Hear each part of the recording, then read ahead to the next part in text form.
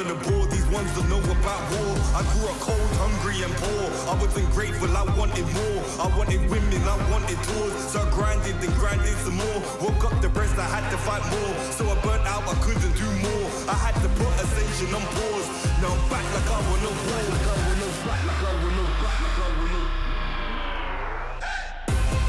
Winning again, I won't stop till I'm winning again. Winning again, I won't stop till I'm winning again. It's cold outside and I thought I couldn't do it again. Winning again, I won't stop till I'm winning again. I'm in my bag like loose change, self-proclaimed hero like Bruce Wayne. Out the sight even if you bought new frames. All this talk about weight but got no gains. How you gonna do a sight with no aim? Marathon longevity is my lane. I get dark like under the duvet and don't roll with a weak link like a broke chain. Self-ignorer when I was poorer. My struggle gave me a god flood of the Torah. I didn't stop me pleasuring somebody's daughter. My cup running forward to the spills of the saucer. Call me true the author. My battle plans rapper terroristic torture. These hands can bend water. Boom boom exploring like Avatar Korra.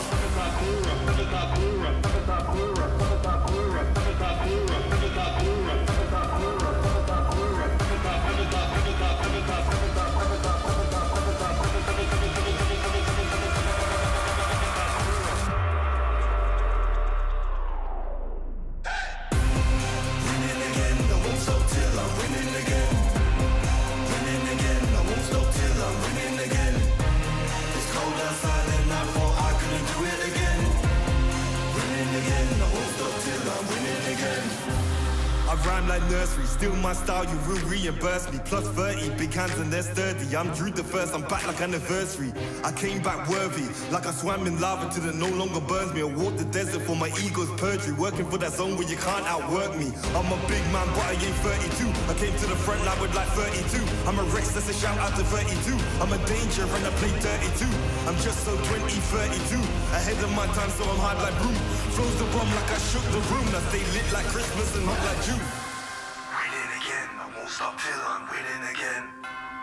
Winning again, I won't stop till I win. It's cold outside and I thought I couldn't do it again. Winning again, I won't stop till I'm winning again. Winning again, I won't stop till I'm winning again. Winning again, I won't stop till I'm winning again. It's cold outside and I thought I couldn't do it again.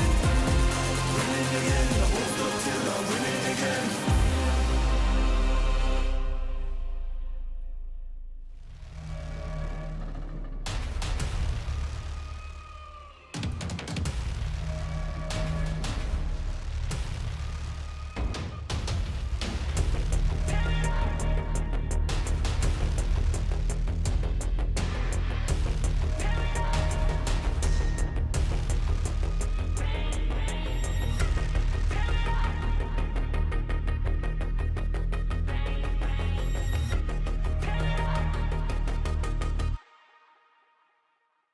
You get one night before the sun's up. Bang, bang, tear it up. One shot before your time's up. Bang, bang, tear it up. You get one chance before you're out of luck. Bang, bang, tear it up. Tear it up. Bang, bang, tear it up.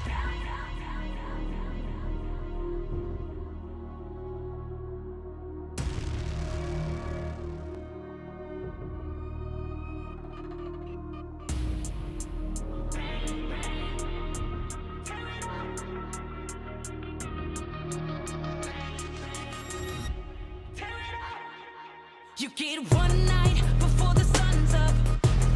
Bang, bang, tear it up. One shot before your time's up.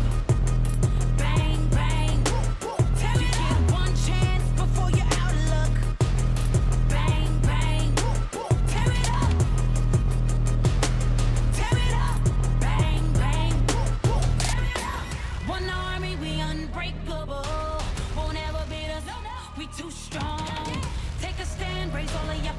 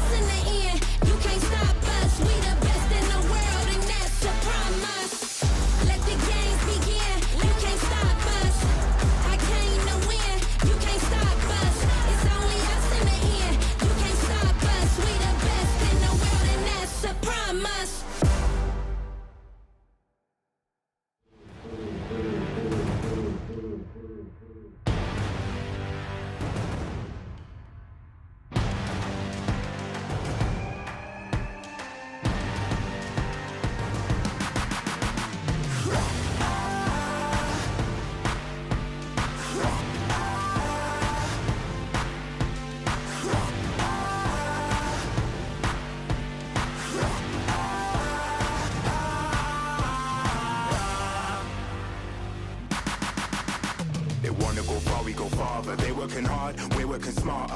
Where they're gonna go, we go harder. Hit every swing, roam like a king. Every dream in your head getting bigger and bigger. Isn't it time we start pulling the trigger? Shoot for the clouds, let there be no doubt. We're flowing without any drought. Baddest the baddest, just call me rolling. Playing with folks for the serotonin. Placing your best, yeah, we're going all in. It's somebody calling my destiny. Betting on me, you don't wanna be my enemy. Wait and see, lay on the waist. Taking a victory, not just a taste. Laying on flat and we're storming the gates. You don't wanna be my enemy. Wait and see, lay on the waist. Taking a victory, not just a taste. Laying on flat and we're storming the gates. Laying on flat and we're storming the gates.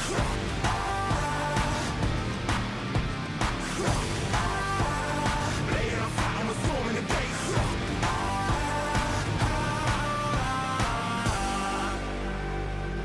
Right from the heart of me, never apart from me. It's all I had and all I'll ever need. Way too close to call it. Taking a leap and we're going all in. Baddest the baddest, before we rolling. Messing with folks for the serotonin. I'm betting on me. You don't wanna be my enemy. Wait and see, lay on the waist. Taking a victory, not just a taste. Laying on flat and we're storming the gates. You don't wanna be my enemy. Wait and see, lay on the waist. Taking a victory, not just a taste. Laying on flat and we're storming the gates. Laying on flat and we're storming the gates. Laying on flat and we're storming the gates. You don't wanna be my enemy. Wait and see, lay on the waist. Taking a victory, not just a taste. Laying on flat and we're storming the gates.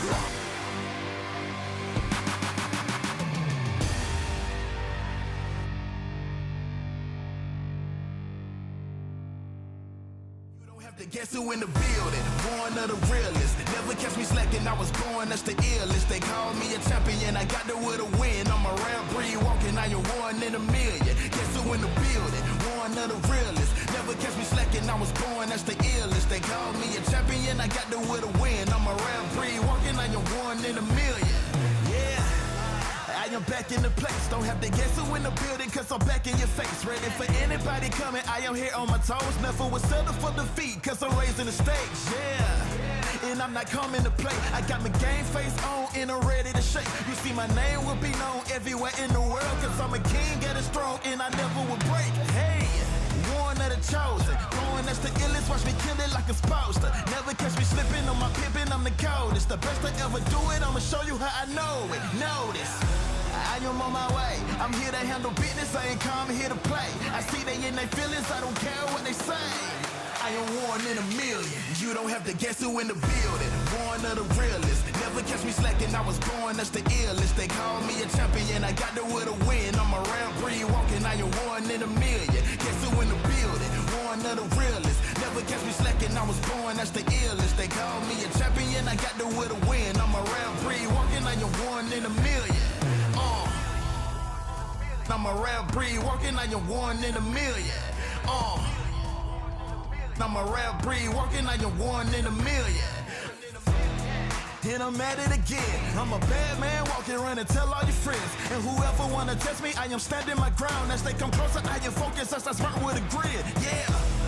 Cause they know I'm a fool, and they know I'm that dude. I don't follow their rules, never bow to their principles, never choke when I move, never fold under pressure, never vouching to lose. Yeah. I am on my way. I'm here to handle business. I ain't come here to play. I see they in their feelings. I don't care what they say. Cause I'm one in a million. You don't have to guess who in the building. Born of the realest. Never catch me slacking. I was born, that's the illest. They call me a champion. I got the will to win. I'm a rare breed walking. I am one in a million. Guess who in the building? Born of the realest. Never catch me slacking. I was born, that's the illest. They call me a champion. I got the will to win. I'm a rare breed walking. I am one in a million.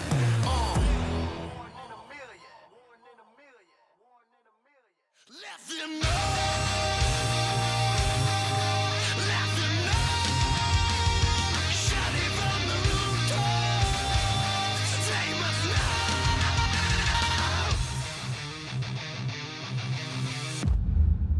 Let them know of the weak and the weathered.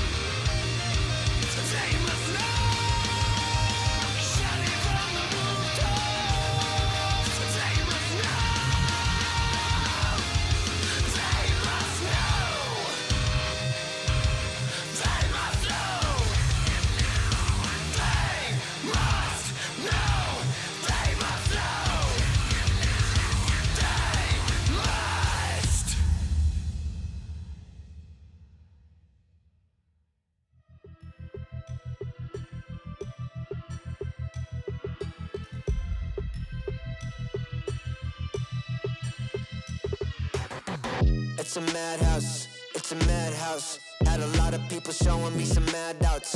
It's a madhouse, it's a madhouse. I got love for the game, I don't cash out.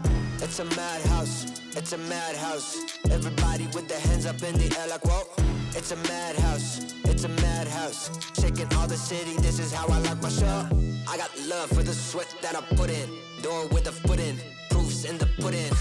Things I did, all them said that I couldn't. Superhero bouncing like a villain, all y'all rooting, you the fan now. Yeah, you understand now what it took to be the champion that I am now. Head in the sky, it's about the time you... The Snapdragon Pro Series is brought to you by Snapdragon Elite Gaming and DHL.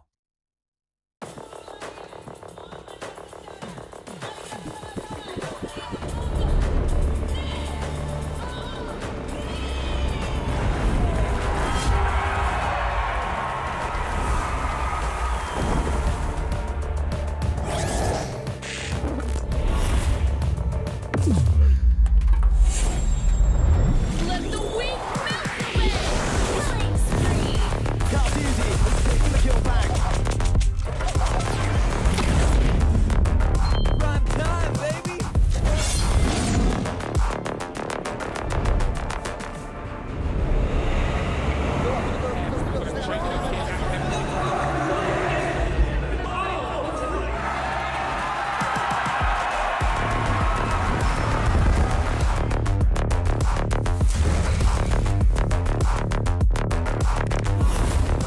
Looks like the players are ready.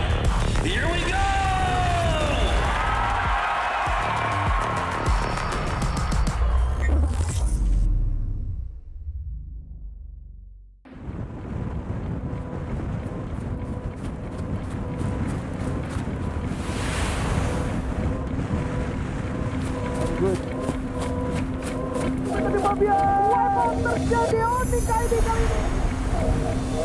Staying humble cause I have to grow. Don't need no distractions, so they gotta go. In my flow, keeping hopes high. Gotta try and survive, it's my life. So I strive to be the best, and I say that with my chest. Now I'm rising above my station, no limitations. When they assign me to win, I'm ready for graduation. Trained up, prepared for every situation. Don't be confused, just say congratulations.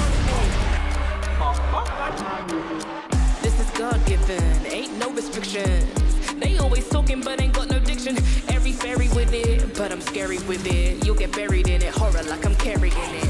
On a mission, be the best, not like any of the rest. Got the goals, ain't got stress. Are you ready? Make the cut. Now you ready for the test.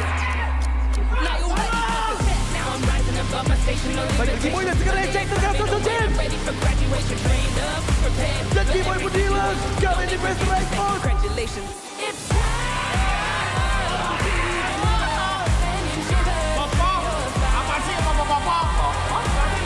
Never give it up, never give it up. My mind is clear.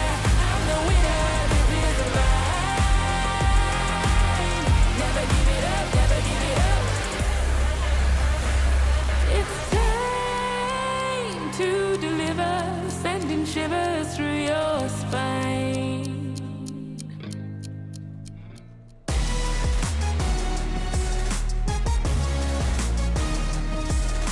The era of esports is here. Now day number 3 has begun here at the Snapdragon Pro Series Mobile Masters, the international before the international. A taste of the world before we start heading into the competitive scene. My name is Gideon Q. I'm going to be your host here for day number 3. We've got our 2 professionals here on the S stream, the S side, the best side, with the Turna and of course Mirko. Boys and girls, after day number 2, how you guys feeling, man? It's 2 days of competition moving into the 3rd. Feeling Essa? Is that a... Essa. Essa? You gotta say it with more conviction. Essa. Essa. Okay.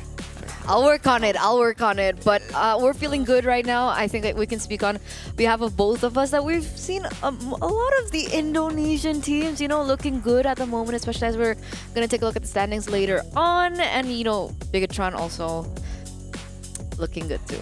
Hey, let's bring up the standings in just a little bit here, because this is the important point of the competition, because now, keep in mind, the SPS is only going on for these 6 days. We're going to take a short break after this, and then afterwards is going to be playoffs. So our current standings here in Group A with OP, the Onyx Philippines squad, again, a perfect route, 11 points in the bag, sitting on top, and who knows, it might change today with TLID in second place, 9 points in the bag. Bigatron pushing up to the top 3, could look to qualify here today with 7 points, but it feels like things are kind of set in stone for Group A at the very least. Yeah, I mean, again, for Bigatron, they had a very rocky road in day number 1, losing both their matches. Against TLID, it was a reverse sweep, and then the big shocker, Rage, took them on 2-0, knocked them down, and really made a lot of Bigatron fans that I don't know of scared of, what's to come in day number 2. Turns out day number 2 was a good day for them. They 2-0'd both Wybin Game and Papara Supermassive, and now they're looking to qualify already. I think even if Papara Supermassive get a 2-0, they'll be equal in points with BTR, and unfortunately, due to the head-to-head, BTR wins it out. Yep, each one of these teams will have to face each other at least once within their groups. But speaking of which, let's actually look at the important group here today that Streaming is going to be focusing on a lot. It's Group B, because right now the competition is very tight between the top 3 slots. It feels like we already have an idea who's going to be making it through, but the big question mark here, number 1, is going to be Aurora Turkey, the one team outside of Southeast Asia that has been doing relatively well with 6 points, a point above Onyx eSports. But today is going to be their true test. They will be facing off against both Team Falcons and RRQ. So keep your eyes out on the streams to catch those games. But more importantly so, who's really going to knock down RRQ? Again, it looks like they are about to achieve the perfect streak. 3 games, 0 losses, a total of 9 points. They're looking to get that free bye. And I mean, like, this streak coming in from RQ didn't just start here as well. They've been doing so well in MPL ID as well. So it's going to be interesting to see whether or not somebody can knock them down a peg, because it feels like with RQ, every time they lose a game, it seems like they adapt so quick and it actually fuels them forward. I mean, they're snowballing out of control from MPL ID, and it is felt here at the Mobile Masters. I'm pretty sure the teams that they fought against already are struggling, but at the same time, there's a good chance that they might get knocked down, or even the thought of Onyx eSports not making it into top 3 is pretty scary as well. Again, very small likelihood, but also very possible. But that's just the group standings for Group B here today. Now, a lot to talk about, especially after days 1 and as well as days number 2. Plenty of the meta stuff is kind of, I don't know, still up in the air. For Aurora, based on what I've seen in their drafts, it looks like they play pretty standard compositions all around with the, well, I mean, Leo's not going to agree with this, the Valentina in one of those games, but generally it feels like they have a good grasp. I can't see how this legacy squad is going to be shaken so easily. I don't honestly think that it's standard comp, no? I mean, Alice and Angela, that's something that we haven't seen in quite some time. They pulled up, Lilia in the mid lane. That's also not something that we see a lot. Understanding it is a power pick, it's a signature pick for Rosa, but in this current meta, we see more of the Farsas, we see more of the Yves, the Jushins. Sicilian even. They're working towards... I agree. They understand the meta, but it feels like they're still working with their comforts. It's their own style of MLBB, right? And I like it. The fact that I think we've had interviews with the Turkish players, these players who've just been under the banner of so many different teams, and now Aurora Turkey. They've said many times in interviews that they have their own meta. That's why they go for Amon Jungle sometimes back in the day at MSC 2024, almost beating the champions of that event in SRG, taking them all the way to a full best of 5-3-2. The Amons, these crazy picks like the Alice, the Angelas, that's what really spices up tournaments here from different regions, and I'm hoping they keep that identity. Again, when you're playing normal, standard Southeast Asian MLBB against the Southeast Asian teams, you're bound to get beat. They have crafted this style. You gotta try your own style. You gotta try to beat them. Send a curveball their way. Now, speaking of curveballs here, A7 unfortunately not going to be in that position. Alpha 7, and especially when we're talking about Team Falcons Mina as well, 0 points through the past 2 days. They basically lost their opportunity to actually qualify for the playoffs. More importantly so, they need the experience. It's clear to see that, like, in terms of the drafting style for A7 at least, they've got a rough idea of what they want to do for, like, games 1, games 2 and 3 is where it gets a little shaky. Maybe it's a blue side, red side sort of thing. But Team Falcons really do need the experience. If not, I don't know, coming up to like MSE, EWC, or even when it comes down to A7, there is going to be a very big shadow looming over their head.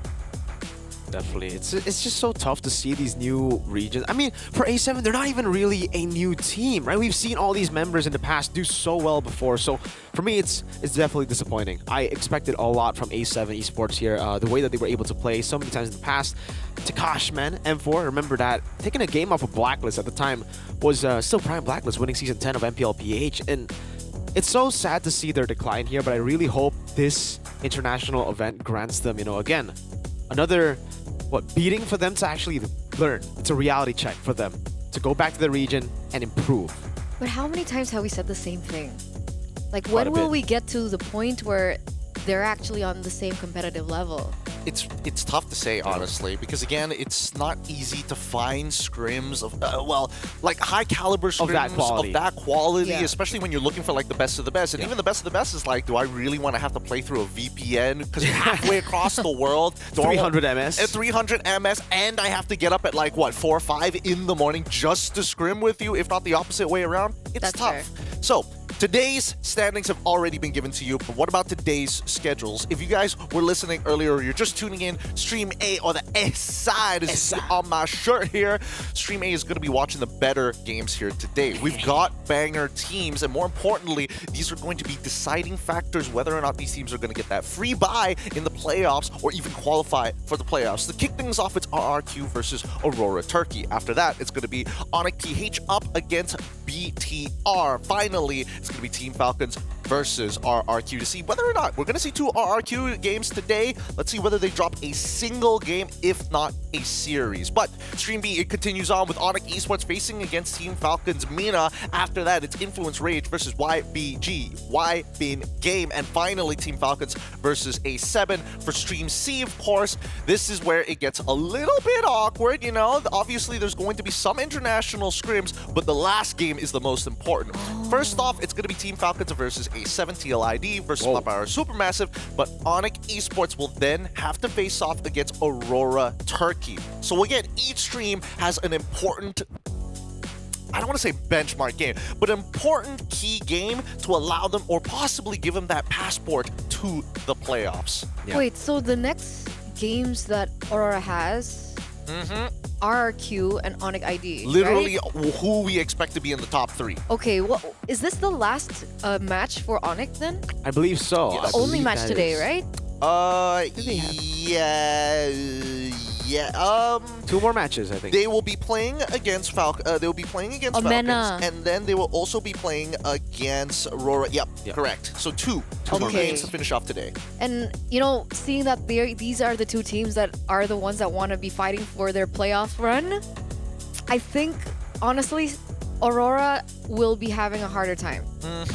I think every team, number 2 to number 4 right now in Group Very B close. will be very, very. I mean, it's super close, even in the head-to-head, right? Team Falcons from the Philippines, they lost against Onyx ID. So if they end up having the same points, if they end up losing both their matches, we could be seeing a tiebreaker situation that will go down again to the head-to-head. And same goes. Technically for RQ, they're not completely safe yet. They need 1 game win against A7. If they do get that win, or against Aurora here, they get 1 game, they're done, they're through. How funny would it be if A7 gets an upset here? Like, of all times, right? I mean, they got nothing to lose. And if they win that series against none other than the top of the standings, RRQ, in like snowball form from MPLID, hey, who knows? Maybe I'll get a little more excited for them once we come down to MSC or even M7. If And Influence that Rage makes can do it, sense. they can do it. That makes sense because usually when teams are playing with no pressure, when there's nothing at stake, that's when they play more comfortably, and maybe they don't overthink their strategy, they don't overthink with the way they play and the execution of it in the game. Are we going to be seeing something like that today? Hey, look, I hope so. I hope so. I still remember M5, man. NA really got us good there. Oh, boy. They could have just given up that game, but no, they just had to take down one of our representatives alongside with them. Malaysia got just down bad sometimes. Look, let's go with a recap of day number 2. A lot of things have actually happened in these games, and more importantly so, we're talking about some of the top plays of Kyle Teasy and as well as Rins. Dear God, has Rins done so much, but even for Kyle Saltese going in 1v3, absolutely demolishing their brothers from another mother. Let's take a look at this as well, man. Araki Hoshi, Rins, as the shot caller for the team after Skylar's departure, you know, we would think that it would take longer for him to build the synergy, build that chemistry, and build the trust from the rest of the team. But no, he's done it so fast together with the help of the rest of the team, just following his orders. Me and Leo started calling him Commander Rins yesterday after this amazing performance on the Loyi. Right after getting almost wiped out, turning the game around again with that diversion, throwing curveballs and playing with the 50-50 so well that it's not a 50-50. It's mostly just a 100-0 every single time. That's why, you know, Riz's performance so far, I think the Luo Yi just fits him so well. It because does. he can also shot call too, right? And I think that's one of the main important aspects of the Luo Yi. I mean, he Trust. lines up and he says, hey, nuclear option here. We have to Go. commit. Just go. Well, I mean, there's also another thing that I want to bring up.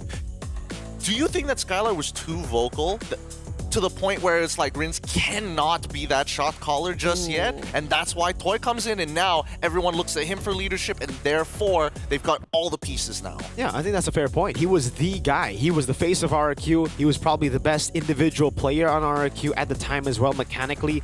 He was already the star player. And when you have a player like that, the entire team is just forced to play around him. And that's what I think kind of stopped the other members from showing up at different stages of tournaments, like we saw in the M6 World Championship. And we saw also for Kescu, they were really trying to build a draft around Skylar. Yeah. And now, because there's no more limitation, everybody can play for each other. It's just so much more fluid in the drafts, the gameplay as well. And like you said, that shot calling of Rins, the trust that they have, and that everybody's kind of like equal now on a team, definitely has given them an advantage. All right, that's outside of the game. But what about inside of the game? After day one and as well as day two, the top five picks are in. And, well, I don't think anybody's too surprised with the Harith, but Suyo once again still sitting on top, 29 picks, 76% win rate, the most ridiculous inflated stats eyed after the tariffs as well. Granger, Hilda, which I think is a little bit more interesting. You guys are less surprised because you see it very, very often in MPL ID, but even the Kalia as well, a lot of presence, but the win rate just, it's not at 76%. I don't know, what do you think about this? Because The Kalia? the Hilda, everything else is something that we have already talked about, I think, in the past 3 days, but the Hilda showing up in the top 5 picks. I think it's just due to the success that we've seen from a lot of the Indonesian XP laners. Again, Aran, mainly. This guy, definitely the best Hilda in the tournament, together with Dyron, has been able to utilize the Hildas for such a long time. And again, it gave birth to a meta that we saw at M6. So I don't think it's really new anymore. But yeah, we saw a little bit of a dip in MPL ID. Exactly, we haven't seen it too often, and we've been talking about Suyo being a hot commodity. That's 29 picks versus Hilda at 23.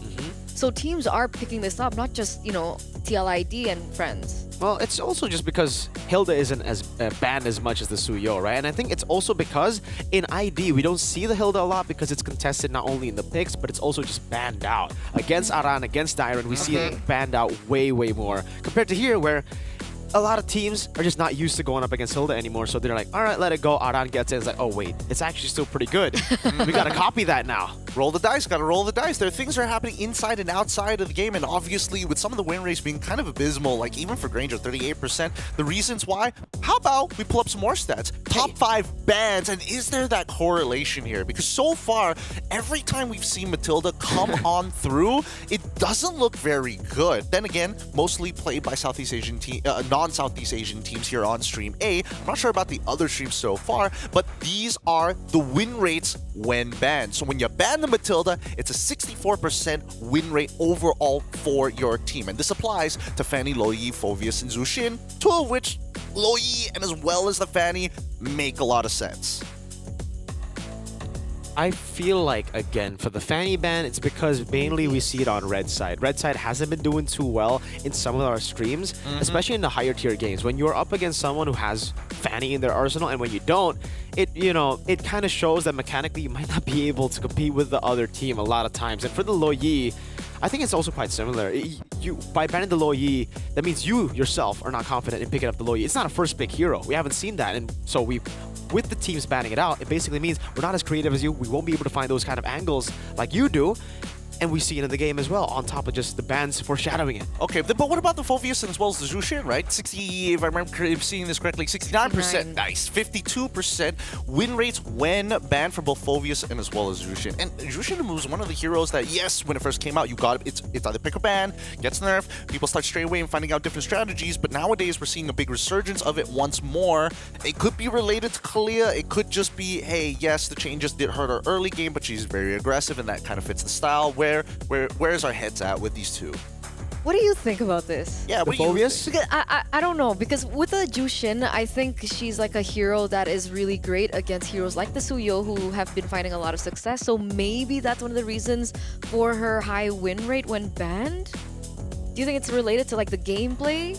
I can't talk as much about the Juicin because I feel like the Juicin, 52%, it's still very 50-50. It really depends on the user. It comes down to just both teams strategizing. But for the Phoveus, I think in this meta, especially in the games that we're not watching, snowballing is an essential factor in the game. If you want to win out the game, you want to get that snowball early, and lane dominance and XP has never been as easy as picking up a Phoveus. Even up against these non-laner, the non-confrontational XP laners, Phoveus gets the lead very quick and can snowball out of control. Let me just hop onto that point real quick. Let's pull up the graphic right now, because if we're talking about Snowball, we also got to talk about junglers who's able to accelerate the game by playing around themselves, farming hard. We're looking at the fastest to reach level 15. One of the few stats, Favian currently 8 minutes on the dot, and this is against Influence Rage. King Kong, 8:38 against TLID, and then finally Kyrie, 9:14 versus A7. Notable that King Kong in particular had to face off against TLID, while Favian and Kyrie were doing it against teams from Latam and as well as both teams from Latam. That is so impressive. How bad was that game with King Kong and TLID? It wasn't bad.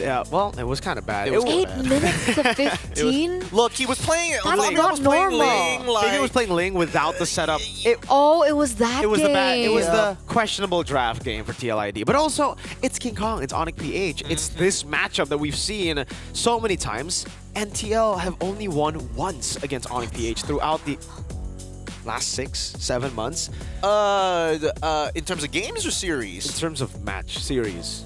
Yes, that is just one. Because like Onyx PH did drop game 1 against TLID in the series that we were just talking about earlier. But as King Kong said in the interview, beating Favian is kind of like another day for me. You know, it happens so often. And it's so cute. Whenever he gets that advantage in the draft, that's what you can see from King Kong. He's literally just putting in the punch cards in. Yeah. He's just like, how many leave days I got after this? Oh boy, it's tough, but honestly, with the way that things are going and how snowballs are kind of making its way to in this particular area, the meta is in a weird spot, I would say, right? I mean, it's evolving, but at the same time, we're showing them a little more diversity than what we were used to before. From mid game to late game being a little overextended now, a lot of teams playing towards that earlier stage of the game. How many of these teams are going to be looking for that nice balance, right? But we'll talk about that a little bit more afterwards. That's going to be the pre-show here at the SBS Mobile Masters. We're going to go on a short break, and when we come back, our very first best of 3, going to kick things off with a high-octane match. It's RRQ versus Aurora Turkey. We'll see you right after this. Essa.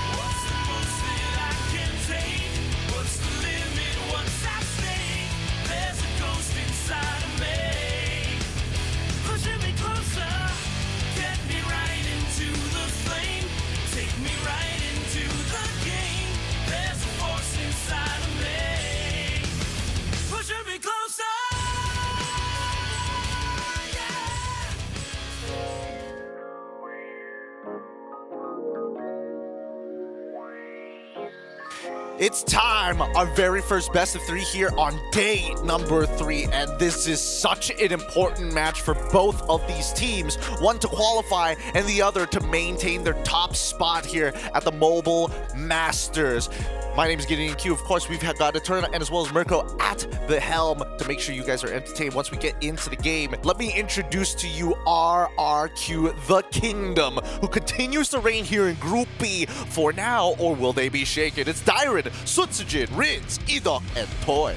This is a team still standing at 100% win rate, even from MPL ID Season 15. So you can consider that they're on a little bit of a glory run themselves for this particular team. I think we've spoken about Toy, we've spoken about Rins, but I think Edok really takes the cake for me.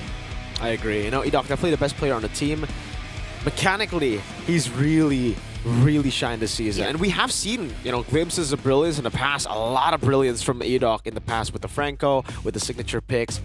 But, man, it just seems like he's refined everything that made him a threat in the previous seasons. He's been back-to-back Player of the Week as well. B2B. Back at home at MPL ID Season 15. Dang, this guy is doing everything. He's just rocking the socks off of these teams, boy.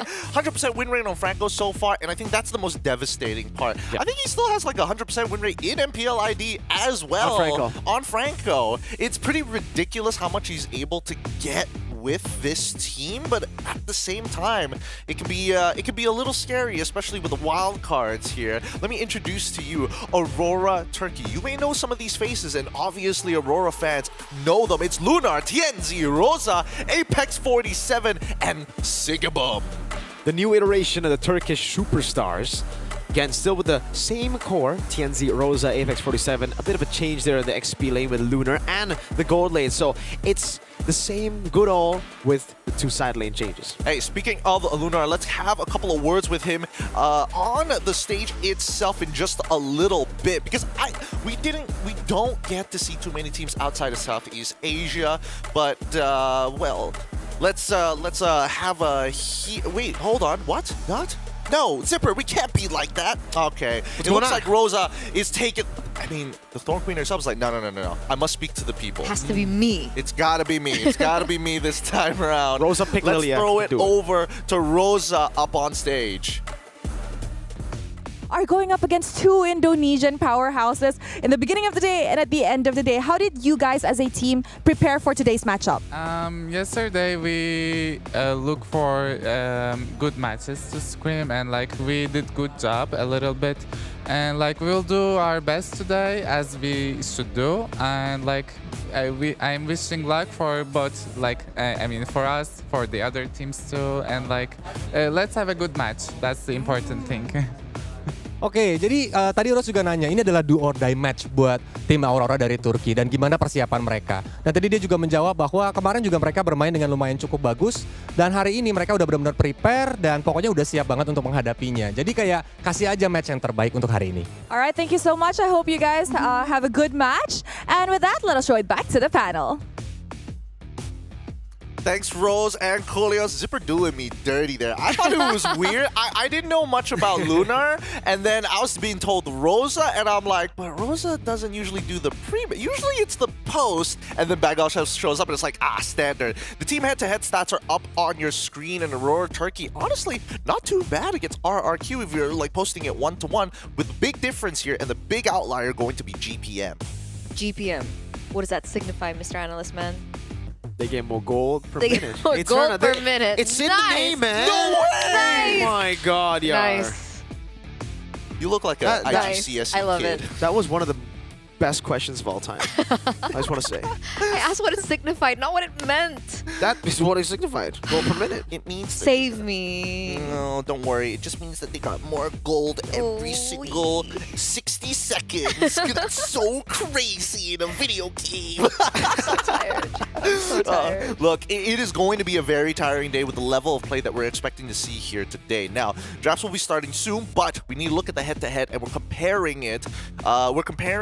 To teams within the vicinity. Let's compare Rosa versus Rins, right? If we're talking about Commander, Rosa has been at that Commander helm for a very, very long time. And I think one of the more mechanically talented players, I mean, I say one of it.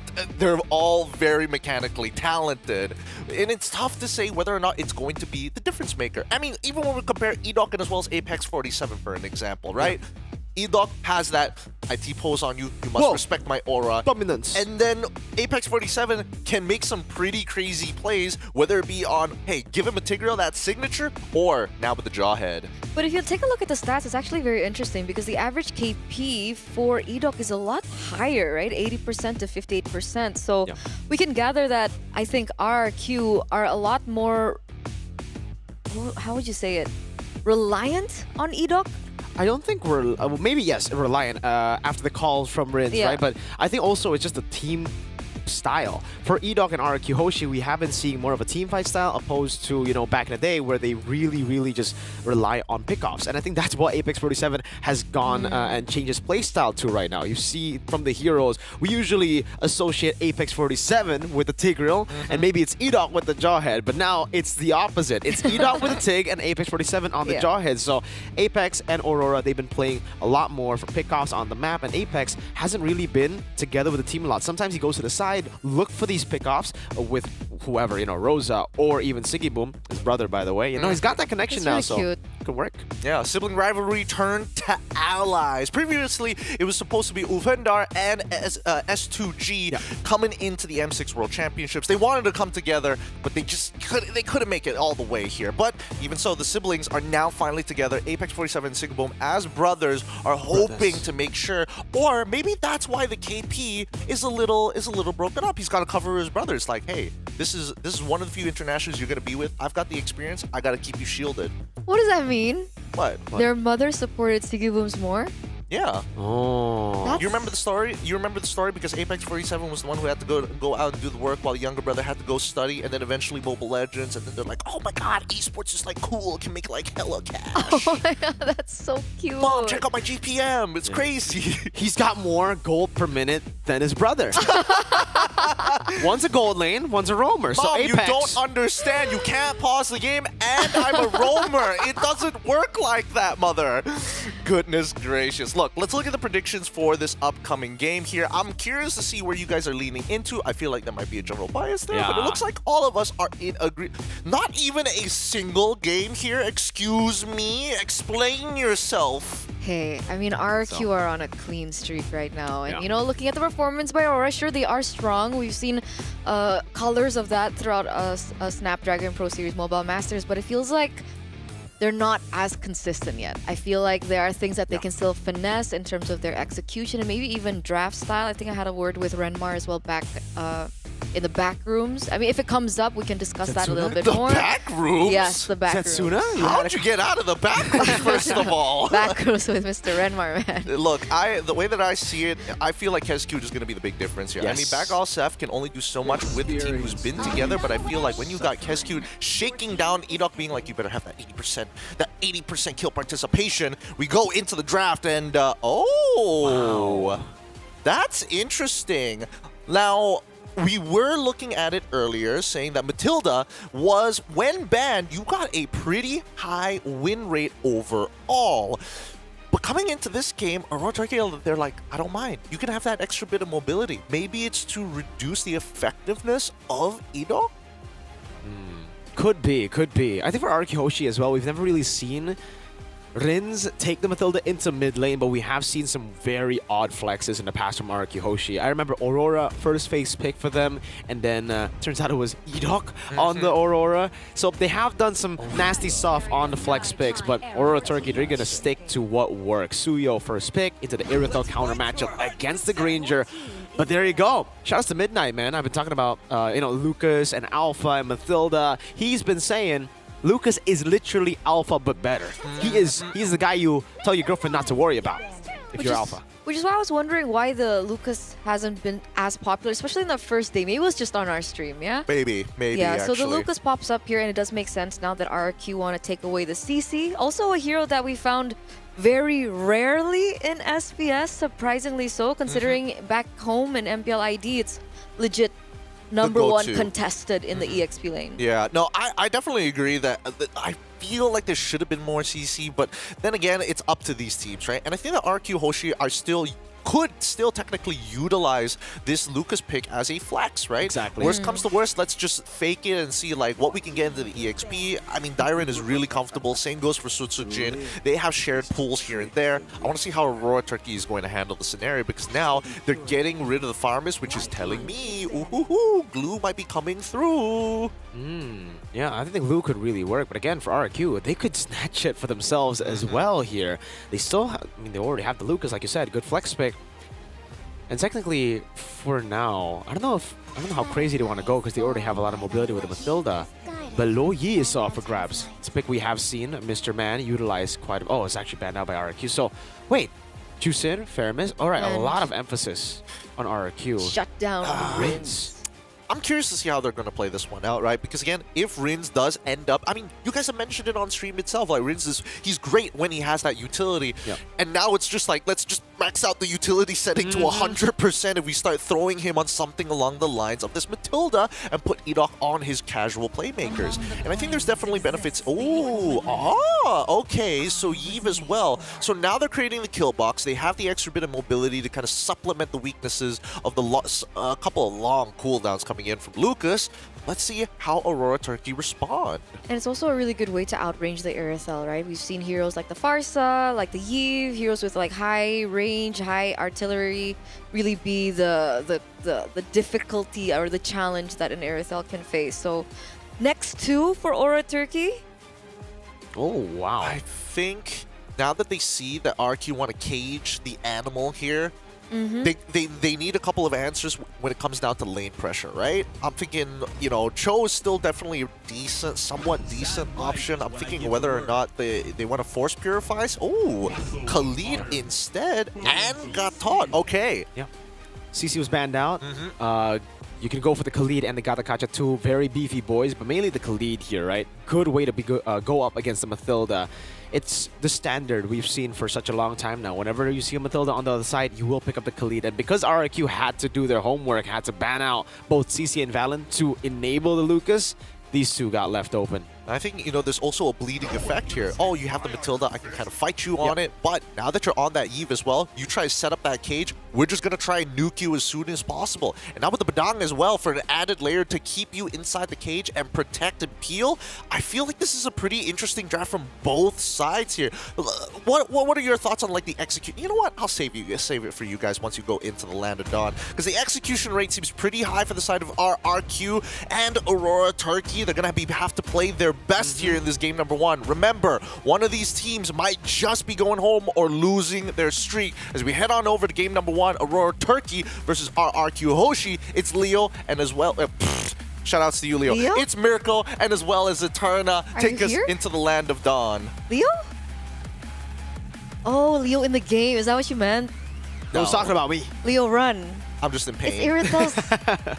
Irithels Tiger. That's it. You gotta call him out. You know, Sticky Boom on Leo. Well, he's on Leo. Sticky Boom on Irithel, who's on Leo. There you go. Double stack. But here it is, ladies and gentlemen, our first game of this best of 3 here in the Snapdragon Pro Series Mobile Masters. And like Gideon mentioned earlier on, it's a do or die match. So Aurora would want to give it as much as they can here, trying to take down the current champions of their groups, RRQ Hoshi. Slow but steady is what I expect. Again, for RQ Hoshi, they will know that the Khalid will be able to get so much pressure in the early game, way more than Edok. So might as well just look for the clear with the Eve. Edok rotates down below. I'm going to take a look at the player emblems here. Focusing mark for the side of Edok. Hold up. Lethal going to be taken quickly. Good rotations from Aurora. Oh, in the mid lane, Rin's going to be caught in the bad spot. Apex 47. We were talking about that killer instinct early on. And that's the kill pressure that you were talking about as well in the early portion of the game from the Khalid. It's something we have seen a few of these teams being able to pick up here and there.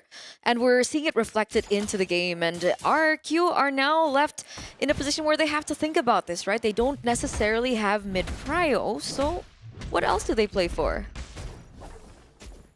I don't know. At this point, RQ, I think they just gotta play it slow. Wait for the neutral objectives. It's not like they're in any rush to go for turtle or anything right now. Did you hear that? What? Okay, never mind. It's fine. Did you hear? What did you hear? I heard. I don't know. I heard grunting voices. Grunting. Male. Okay, then that one I heard. And Okay, I don't know. I think that's a young man from the Philippines. A little Dan. A little Dan. A little Dan. A little Dan, but it's a little dance here now for both of these teams that they are now going to look for some pressure over the neutral objectives. Whoa, whoa, Blade Surge. Oh, Tienzi. Blade Surge to his demise. Oh, you hate to see it. He went in and he got pinned down to a wall as a dog started munching. Oh, unfortunate, and that does give RQ a huge benefit now that the retribution is not there. Real world manipulation. Oh, beautiful pin again from Dyron in the real world manipulation. Lunar able to escape, but that means it's a free turtle to Sutsujin. So despite them holding on control for Aurora in the first few, minutes, with the fact that, of course, Apex 47 was on the lead, it looks like RRQ, just because of that play alone, has gained control over that first turtle. And technically, Aurora Turkey, they also don't need to rush anything too much either, right? They have the Sicilian in the mid lane on Rosa, of all players as well, who will be able to scale into the late game. So they have insurance there. They also have insurance in Sigibum, who is still caught in that 1v1 up top. Yep. So it's back to basics again for Araki Hoshi. Waiting for neutral objectives, utilizing the Lucas plus the Mathilda to rotate around the map to match in the pathing or the farm from Tienzi. Aurora Turkey, this is why, they went for the Khalid. They do have a lot of kill pressure, but if you do play for the XP, the kill pressure kind of goes down because the Vidana is such a good way to just disengage on anyone. Khalid walks up, punch him in the face. Gata walks up, punch everybody, punch him in the face. It's so easy for the Vidana to disengage and then to re-engage later. And we're seeing that reflected right now. Already some rotations coming from RQ, looking for the next big thing. Rosa shouldn't be caught here just yet. And we're going back to this. 3 minutes in, a 300 gold lead for RQ. Honestly, this can fly either way. It looks like RQ once again looking for an opportunity or just some information. Maybe a kill onto Tienzi here. Is Tienzi aware? He does look like he will be aware now. Plays it a bit safe. Wants to go for his orange buff, but Sutsujin and Edok are spending a lot of time down below here, just rotating over. Finally, gets pulled back in towards the Turtle as Turtle 2 spawns in the game. Things are dead even right now, right? Tienzi is level 8. We do see Sutsujin at level 7, but should be catching up to that level 8 point soon. But the fact that Aurora Turkey have brought in the Suyo, they should have a little bit more bearings when it comes down to the neutral objective, but that's the contest. There you go. Rin's able to flick around. Oh, now it's going to be the all-in over to Tienzi with the real world manipulation. Locking Tienzi down. Still able to escape. That's Dyron with a punch. Fist crack. Unable to get the kills. AOG will be used by Lunar to escape. Dyron gets the guiding win. A clean turtle take. Dyron wants to beat Khalid up. Will get beat up instead, but hold up. Apex forced to flicker. You saw Edok there, already looking for the opportunity to strike back at Apex 47. Meanwhile, Sigibum there knows that Araki Hoshi has started to rotate. Apex 47 goes back in. Toys low. Yeah, just a bit of poke. Good clear from Sigibum. Good rotations to the rest of Aurora Turkey to react to that macro play from RRQ. They had 4 members up top after the turtle, and they saw Aurora disperse way too early, so they punished it by just zoning Sigibum away from the wave, and you see just how much damage they got on that turret. What do you think about their team fights? Who? Do you think Araki Hoshi have a better team fight comp? Or do you think Aurora have the better team fight comp? I think they both have pretty good team fight comps. It really comes down to the execution. Sutsujin annihilated in the bottom side of the map, all alone against 3. A turret traded up top, but it will be taken by Sigibum. Down below, Dyron hitting them down. Edok with the guiding win. Now an AOG into the mid lane. Toy trying to do the damage he can with the RWM as well. Toy picks up a kill right as he gets the Sky Piercer just earlier. And it's RRQ who leveled things on the board again. 1-for-1 trade. It was already really great for Aurora Turkey being able to put Sutsujin down into his place.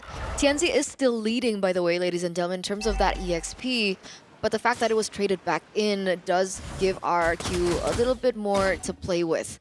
Toy looking for an answer in the top side. Apex should be okay. But the reason why I asked the who had the better team fight composition is because it might be down to just decision making then, I think, from Aurora. A little bit indecisive as compared to RRQ as they always start to group up for these neutral objectives. Like, what's the plan?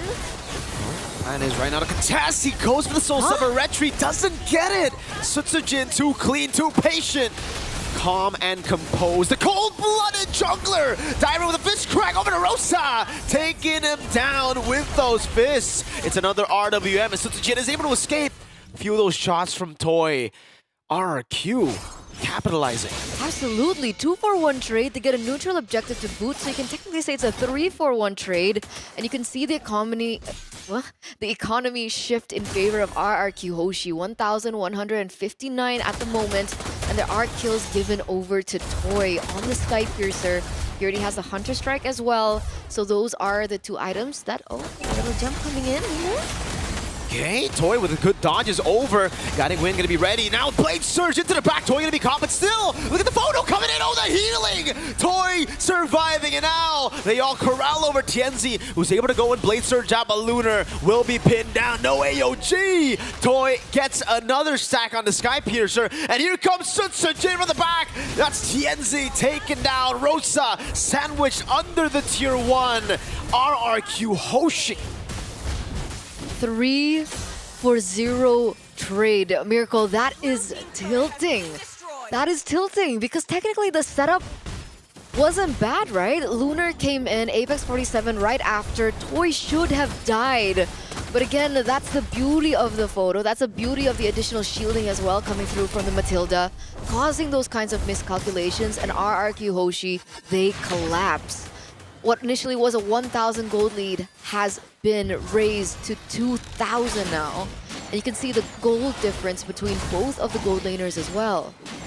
This is why the Mathilda is usually banned out, man, because, you know, a lot of people just think about the Mathilda as a way to help the jungle, to enable the jungle, whether you go Alpha, Lucas, maybe Phoveus in the XP, right? But it's just the way that she can control games, the rotations, the saves, again circling Eagle. Right as he gets Toy with the Guiding Wind in, you can see the frustration already from Apex 47 there in the player cams. This is the frustration of going up against a Mathilda, a good Mathilda. Because that's what he's doing his job, right? He's opening up the map, he's giving vision, he's giving information. But every time he goes for that, despite him having a lot more regeneration in his kit, he still gets punished over and over again. 2-on-1, not too bad right now, but that's RRQ with a Lord? Okay. Ooh, Edok, please. Calm down. No, he doesn't want to. He wants to get the game under his belt as fast as possible. And earlier, that was a flicker for a circling eagle and a real-world manipulation. That is a bad trade to have. And that's Rosa. That's someone you need to have alive if you want to defend against RRQ Siege and Dive. Absolutely. High ground in the kit. I think 9 minutes in, the stacks should be still okay, right? It doesn't look like RRQ are completely dominating the jungle just yet. But this could be where it turns around, right? With all these towers taken down. Whoa. So Tsujin, very aggressive in the bottom lane there. The Lord is still marching down in the bottom side as well. The lanes are being pushed. Apex 47 in a very interesting position when you find something. Even if he does, I don't think anyone is close enough. Apex trying to distract them, but RRQ stays focused on the prize. Neutral objectives earlier, now it's the structural objectives and a holy defense in the mid lane. They're playing this so well. The wave manipulation has been phenomenal from RRQ. So it's just gonna try. Gets the holy defense up top, gets the holy defense down below before the Lord comes in and charges. Iron jumps in with the fist crack as the RWM comes in as well. Apex unable to find the landing blow there onto the back. Toy so free hitting. Apex falling again. That's going to be Edok in the back. Finally taken down by Tienzi. But look at the Mad Toy, who will be gunning everybody down. That's a maniac. It's a savage for Toy. Savage for Toy, ladies and gentlemen, in our opening game of the day. And it is 1-0 now against Aurora Turkey as RRQ pick up this first game of the series. What is this team made of? That reaction speed in the final minute when Apex 47, they knew. And it was not a problem. Toy was still able to dodge out and on top of everything, get that Savage. Is this our first Savage of Snapdragon Pro Series. We'll confirm it with Zipper in just a little bit. Great cast, boys and girls. Oh boy, RRQ, it feels like every neutral objective, they just put on the Vision Pros and they just simulate the same scenarios over and over again. Like, I swear, it was deja vu when you see Dyron coming in, especially at that particular choke point, to catch off multiple members to try and extend the lead. It's so... I mean, at this point, it's not... You know, in the past, when Cascade first joined RRQ, we were talking about, all right, they're doing amazing in the neutral objective games, but it's always template, right? Like, if you are able to crack that template, if you're able to crack that formula, you'll be able to get under RRQ. In the past, it was chaos beats Cascade. Now, even if you're chaotic, Cascade has already refined that formula, that template, to have, again, backup plans for everything. If the enemy goes chaotic, we can do that too. We have Dire, we have Edol, we have so many X factors. That's why they call him Bruce Kescute Wayne here. The man's just trying to be the Dark Knight of the Kingdom. Mastermind contingency upon contingency plans. And he's vengeance. He is vengeance, man. Good Lord. Sometimes if you see him in the sun, he might just sparkle. But look, Aurora Turkey had some good ideas. Number one, the initial lane swap after they lost that top tier 1 to actually catch off Sutsujin was a very good idea. And I think Aurora are starting to catch on to a couple of RRQ plays, but I do think that certain scenarios could have been played a little bit better. I mean, I think this comes down to a micro thing more than it does decision making, because the decision making was correct. Should you have gone in and died to go for the steal? I mean, you got to roll the dice there. You lose very minimal off of it because the bottom side of his jungle was gone, and you could see that it really started to boil down to that 10th minute mark, which I think that's where the Aurora Turkey plan was like, we don't have the resources to make it work. What's so scary about RRQ Hoshi is the fact that things could be dead even for such a long time, but they will know when their composition is at their peak to take the fights. It's, again, like you said, you know, it's almost like they have the simulations running 24/7 and they know exactly what time, what item, what is right. That's it. I mean, at this point, we can't even calculate it. It's just they know when it's right to go for a play that will ultimately end up being the snowball point. This snowball point wasn't like early Turtle 2. It was so level up until Turtle 3. I think Turtle 3 was the big one. Turtle 3 going over into the Lord. Give it up for MVP Toy here, because he was playing a very clean game, especially with the amount of resources that he was getting. 9-0 and 1, 943 GPM with a 77% kill participation rate. Damn. This man was ready to go. And I think he got even more confident as soon as he got that Winds of Nature, which is why he eventually snowballed it into the Savage. But speaking about the simulations here, I think this is what teams need to look out for RRQ Hoshi. You can have plans and some creative ideas in terms of your rotations to find punishes like this one you see on screen, but then when we come down to the neutral objectives, you know that RRQ have it set in stone. So I'm thinking whether or not Aurora should just say, take it. You can have these turtles. Turtles at the end of the day might not necessarily get us to a point where we can beat you, but we can start taking opposite objectives across the map. I don't know if it's a bit of tunnel vision or it's like, I must do this. If not, the snowball is going to be too great, too powerful, even if TNZ is on one of the most broken junglers we have in the meta. How did TNZ not get the third turtle? He retry too early. Soul Sever retry. It's already different to, again, the Suyo early on. Suyo early on for the nerfs, yeah. Like, After that shouldn't have been Sutsujin picking up that third turtle. And in the gold charts, we also saw that it was at that moment, right, when things started looking bad for Aurora. I think advantage was still on Sutsujin. They just had too much control It was over a level the turtle. below. It's not about the levels at this point. It's about CC. Because if you can be 4 or 5 levels ahead, it does not matter. If you get CC'd, if you don't make like a decisive decision to go in and retry... But he wasn't CC'd, right? He was going to. Here's the thing. Lucas, of all people, if we're talking about like small advantages that you can create, just pressing your ult technically gives you CC immunity. You can still use your battle spells while you're in that transformation animation, even if someone tries to lock you down. And not to mention his first skill as well, once it's fully stacked up, CC immunity as well. So you can... So it's pretty difficult to disrupt the Lucas, which is why if he's in the jungle, he's super like early game oriented. Like, man, these turtles really suck. I cannot deal with this guy. Especially so with a Matilda. The Matilda as well. Really obnoxious here, but adaptations seem to be a little clearer for Aurora, which is great to see, because a lot of times when you're up against RRQ in the games that we've seen here on stream, you're like, Draft, decision making, micro mechanics. Oh, we brain Fried, no answer. Game too difficult. freeze, man. Help us make the show better by taking a survey at esl.gg/SPS viewer survey live-en. Just scan the QR code. Saves you a lot of time. A side is always going to be the best side, and we want you guys to show your love by giving us the feedback that we need to improve your experience. Don't forget to follow us on social media for the latest and greatest updates on the Mobile Masters here at Snapdragon Pro Series, on X, the Everything app, maybe even dabble in a little bit of Grok to see what you can talk about the teams. Wow. Maybe even Instagram, or of course Facebook if you're like 50 and above, or from the PH. Either or, we love you guys. We're gonna go on a short break, and when we come back, it's gonna be more MLBB action between the Kingdom and the Turkish delights from Turkey. We'll see you then here at Mobile Masters.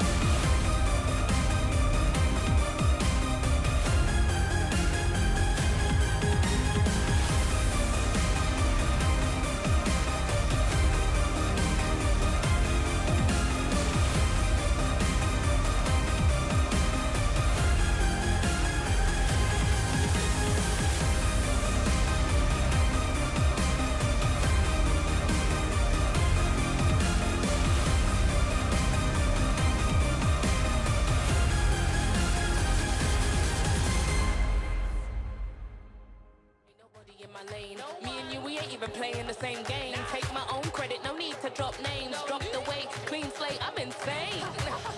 It's giving insanity on a melody. More flow than a manatee. Levels that I reach, man, I defy gravity. Heart so strong like it runs in the family. I've got the haters out of breath. Ain't talking about dinner when I got them distressed. Giving palpitation when I say it with my chest. Do the calculation, it's time to invest. Acquiesce that I am the empress. Going so sick, someone call the vet. I just can't be tamed, that I'm the Loch Ness. So blessed, they can't comprehend. I turn a skeptic to believer. I am a leader, resurrected like it's Easter. If you step to me, you'll get the misdemeanor. They can't defeat her, they can't connect the reader. Can't decline, don't worry, I'll be fine. Cause all I see is ups in the line. Did I plan this? Is this by design? Come reflect my light, can't be denied. Come correct, cause this moment is mine. It's mine. Tell me you're feeling love. Tell me you're feeling love. Do it like nobody does. Sipping that haterade, right to the finish line. Tell me you're feeling love. Tell me you're feeling love. Do it like nobody does. Sipping that haterade, right to the finish line.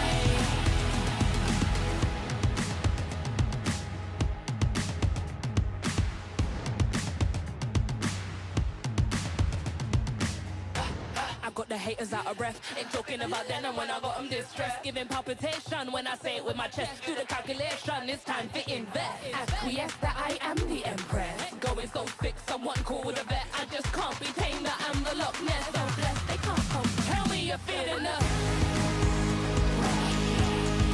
Tell me you're feeling love.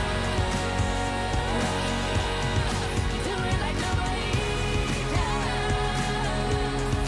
Sipping that haterade, right to the finish line. Tell me you're feeling love.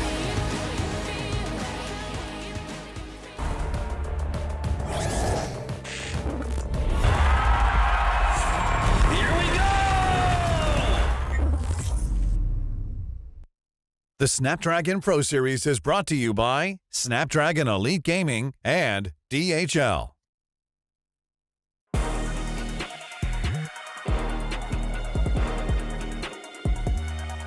Viva RRQ seems to be the anthem charging across Jakarta unless Aurora Turkey can equalize the score. This perfect rating coming in from the Kingdom needs to be stopped right now because the momentum is increasing ever so greatly. It is quite the acceleration, but this is only just happening now. We're Stream A, but currently happening on Stream B itself. It's Onyx versus Team Falcons Mina, and they've already taken a single game. They're looking to finish that series strong to ensure that they get that qualification spot. My name is Getting Q. This is Eterna. This is Americo, not Leo. At the set.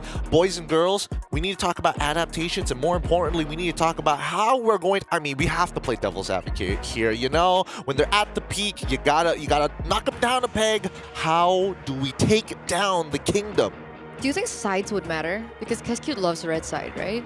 No, it doesn't matter. It doesn't matter? I think like last season it would have mattered, but this season, both sides, he's been doing Good, amazing, impeccable. 100% win rate, technically. Yeah. that. Okay. Yeah. He's Batman. Makes sense. He's vengeance. He's vengeance. As we're jumping into the drafting phase here, I gotta agree with Mirko here. I think that right now, in terms, well, last year there definitely was a disparity between blue and red, but I think now with the way that the patch has been going and the way that people have kind of picked up on some of the busted stuff, the Loyes, of course, the Matildas, of course, the Fovius bans on blue side now being a new adaptation into the recent meta. It's a little difficult, and I would say a little bit, honestly, a little bit more red side favorite sometimes. Okay, but this actually opens up a lot of things, right? Harith is still on the board. We saw the Hilda being banned out earlier on, and now we're looking at the Kalea that could possibly be opened up here for... I don't know, does Aurora Turkey play Kalea? I think they have played a game with it, if I remember correctly. Apex? I'll double check. Yeah, we're coming in from Apex. I'll double check for you guys in just a little bit, but I was actually kind of hoping that RRQ might be like, hey, Thyron, you're looking kind of schmeckshy on that Kalea in the EXP flex. Could be another flex pick here. I mean, if Aurora don't pick it up, if it's not banned out here, obviously by RRQ, Aurora don't pick it up. There you go, Hilda ban. Kalea is up for grabs. I think Suyo is still the better option. It didn't work in game 1, but that was because you were up against a Mathilda and a Badang. So change a few things here and there. The Suyo is still the highest picked hero, and highest win rate.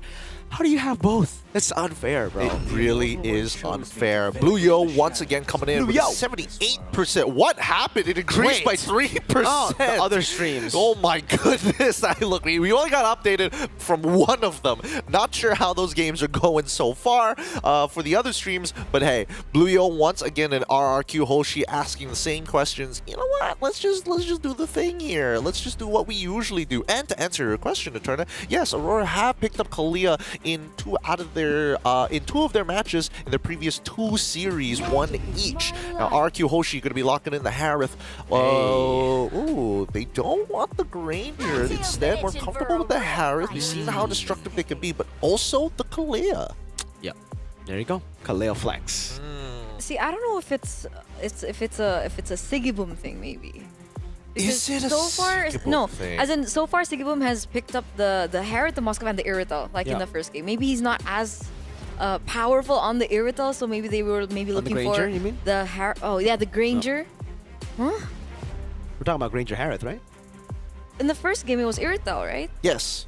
Yeah, so maybe they don't want to go for the Irrital again. They wanted to pick up something like the Harith, so RQ Hoshi took the Harith away, and so now Ranger. That's actually a pretty good point here. Because again, it's not like we see a lot of Irithels being bold enough to kind of like weave into these fights to punish you with the sprint. And I think there could have been a couple of good moments for Sigiboom, I'm not going to lie, but just didn't have the goal to make it happen. Now, Aurora forced onto the Granger and also picking up the Jawhead this time. One of the highlight heroes for Apex 47, but RQ Hoshi, again, I like this combination. Kaleo, especially with somebody who sticks on that back line with you in the Lucas. It could be jungle, it could be EXP, who knows? The double flex. So flex. Yeah, it's so flexible. It's so meta too, man. Like storytelling wise, in terms of the collab, you know? It's Kalea and Lucas against Suyo. Damn. Brother, that's like right as we got to Shippuden right there, brother. But yeah, Granger gets picked up with the Jawhead. Jawhead Suyo, really. I was kind of surprised that we didn't get the Jawhead Suyo in game 1. Yeah, you're up against Mathilda. I understand maybe she could open up. She could go Purify and then, you know, could stop that. But now without the Mathilda, for sure, this Jawhead's going to have a better time. But then... I think about the Lucas again. It's anti-CC. Like you mentioned, pop in that Sacred Beast, your CC immune. Kalea can punish the Jawhead too. And maybe that's why also with the Harith here that they've gone, they have so many ways. This is like an anti-CC comp so far. So far, I think there's still the possibility that, like, even for Sutsujin, he's looking at that Jawhead and he's like, man, I don't want to be forced to use the Sacred Beast every single time. He's looking at Dyron, Dyron's looking at him. It's just like, one of us is going to have a good time. Yeah. And I hope that it's me. So Could the be a big question Hanzo still. is, yeah, that's true. There's still flex potential here from the side of RRQ Hoshi. With the CC being banned out, they go for the Gatot ban. So technically, Valentina is still open for Aurora if they want to look for a counter to the Lucas. Possibly. I think they want to give that question over. Oh, but then they would have to reveal one of their flex picks if they do so. Let's see what KSQ does here, because again, it's not too often that we're going to see the double flex pick coming in from red side on RRQ. But Aurora Turkey still, they got rid of the Badang, which I already think, okay, sure, they want to change things up from what happened in game number 1. They don't want Dyron to be able to kind of like keep them away. But coming into their final ban here, it looks like it. Ooh, the Hanzo! One step ahead. Yeah, Hanzo would have been an amazing pick. They were already setting up for it. The Gatot and the CC, right? And the reason they don't ban Valence is because they can pick it up themselves, deny it away, and then now, no counters. The Phobius is banned out by Aurora already. No CC. Valentina gets picked up, and the flex, double flex, it's going to be used up all the way to the end. So add more questions over to Aurora, put them in a tough spot, let them reveal their picks. They go for the Farsa, and now RRQ could still go for an Assassin in the jungle to bully the Farsa and the Granger. Let's see what EXP laner Aurora Turkey confirms here, because depending on what the EXP is, if the matchup is okay and it's not so much of you're gonna outpush me, I'm gonna do nothing, at least Kalea might just be thrown into that position, and then RQ Hoshi could put in another threat, like maybe even a Cho. Yeah, could be. They could also just go Franco again, honestly. Would Franco be yeah. Franco also works in these scenarios as well. First side up with a crown, flicker forward, glue. Oops, the last pick. So yeah, now for RRQ, it just comes down to what they want. There's so much flex, so technically we could just keep on going on like what pick you want to go for. You want to go for a jungle, a Ling. You want to go for an XP? Probably not XP. Should be support. Should be support. Sorry, we're all telepathically today. We're telepathically connected to Eterna, so we're getting access to her superpowers. This will be interesting as Guinevere gets locked in the first time we are seeing it from RRQ Hoshi. We'll see whether or not they switch it around. We need to get some confirmation because it makes sense as a support. Oh yes, it makes sense. Now that feathered airstrike. What can you technically do here? It does open the possibility of Jawhead finding the punish onto Guinevere, but that feather airstrike must be precise and it must be in a safe distance. Dude, how do you do that? So nasty. And like, why do you even want to go Purify now? What are you gonna purify, man? You gonna purify the spatial migration? There's gonna be a slam. There's gonna be Sacred Beast. Oh man, it's a really great draft coming in from RRQ Hoshi. Kes cute. He does it again. He does it again. Bruce Kes cute Wayne strikes once more in our universe. RRQ Hoshi on the red side, Aurora Turkey on the blues. We're heading on over to game 2. Mirko, Eterna, please take it away. Let's take it away, ladies and gentlemen. Thank you so much, Gideon. It's me and Mirko right now, and we're still flabbergasted over the drafts that we are currently looking at. It's match point now for the Kings of Kings for RRQ, still on their undefeated run all the way up until this point. And we're going to see whether or not Aurora will be able to get this to force a game number 3 and perhaps solidify their place if they still want to make it to the playoffs here in the Mobile Masters. I'm not gonna talk to Eterna. Okay. Not after that. Kes cute, man. I mean, because the thing is, on paper, oh, wait a second. There you go. Punish Rins. Still able to escape. Oh, good defense from E-Dog. Wow, all right. Rins. I thought he was greedy there, but not flickering. No, it turns out it was calculated. Now, Apex 47 in the 1v1 against Sutsujin. Not too sure about that 1v1 for Apex 47. But now Sutsujin turning it around to get first blood. That is intelligence right there. That is intelligence right there by Sutsujin, utilizing the creep there to get a little bit more HP to outplay that maneuver. That was almost a disaster for RQ in the first few minutes of the game. And again, back to the point before all that, action happened. Technically, Aurora have that template early game aggressive draft, right? They have Apex 47 on the Jawhead with Tianzi on the Suyo, plus they have Rosa on the Farsa, and to top it all off, they have the Granger as well. But it seems like Kescute's already prepared for a draft like this. When was the last time we saw the Guinevere? I think it was Beloyski MPL. It was Beloyski. I believe we saw another Guinevere roam also picked up. I forgot if it was Keyboy or if it was actually Yok who picked it up. But we have seen another one in MPL ID after Beloyski's pick. Now setting up, Diamond walking up. Oh my lord, get the right one! Tsunami Slam, Sutsujin just gets that and the retry in. Tianzi went in for the retry, now the Slam, trying to get Sutsujin, he brings him under the turret. Good night, Lunar. Has the flicker, will be able to utilize it. Oh, what a flicker from Rins! Feathered airstrike going over to Rosa and recalling on Aurora. And that's Rosa. That's Rosa. One of the main anchors to Aurora. The name is no longer alien to us. Ever since M4, the prowess of this player in the mid lane has been immense. And Rins is technically new and recalling onto Rosa. Feels bad. RQ He's been playing now. for 2 seasons. Rins. Pretty new, right? Very Compared new. to M4? Very, very new. Gets locked in, unstoppable force, still able to escape for a bit, but gets soul severed by Tianzi. Ida, very low. Tianzi wanted to go for that punish. Finally, we get to see Rins punished after committing those kind of war crimes, man. Yeah, you can't do those recalls against Rosa. It's not appropriate, okay? So RQ, 1,400 gold lead earlier on has shrunken down to 800.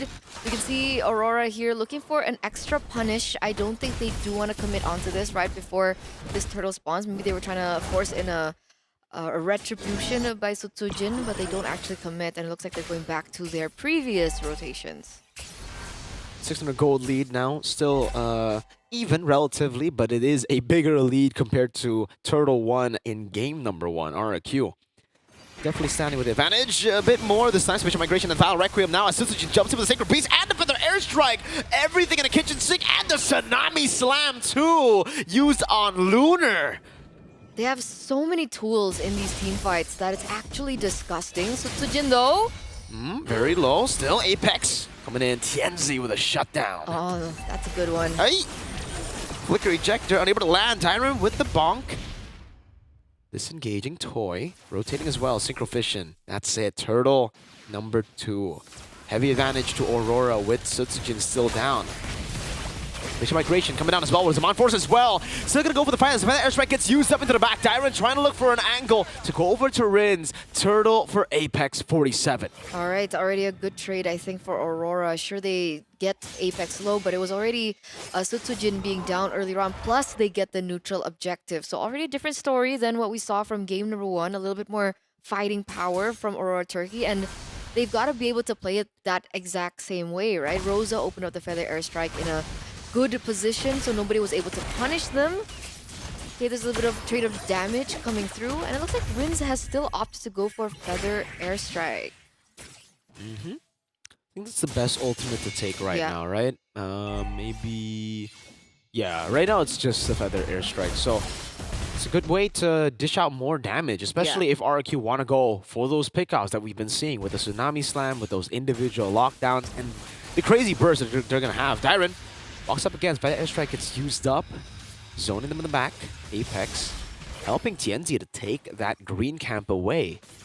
Because I think Rins is afforded to do this, right? Because Rins is a very highly aggressive player. I think when it comes down to it, he would take something like the Unstoppable Force. But the fact that there are already so many tools on the side of Arki Hoshi already, so he's like, okay, might as well pick up the different role. Let's pick up the damage role. Apex 47. Oh. Spatial Migration not landing. Apex gets away. Both teams again waiting. Wait a minute, Rosa! Don't think you want to go for it there. Gets cancelled immediately. Purify. That was scary. That was scary. I think my heart dropped just a little bit. But, you know, despite everything going on right now, it looks like Aurora Turkey are the ones holding a little bit more of the gold lead. Back to them. Back to... Oh, hold up. Apex red out, Edoc, spatial migration out, Rin's not going to open up that bush, mid-control for Aurora. Good rotation from Lunar to get that prio. Rotations are happening now for both of these teams. They're looking for the next neutral objective here. TNZ level 10, but so is Sutsujin. All the resources on the side of RRQ are up, save for Rins and Sutsujin. Aurora Turkey, do they want to use this as information to go for it? Darren walking up, Lunar popping a split again, Edoc going back. Turtle gonna be still contested. Diamond walking up again. It's gonna be retreat battle. Sutsujin wins. It's on first in the back line. No purify for Rosa. Almost taken down. Has the wings by Wing. Sutsujin throws out that bomb. No one dying. RRQ get the turtle. 2 games in a row. Sutsujin so reliable on the retribution. You can see the insta collapse now from the side of RRQ Hoshi as Sutsujin goes in, you know, real deep. Gonna be able to pick up that creep, not entirely the purple buff, but that tower in the mid lane gets taken down. Oh, 1v1 this time. Sutsujin winning it out against TNZ. Just a bit. No Sacred Beast goes back in over to TNZ. Still able to Blade Surge out. Rins walking up too. Can he escape in the mid lane? Apex 47 going to be taking out Rins. Still holding this position. TNZ will be able to dash out. That's a Sacred Beast and a bomb. Meanwhile, Toy is taken out as Edoc walks away. TNZ does fall in the end. But wow, crazy fights. All over the map here. 2-for-1 trade. You can see both teams are fighting each other. Mid lane, a little bit of action there. What's going on? That turret does fall in the top lane finally. Sutsujin is going to be able to trade that back, and that is a little bit of a, you know, a hold on to Toy. You know, Hold up. Hold up. Hold on, hold up, hold down. Hold in. Okay. It can work.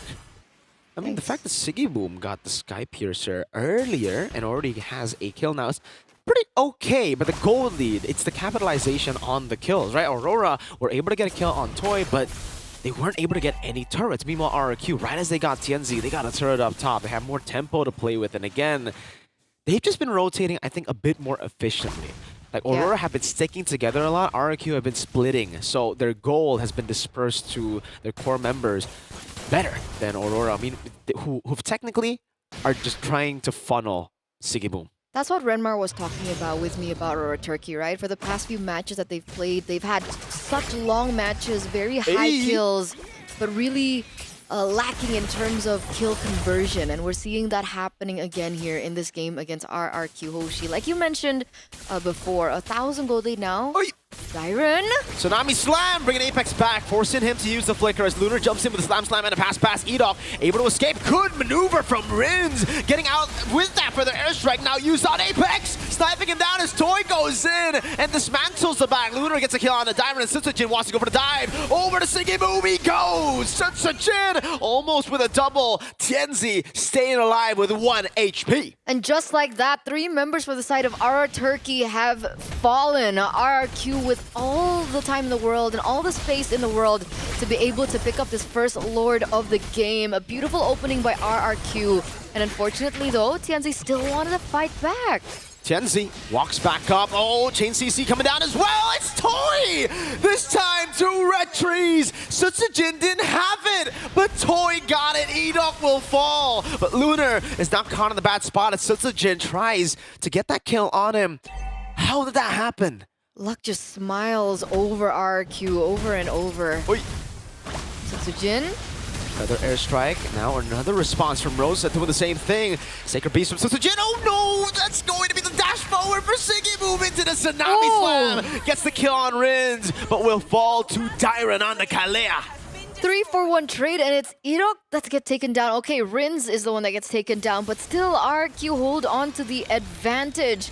A Lord is still marching, mind you, ladies and gentlemen, the top side. And Aurora Turkey, they have more than one problem to think about right now, Apex. Gets read out completely, goes in for the ejector, but Dyron can take that damage. He'll just take it and walk back to the orange buff as the Lord charges in up top without the holy defense. It will take half of the turret's HP as RQ look to go for tier 2 in the mid lane. Yeah, they're not stopping right now. TNC doing all he can to, save in these turrets, clear in these waves, but that turret is still going to fall, and that shield does still get popped. So Aurora, now on the back foot, looking for ways to kind of turn this game around. It is still only a 4,000 gold lead, but we've seen what RRQ have been able to do with the lead. We saw that happen in game number 1, and granted, all the damage that was being given over by RRQ, that was before Toy picked up the Holy Crystal, and now he has it. He does. 10 minutes in. Not bad at all. Really quick timers. And at this point, again, there's no real reason for them to force out anything. Sojin has the immortality too now, so on top of the crazy burst he's been able to do, he's also going to be very tough to kill, even with Apex getting the ejector down. Look at that damage. That's onto glue, by the way, right? Like, oh my. Half HP already brought back again to the team. Apex looked for a play, but got slammed down. That's a solo on the tank. That's the frontliner. Apex falling as well. Toy jumps it forward as Sojin cleans them up. That's Rins at the back. Gila Rins stealing away Tienzi's ult just to displace himself. 4-1. 4-1, and I don't think that's worth it at all. I mean, ladies and gentlemen, Tienzi is the only one standing to save Aurora's life here, not just in this game, but in this tournament. Edok with the cherry on top, spatial migration flicker. The Kings of Kings raise their banners high. 100% win rate still. 100% game rate, I believe, in the Snapdragon Pro Series Mobile Masters. And at this point, Aurora have better pray that Onyx loses this next match. Yeah, they better be praying here. GG, well played to RRQ. They are looking nasty here. 10 minutes is a deadly mark timing to know when RRQ is coming online here. Well done, well done. I think Aurora had a couple of good ideas, a couple of some really important mistakes that RRQ capitalized on. Sigibom did not mean to dash in that direction there. He saw the engage come in, misplaced the dash. Oh, he could have been safe, and that could have been huge for Aurora. But even so, I think that's where communication started to break down here. The solo kill onto Lunar as well. He kind of forgot what War Axe was built for in these cases. Jeez, that was rough. I mean, even for Apex 47, right? Given a pick like the Jawhead, look at his KDA 063.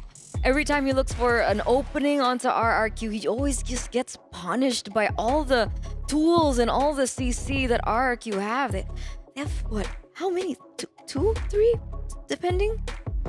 2, 3. Yes, 2 or 3 ideal targets, but even so, I think that Apex 47, the first 3 deaths were necessary to get Sigaboom in the place that he was, because he had a lead over Toy for a good amount of time. He hit 3 items first before Toy, and he was actually building up on those stacks, those important Sky Piercer stacks that got unfortunately reset a little too early. This is the thing though, right? When you, in a match like this, you do have your gold lane who's a bit ahead over the enemy gold lane, but you take a look at the rest of the team and everybody's behind. It took everything for Aurora to get Sigiboom ahead, and that was definitely seen, right? Sigiboom was dealing damage, but not enough against a well-fed Sojin on Lucas against this dive.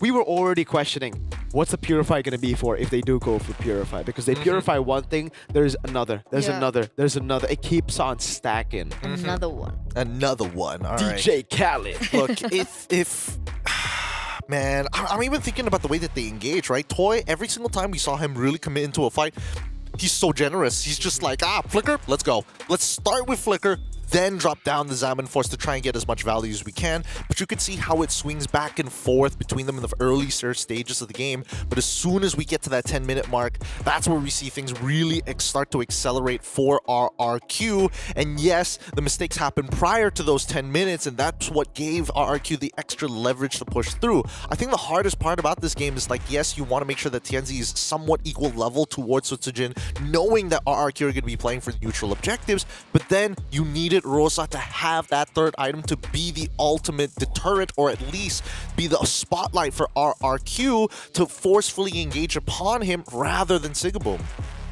But even if they get to that point, how does Rosa even deal the damage? There was just so much dive. I think the one time that they were able to get that neutral objective was Rosa was able to open up the feather airstrike from the bush, and I think that caught RQ a little off guard. But then after that, they like learned from that. Exactly. I think that turtle, it wasn't really just because of that, but it was also because Sutsujin was picked off before. Yeah. Right? So, oh man, Sutsujin. This is the reason Rosa never ulted. Yep. And he likes to go for killing spree over temporal rain as well, which is why you see him. Oh, 10 HP? It's all right. I've already got a reset. Let's just do this one more time. Let's just fight, Rose. Let's just go. And look at him. Again, I do think that Aurora have some good ideas, but once you kind of break out of the laning phase into the mid game where the structure of the game isn't as clear, that's when it gets really, really difficult. And I think that RRQ, with the templates that they have, they know what a baseline looks like, and from then on, it saves them the extra mental energy to start thinking about like their plans, and more so thinking around the plans and how the enemy is moving. It makes sense because even you mentioned, right, in the game about kill conversion as well. Like they're able to get these kills, but what are they able to translate it over? Do they want to get objectives? Do they want to get something else? Do they want to get another trade on the map? And that seems a little unclear. Meanwhile, for Araki Hoshi, they always already know what they want to do with the advantage that they have. Yeah, the kill conversion on the other side, though, is complete 180 RRQ. Every single time they got a kill, you know an objective is going to fall. Either it was a turtle, a structure, anything, really. They have such a good mind for objective control. They've got that flow chart of objectives ready in their minds, and it's just so beautiful when they decide to take these risks. RRQ, throughout the game, were minimalizing those risks. They did not want to go for fights when it was unnecessary, but again, they have these simulations. They have it all in their minds, and they know when it's right. Having that baseline is so important, so very, very important. And I think right now it's a very comfortable meta for RRQ. But well, it looks like we have what's that zipper? Oh, it looks like we might just have the mercenary, our MVP of the game, soon to be on our interview. Because again, I got to know a couple of things. One of it is whether or not Sutsujin, as much as he was glazing Mr. Kescute, Bruce Kescute Wayne. Bruce Kescute Wayne. What? We even have Edok as well. Edok! Boys, confirmed. Oh my we God, have that's my go-to. confirmation.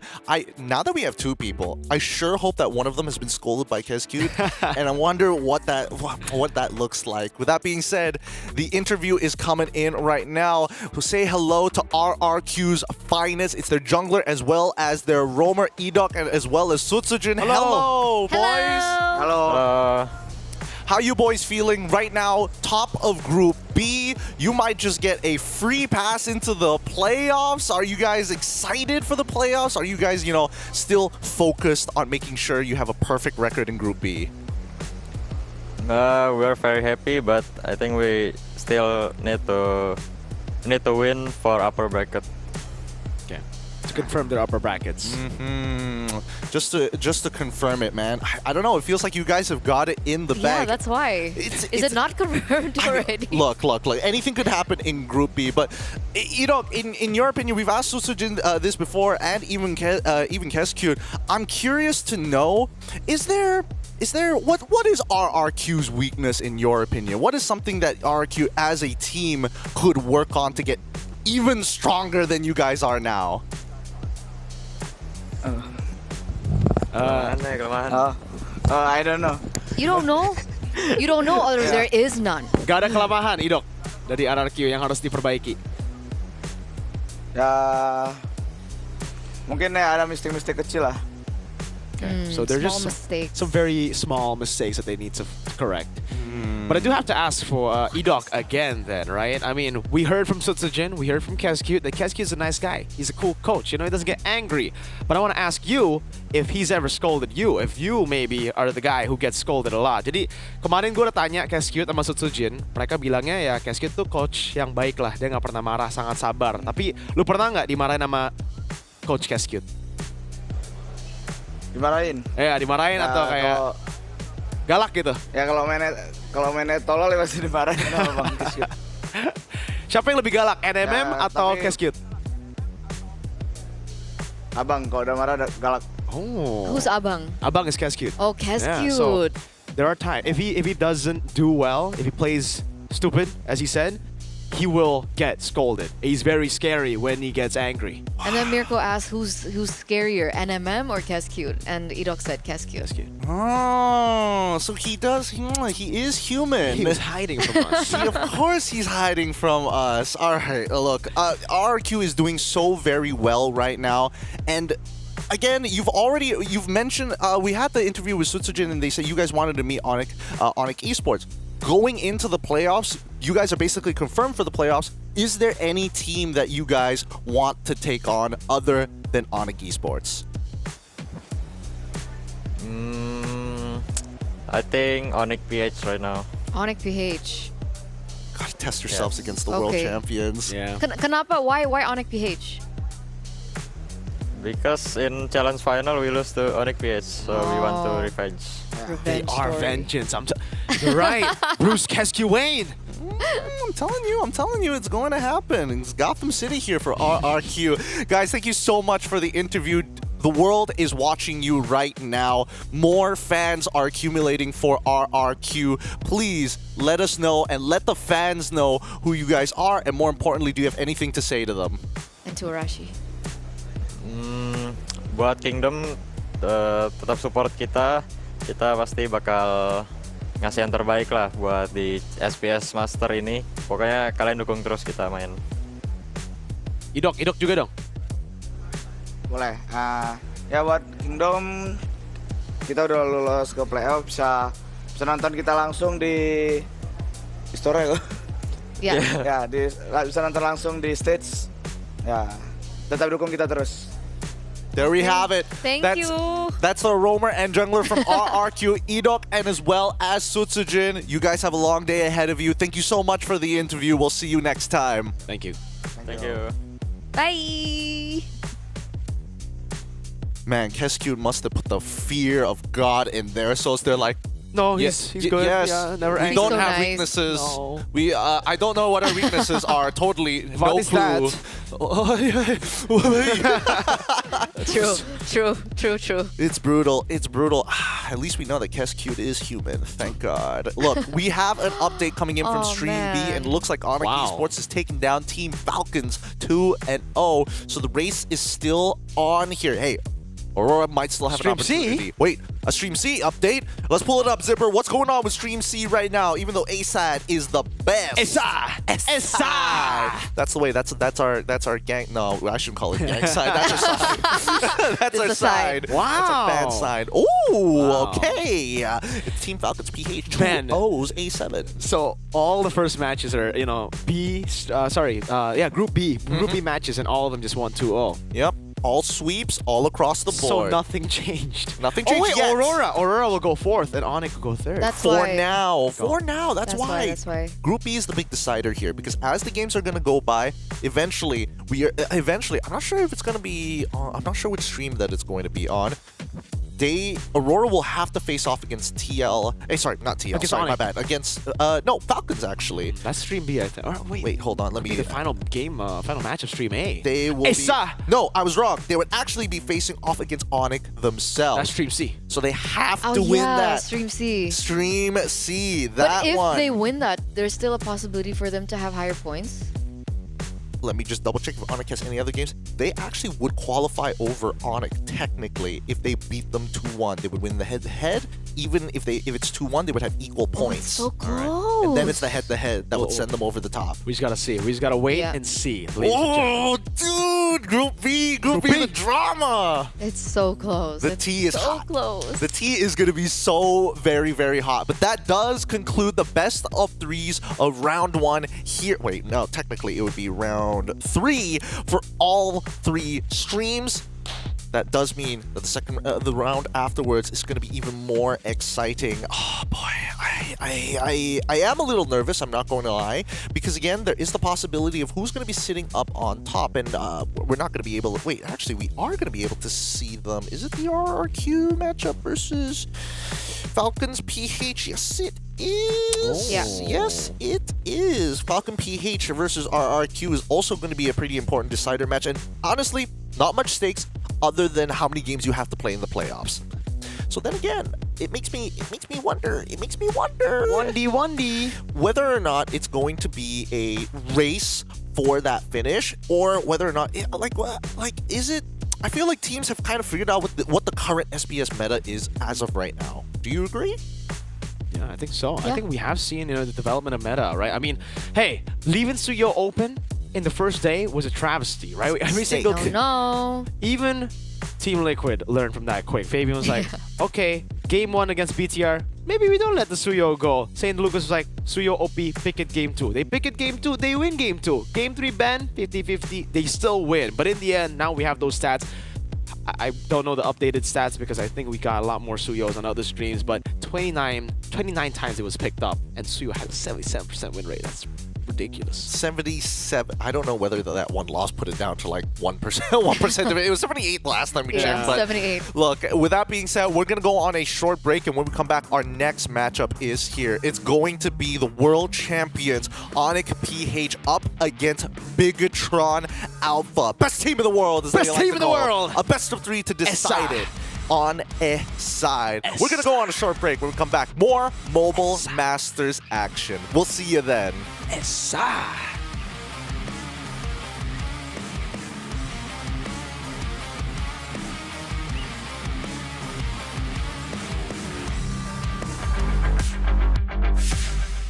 Hello, ako si Light, and ngayon tuturuan ko kayo paano mag-rotate sa objective tsaka sa early. Sa first 10 seconds, priority is yung mid kasi dun nagre-revolve lahat yung rotation. So, ang mahalaga is mapanalo yung mid, or kung hindi man kayo may advantage sa mid draft, ganun. Pwede kayong i-hold lang yung lane. Basta wag kayo magpapatalo para hindi ma-invadean yung jungler nyo. So, if lamang naman kayo, you can freeze, ganun. And then, if pwede nyo rin talang yung jungler nyo kung okay lang siya. So, if okay lang siya sa jungle niya, tapos walang threat sa kanya para di makapag-invade, pwede naman kayong mag-vision lang sa jungle or umikot sa gold. Ganun. And then, magbigay vision sa mga jungle ng kalaban. So, may option yung jungle nyo na mag-invade. And then, ayun, as game proceeds, pag mag-up na yung turtle, usually yung mga XP lane gusto i-clear yung mid. So, pwede nyo i-control yung river side ng XP lane para safe siyang makapag-transition sa mid. And then, if yung hero nyo is early game hero like Suyo or Alpha, ganun, pwede kayong mag-burst ng turtle. Usually, ganun yung ginagawa. And then, kung scaling kayo, pwedeng ibigay and find for trades, or pwede pa rin i-contest, depende sa nangyari. Malaga if makapag-pray threat kayo ganun, or mapunish nyo yung XP, ganun, napalo nyo yung kalaban. So, and that's it, guys. Maraming salamat sa lahat ng nanood, and ito yung pro tips. And please do support us in upcoming SBS Masters.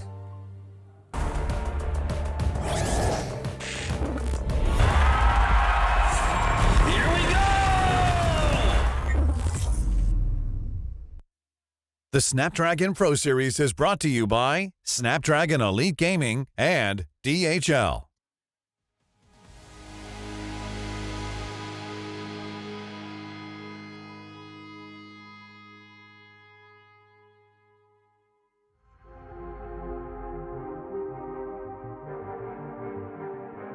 Yo. I don't think they're ready for it. On the loose, on the loose, on the loose, on the loose. With the beast, on the loose, say the truth, on the loose. Off the chain, it's all the gauge. Yeah, getting wild, shot me out the cage. It's getting wild out here. One by one, we watch them all falling. It's getting wild out here. But I'ma be the last one standing. You can't stop what's begun. You can't stop a revolution. Come in, come in. It's getting wild out here. It's getting wild, it's getting wild. Eating them, beast, eating them, feast. Fire the most, tire the least. see them admitting defeat, and they so useless. I'm so ruthless. New phone, who this? Give no reply to excuses. Got no bite, man, I'm toothless. Living a lie and the truth is, got this power, bringing it. Play my anthem, singing it. Every mountain, ringing it high. I soar, I rise, reborn. Strapped, I'm back like never before. Taking my final form.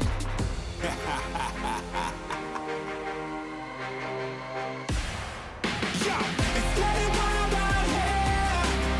One by one, we watch them all fall in. It's getting wild out here. But I'ma be the last one standing. You can't stop what's begun. You can't stop a revolution. It's coming, coming. It's getting wild out here. Yeah, it's getting wild. It's getting wild. For the revolution. What? Waiting on an evolution. Yo. It's coming, coming. Yeah. If you wanna come and get some, yo. Nothing we can't overcome.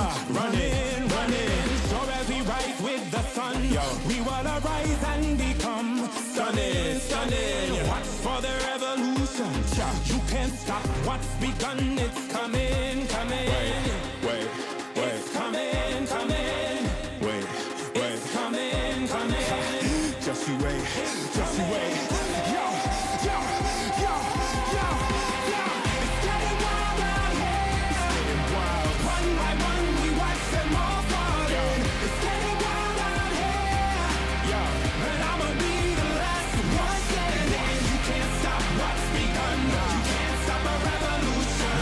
Coming, coming. It's getting wild out here. It's getting wild. It's getting wild.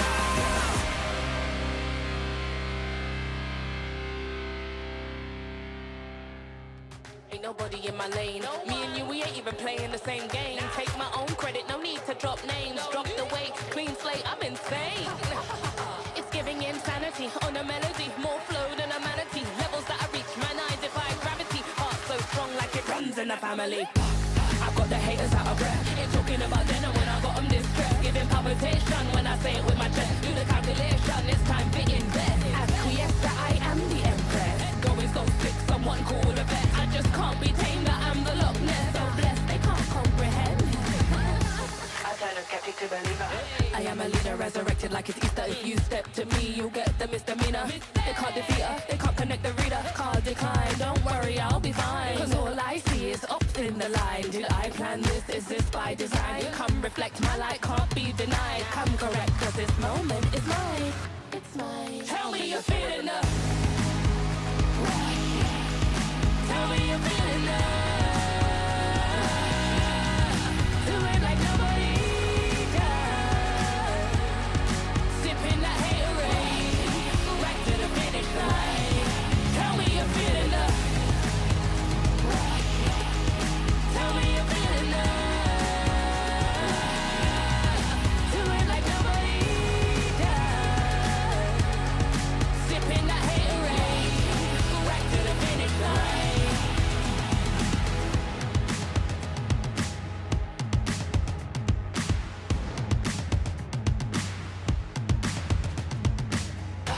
I got the haters out of breath. Ain't talking about then and when I got them distressed. Giving palpitation when I say it with my chest. Do the calculation, it's time to invest. Acquiesce that I am the empress. Going so sick, someone call the vet. I just can't be tamed, that I'm the Loch Ness. So blessed, they can't come. Tell me you're feeling the. Tell me you're feeling the. Do it like nobody does. Sipping that haterade, right to the finish line. Tell me you're feeling the.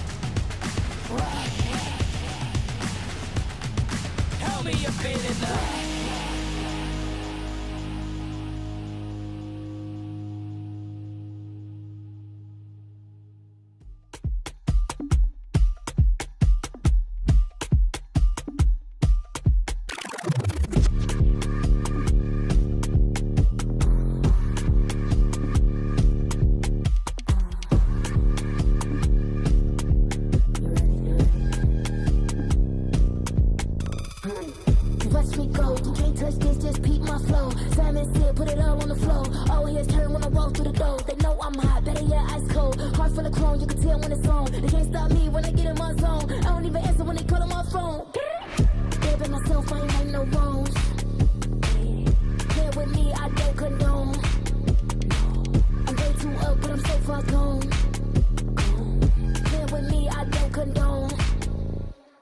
The man down doing up, beating up the beat till it's going up, chewing up. Look at me, look at her, let me see, tickle me, wiggle me, looking good, got the remedy, hitting me, deep pulse energy, complimentary, they can never be fantasy. When they stare at me, they like legacy, legacy, gotta leave them white when I feel like I'm lost. Watch me, you wanna taste, like what you see, come get close. Watch me, send me low, I guess you want, what you gon' do? Watch me, I'ma get hot, blow the sweat, ready or not. Watch me, watch me, watch me, watch me, watch me, watch me, watch me, watch me, watch me, watch me, watch me, do it, watch me slow. Watch me, let me feel it, take control, let me go. Watch me, tell me, watch me, with my buttons, if you roll. Watch me, better than me. Cause me, you like it free. Watch me, who's better than me? Watch me, you like it free. Watch me, you wanna taste like it's free. Come get close. Watch me, tell me no, I guess you want, what you gon' do? Watch me, I'ma get hot, blow the spot, ready or not. Watch me,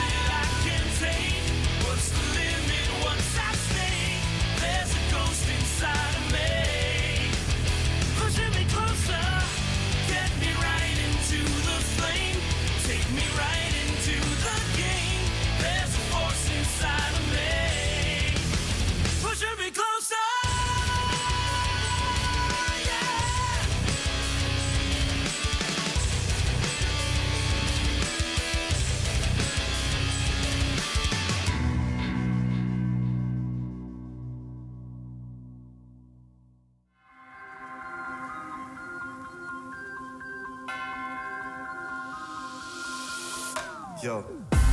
One thing's for sure, you're gonna recognize me when I walk in the door. And the tactic get the haters to give an applause. I can get an encore without giving them more. But wait, I'm giving them more.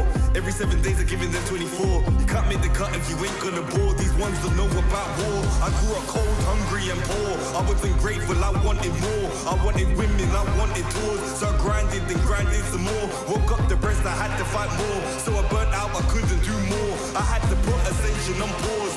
Now I'm back like I wanna war.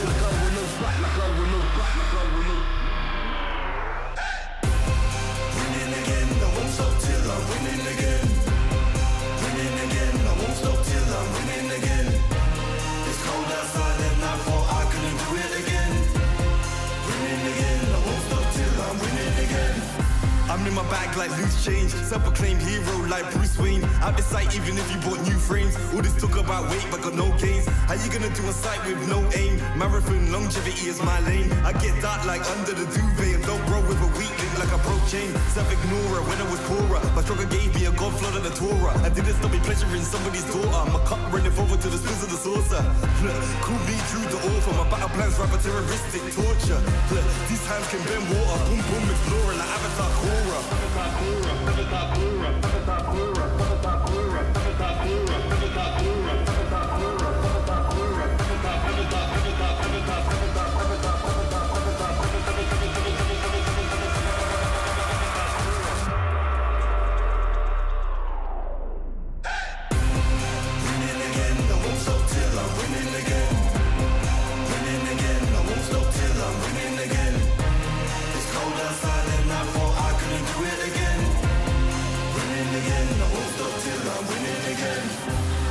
Rhyme like nursery, still my style, you will reimburse me. Plus 30, big hands and they're sturdy. I'm Drew the first, I'm back like anniversary. I came back worthy, like I swam in lava till it no longer burns me. I walked the desert for my ego's perjury, working for that zone where you can't outwork me. I'm a big man, but I ain't 32. I came to the front line with like 32. I'm a Rex, that's a shout out to 32. I'm a danger and I play 32. I'm just so 20, 32. Ahead of my time, so I'm hard like Broom. Flows the bomb like I shook the room. I stay lit like Christmas and hot like June. Won't stop till I'm winning again. Winning again, I won't stop till I win. It's cold outside and I thought I couldn't do it again. Winning again, I won't stop till I'm winning again.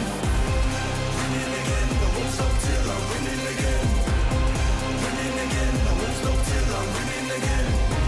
It's cold outside and I thought I couldn't do it again. Winning again, I won't stop till I'm winning again.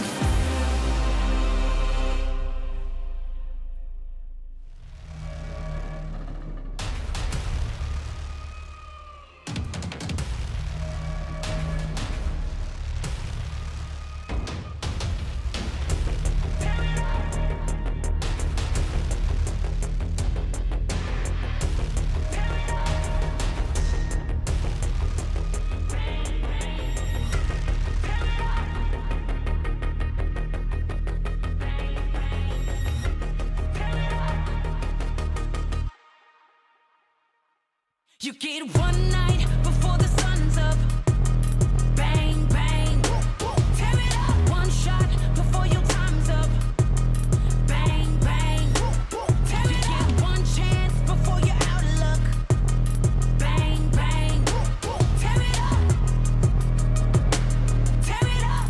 Bang, bang. Tear it up.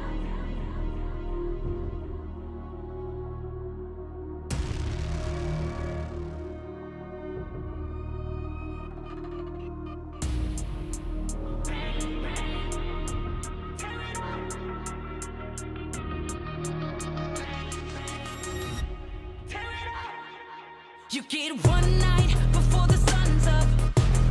Bang, bang. Tear it up. One shot before your time's up. Bang, bang. Tear it up. You get one chance before you're out of luck. Bang, bang. Tear it up. Tear it up. Bang, bang. Tear it up. One army, we unbreakable. Won't ever beat us. We too strong. Take a stand, raise all of your fists high. This is the one. We're fighting for our lives. Won't let the odds run up on us. We fighting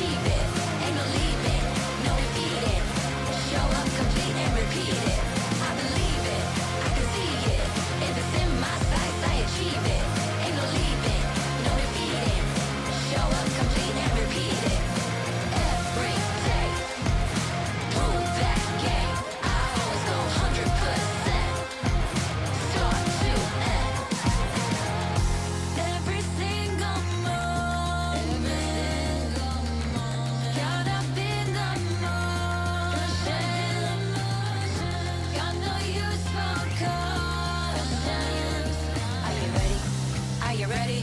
Are you ready? Are you ready?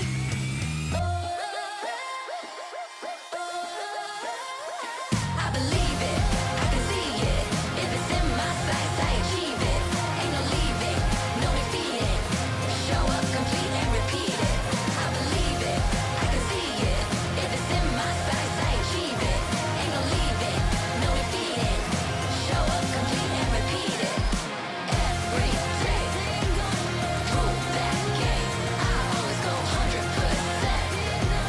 Start to end. Every day, prove that game. I always go 100%. Start to end. Show up, complete and repeat it.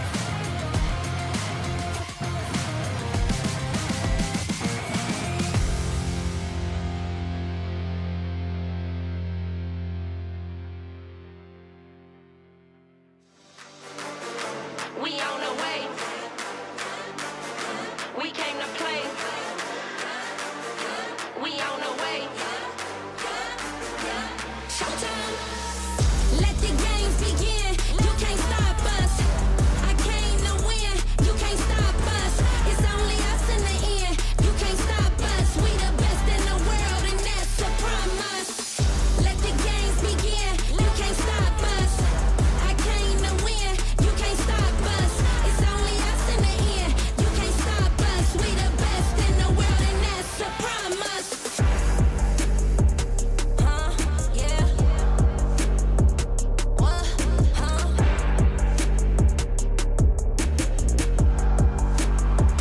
They can't beat us now.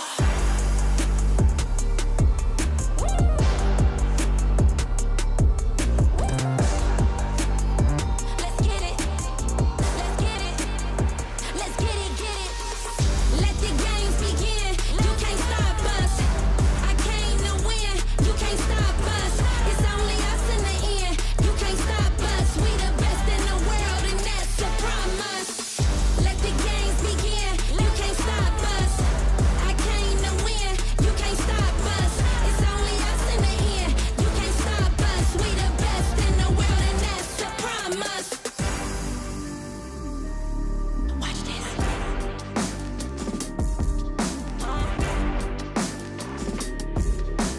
3, 2, 1, let's go.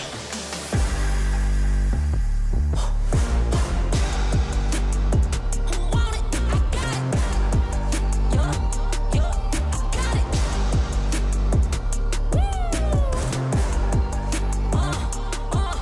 Yo, yo.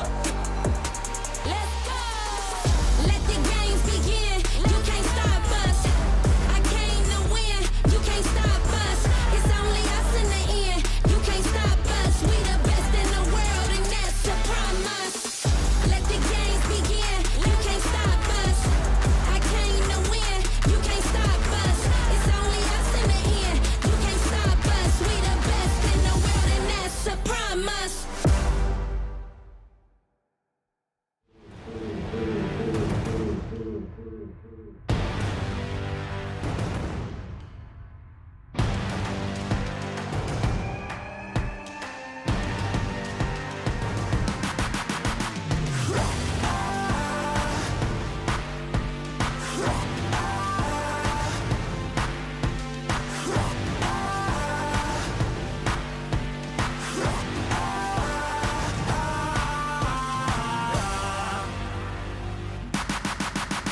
They wanna go far, we go farther. They working hard, we're working smarter.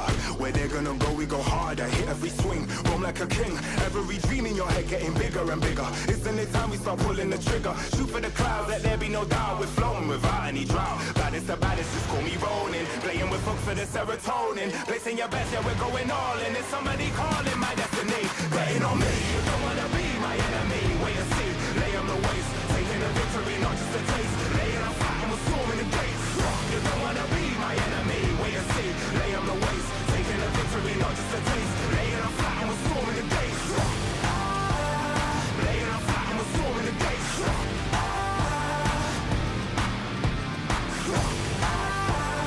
Laying on fire and we're storming the gates.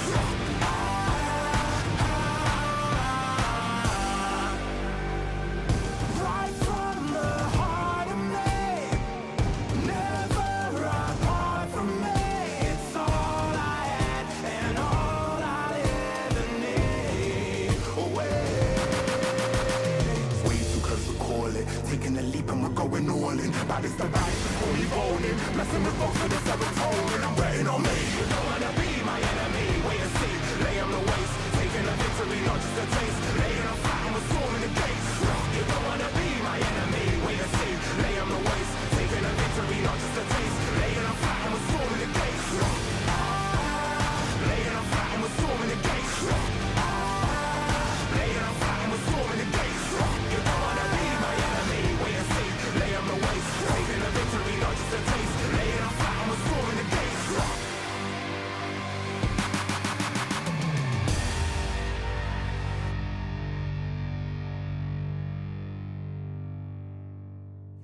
Guess who in the building? Born of the realest. Never catch me slacking, I was born, that's the illest. They call me a champion, I got there with a win. I'm a round breed walking, I am one in a million. Guess who in the building? Born of the realest. Never catch me slacking, I was born, that's the illest. They call me a champion, I got there with a win. I'm a round breed walking, I am one in a million. Yeah. I am back in the place, don't have to guess who in the building, cause I'm back in your face. Ready for anybody coming, I am here on my toes. Never was settled for defeat, cause I'm raising the stakes, yeah. And I'm not coming to play, I got my game face on and I'm ready to shake. You see my name will be known everywhere in the world, cause I'm a king at a throne and I never will break. Hey, one of the chosen, going that's the illest, watch me kill it like a poster. Never catch me slipping on my pippin', I'm the coldest. The best I ever do it, I'ma show you how I know it. Notice, I am on my way, I'm here to handle business, I ain't come here to play. I see they in their feelings, I don't care what they say. I am one in a million, you don't have to guess who in the building. Born of the realest, never catch me slacking, I was born, that's the illest. They call me a champion, I got there with a win. I'm a round breed walking, I am one in a million. Guess who in the building? Born of the realest, never catch me slacking, I was born, that's the illest. They call me a champion, I got there with a win. I'm a round breed walking, I am one in a million. I'm a rare breed walking, I am one in a million. I'm a rare breed walking, I am one in a million. And I'm at it again. I'm a bad man walking around and tell all your friends. And whoever wanna test me, I am standing my ground. As they come closer, I am focused as I smart with a grid. Yeah. Cause they know I'm a fool, and they know I'm that dude. I don't follow their rules, never bow to their principles, never choke when I move, never fold under pressure, never vouching to lose, yeah. I am on my way, I'm here to handle business, I ain't come here to play. I see they in their feelings, I don't care what they say. Cause I'm one in a million. You don't have to guess who in the building. Born of the realest, never catch me slacking, I was born, that's the illest. They call me a champion, I got there with a win. I'm a round breed walking, I am one in a million. Guess who in the building? Born of the realest, never catch me slacking, I was born, that's the illest. They call me a champion, I got there with a win. I'm a round breed walking, I am one in a million.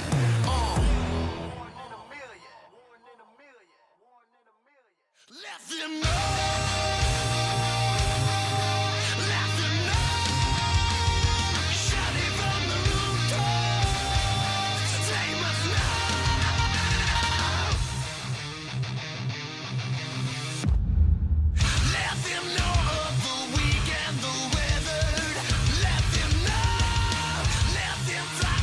Flight of the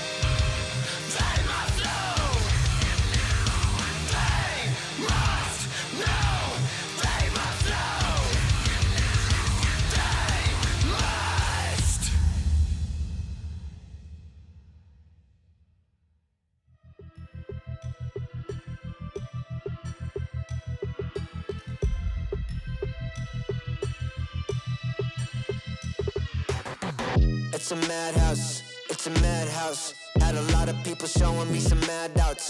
It's a madhouse, it's a madhouse. I got love for the game, I don't cash out. It's a madhouse, it's a madhouse. Everybody with their hands up in the air like whoa. It's a madhouse, it's a madhouse. Shaking all the city, this is how I like my show. I got love for the sweat that I put in. Door with a foot in, proofs in the pudding. Things I did, all them said that I couldn't. Superhero bouncing like a villain, all y'all rooting, you the fan now. Yeah, you understand now what it took to be the champion that I am now. Head in the sky, it's about the time you land now. And let's see who of us has got the better plan now. Who has got the better plan now? Who has got the better plan? Who has got the better plan now? I'm just trying to understand. Who has got the better plan now? Who has got the better plan? Who has got the better plan now? Who has got the better plan? It's a madhouse, it's a madhouse. Had a lot of people showing me some mad doubts. It's a madhouse, it's a madhouse. I got love for the game, I don't cash out. It's a madhouse, it's a madhouse. Everybody with their hands up in the air like whoa. It's a madhouse, it's a madhouse. Shaking all the city, this is how I like my show. How I like my show. Hey. This is how I like my show. Hey. It's a madhouse. Hey. It's a madhouse, it's a madhouse. Had a lot of people showing me some mad doubts. It's a madhouse, it's a madhouse. I got love for the game, I don't cash out. It's a madhouse, it's a madhouse. Everybody with their hands up in the air like whoa. It's a madhouse, it's a madhouse. Shaking all the city, this is how I like my show.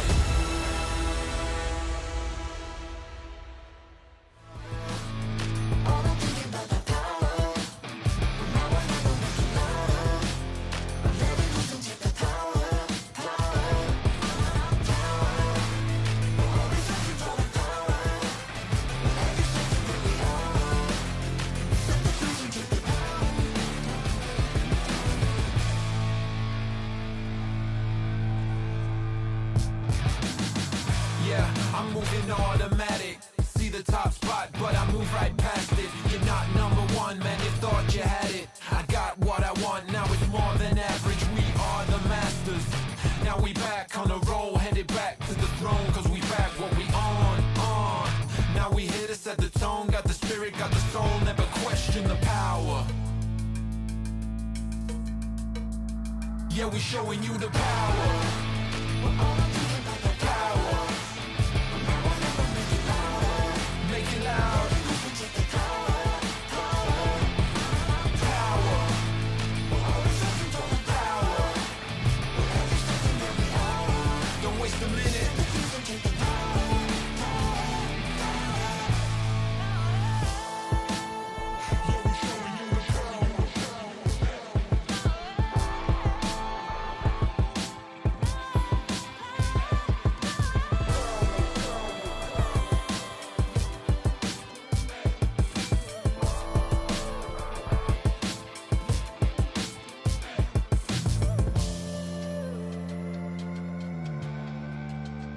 Yeah, we showing you the power.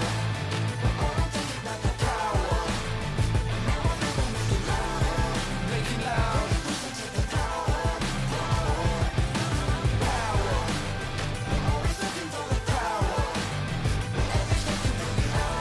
Don't waste a minute. Yeah, I'm moving automatic. See the top spot, but I move right past it. You're not number one, man, you thought you had it. I got what I want, now it's more than average. We are the masters. Now we back on the roll, headed back to the throne, cause we back what we on. Now we here to set the tone, got the spirit.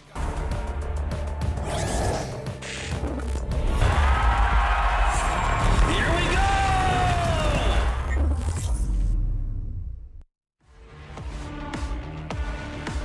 When we think about Onyx PH, we think about the super family, the dominant performance that they had for the year of 2024. They were crazy during M6, and right now, can they deliver that same performance that they had for the previous SPS. During the Challenge Finals, they were the champions. And they're here to defend the title here at Mobile Masters. And we're gonna find out in the group stages whether they can do it or not.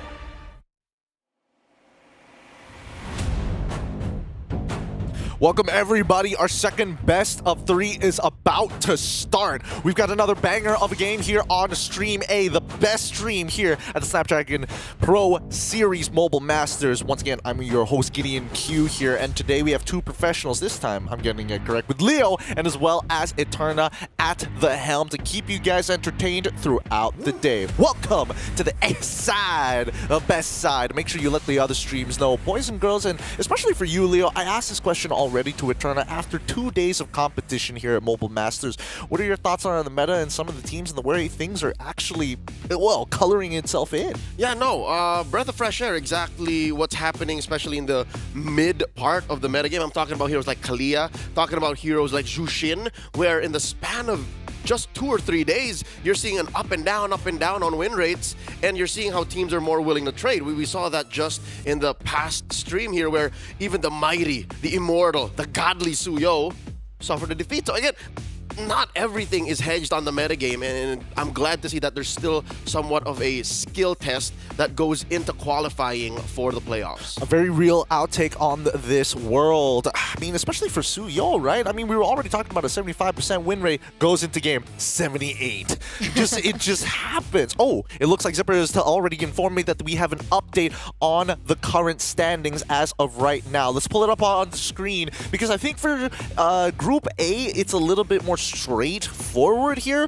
It already looks like, you know, it's almost impossible for anybody else to really catch up with Onyx PH, our world champions, currently on top with 11 points. And even if TLID are able to get 3 points in their next match, the head-to-head will keep them in second. Bigatron, on the other hand, at 7 points, have basically secured themselves playoffs at this point, but no opportunity to actually reach those top spots. With 3 Southeast Asian teams already at the helm, Eterna, do you think that, you know, I mean, what's missing from teams outside of Southeast Asia? I think just execution at this point, right? I don't know if it's because of the lack of preparation.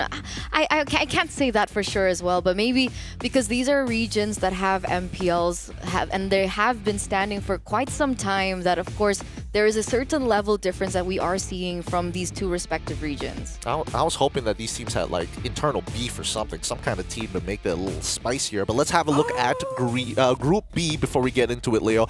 Group B currently, I think this is the more exciting group, as most people are going to notice very quickly. The RRQ perfect score, 12 points, sitting right on top. But there is one more opportunity here for Aurora to try and take over, if not equalize the score against Onyx, and it's all dependent on their matchup against them later down the line. Falcons, on the other hand, 10 points with only 1 series loss, putting them at 10 points. There could be an opportunity, but at the same time, RRQ is just looking a little too good. I hate to admit that this is the more exciting group, given that there are some movements still we can expect.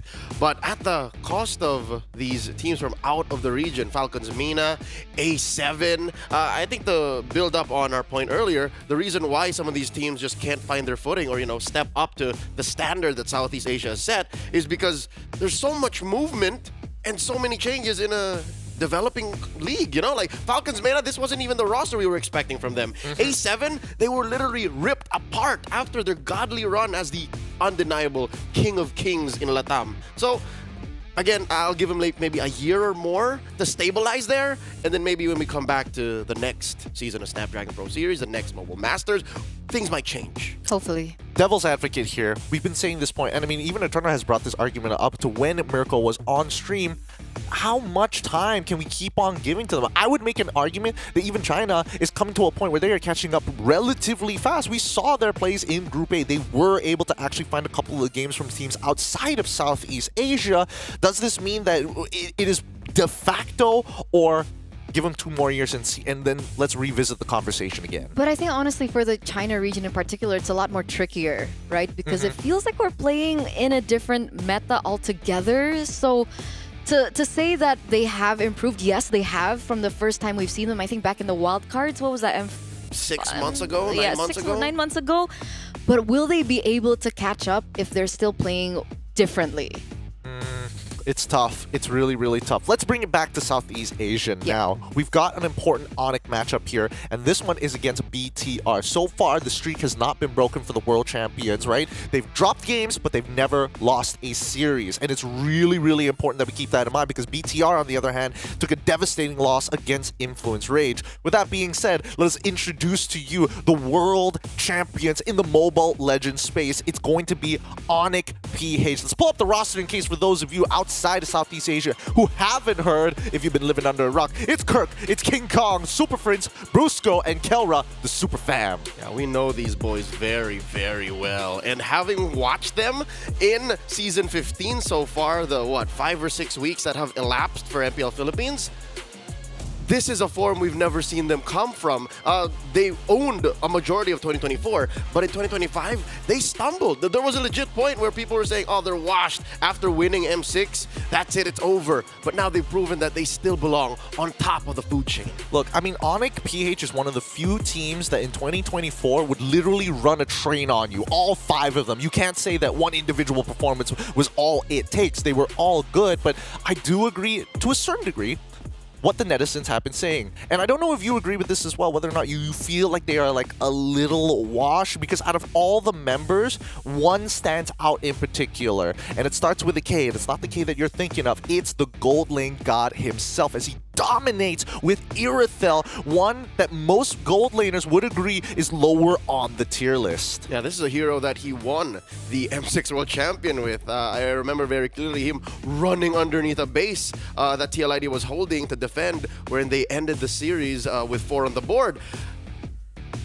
Kelra, I think, has been good ever since he debuted in the pro scene. But the way that he just figures out exactly how to use his teammates and how to make the most of a metagame, it's combined with the fact that he's so good on the bounce back. There was a time in MPL Philippines I used to call him the dude in the gold lane instead of the god, because he was so normal. Like, people would just make him feel like a mortal. But now, again, he's playing with Irithel, like what is that, a tier B gold laner? Yep.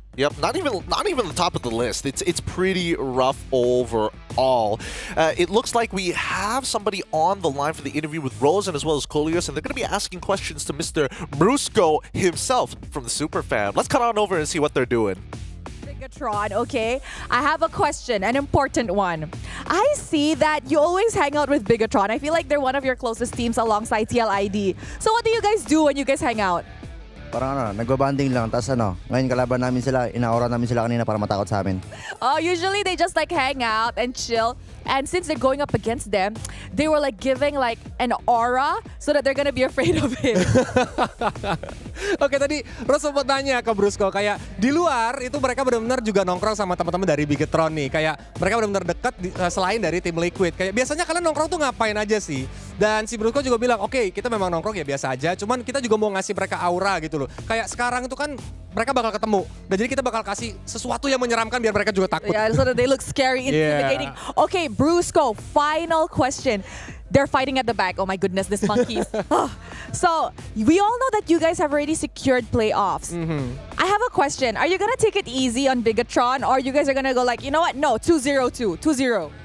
Parang sa amin, tinitit namin yung lahat ng team dito parang pare-parehas lang, parang hindi kami nang mamaliit ganun. Parang ginagawa pa rin namin yung best namin kahit na sino kalaban. Kahit may naman o malakas, parang pantay-pantay lang yung trato namin sa kanila. He said it doesn't matter if they're going up against a strong team or a team that is not really up in the rank, because he said they treat all the teams the same. They give enough respects to all the team. And you know, when we talk about respect, I'm pretty sure that means that they're going to do the usual Onyx Philippines playstyle as a way of showing respect to the opponents as well. So I'm guessing we're going to be seeing a very, very strong fight from the side of Team Onyx this time. Oke, jadi tadi Ros juga udah bilang kayak tim Onyx PH ini kan udah pasti lolos ke babak playoff. Apakah mereka bakal ngasih bisa dibilang enak nih ke teman-teman dari Bigetron Alpha, dan tapi Rusco juga bilang bahwa ya kita bakal tetap jadi Onyx aja karena mereka juga respect ya kan, mereka juga bakal mempersembahkan pertandingan yang terbaik nantinya. Alright, thank you very much Brusco, thank you to Onyx Philippines who are my backup singers at the back, and with that let us ride back to the panel. Thanks, Kulios and his Rose. You heard it first, coming in from Mr. Brusco himself. They're not going to be taking it easy onto Mr. BTR. The Red Robots are looking for a win here, and more importantly so, to stop the perfect streak coming in from OP. It's Luke, Annabelle, Moreno, Light, and Iman. We don't ever go here to kind of extrapolate more about this team, but from your opinion, a TLID fan looking at these guys as opponents, if not rivals, what do you think about BTR, Eterna? Rivals? Look, I had to set it up somehow. Rivals?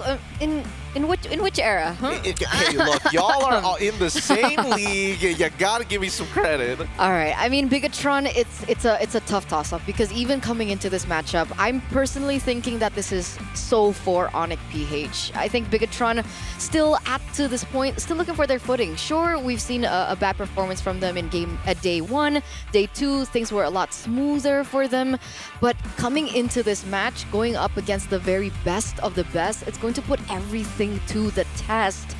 And I don't know if Bigatron Esports will actually be ready for it, because we're talking tests in execution, we're talking tests in like adaptations in the game, when for quite some time we have been questioning the synergy and the communication within this newly founded team. Okay.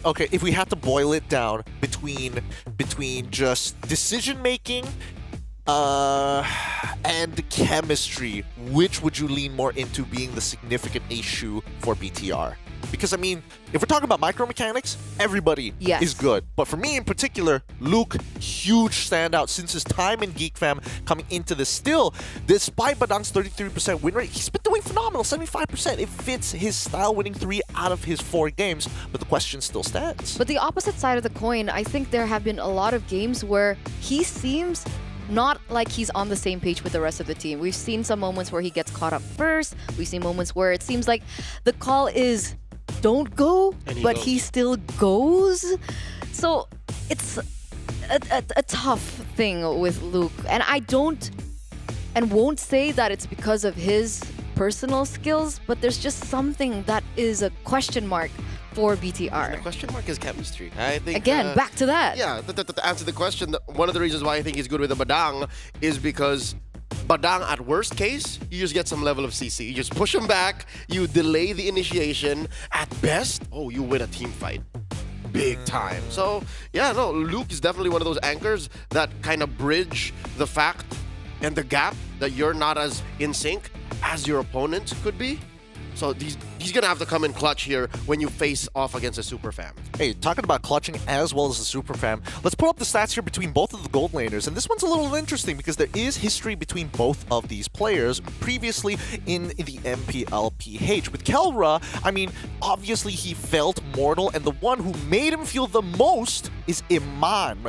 Coming into their matches, I remember seeing the stats coming into M6 and even prior to that, Challenge Finals, Iman was one of the few gold laners that was able to kind of put him in his place before the super fam found their form. So is that still going to be the problem? Is it? Is No. it going to be the problem? I don't think so. It's been a long time removed since MSC 2022. That was the last big rivalry that these two shared on an international stage that could rival the level of Mobile Masters. After that, they both kind of went their separate ways. They grew in separate ways, in different paths. And here now you'll see in the stats, I don't think it's fair to say that it takes Eman to take down Kelra, because they're going to have to rely on their whole team. Again, it's that big difference. Again, why BTR's record looks the way it is, and Onyx is just spotless, clean. Except for one. They did lose one game to TLID. But I like that you mentioned the data, right? Because if we took a look back onto the comparisons, the KDA was so different, right? Kelra had a way better KDA as compared to Eman, as of course we're going to look at this right now, but it poses the question. See, you tell me a little bit more about Onyx PH, but for me in particular, when I look at Bigatron Esports, I look at Eman. Eman, I think, is the main anchor, and I think it's a similar situation to RRQ when they still had Skylar. So these teams know that if you shut down Eman, you shut down BTR. That's actually a really good argument here. I mean, we brought up the stats one more time, and big difference, yes, is KDA. Very minute differences. I mean, average KP is leaning into Beman, but average GPM ever so slightly leaning into Kelra. Take the information as you will, but coming back to the point of splitting and diverging paths, anybody can answer this, but do you think that Amon going over to Indonesia has kind of dullen the senses, or No. because you have to rely on him so much, or is it bringing him up? I wouldn't say it dulls him. He's still one of the best of the best of the best. The decision making that we're seeing from him, even up until this point, is still so on point. And I think a lot of the goal laners are actually looking up to him with these micro decisions that he can actually make into the game with the item swaps and so on and so forth. Yeah, no, dare I say he's a big fish that moved into a bigger pond. Yeah. Legit, there's just more teams in MPLID, a more breadth of aggressive play styles. I think, in my opinion, he grew a lot in MPLID. Let's pull up our predictions here as we, again, I want to ask this to Leo. I mean, if Iman is going into a bigger pond, and I mean, you're in the presence of Golden God here, do you think that he's going to be the key, or are we going to have to look at a different side for a solution? I think he is going to be a big impact player, but he can't do it alone. I'm going to die on that hill. He needs the help of the rest of BTR, more specifically, again, aforementioned Luke, and it's going to be weird, but he's going to need the help of the mukbang monster in Moreno. Interesting. I thought you were going to lead into Pamela instead. A light for those who haven't figured it out yet. 2 O's across the board. We're going to be jumping into the drafting phase really, really soon here to see how these teams are going to play. Is blue side, red side going to make the difference here? Coach Etomax, I think, can do it either way.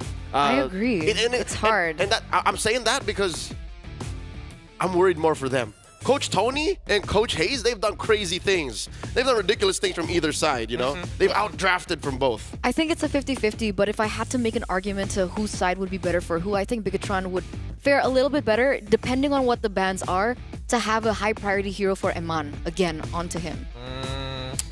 Interesting. I've stirred the pot as much as I can here, but it's time to head into the drafting phase for this next best of 3. The second one we're having here today for day number 3 of the Mobile Masters. It looks like Onyx PH going to be on the blue side with Bigtron eSports on the red.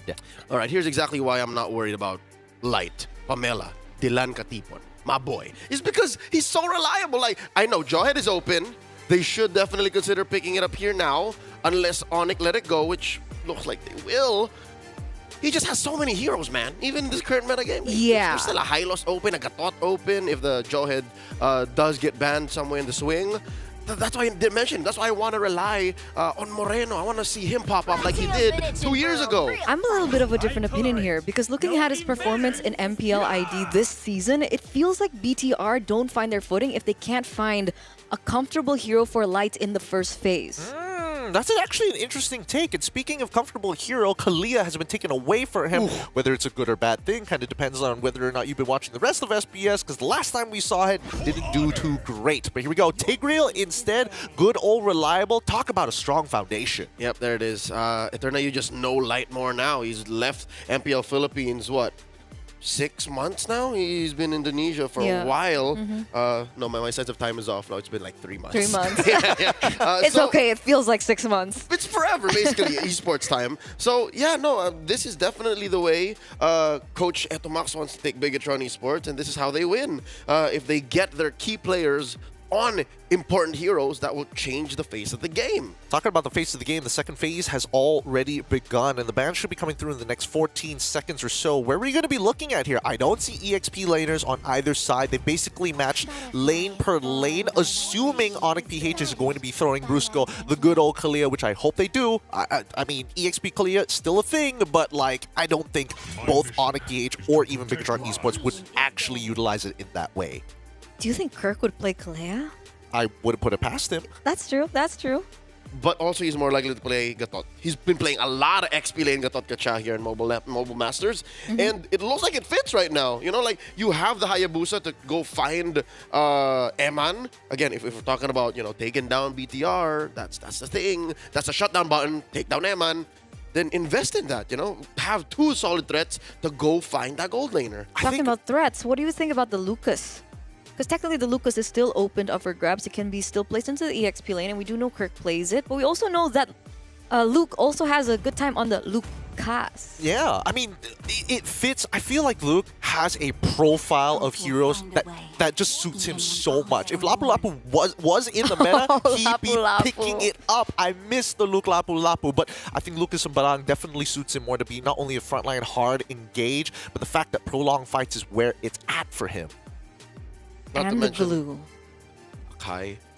There's so many heroes. I Luke don't know. plays. No, But Akai here would not necessarily. yeah, fit. no. If this was like a Fanny, like if Onyx finessed a Fanny out, then yeah, they'd do that. Like Badang, Akai, like that happened in last season of Snapdragon Pro Series. Yeah. But did he win games though? I'm still remembering the numbers. I still They won remember that the one. game. They won that one. It They- was not the cleanest, dude. I won't be like, I won't put my stamp of approval. They don't have to choke Kufra or Moskov into the fan like just Akai Badang did. Now going into the Red 4 for Bigatron eSports. There's the glue. We need one more. I smell a steal here. I think Bigatron can still steal. They have plenty of I options. know it's Gatot. You know it's got. I know. The superpower is clicked in. Let's lock that in They're gonna right steal now. it from Kirk again.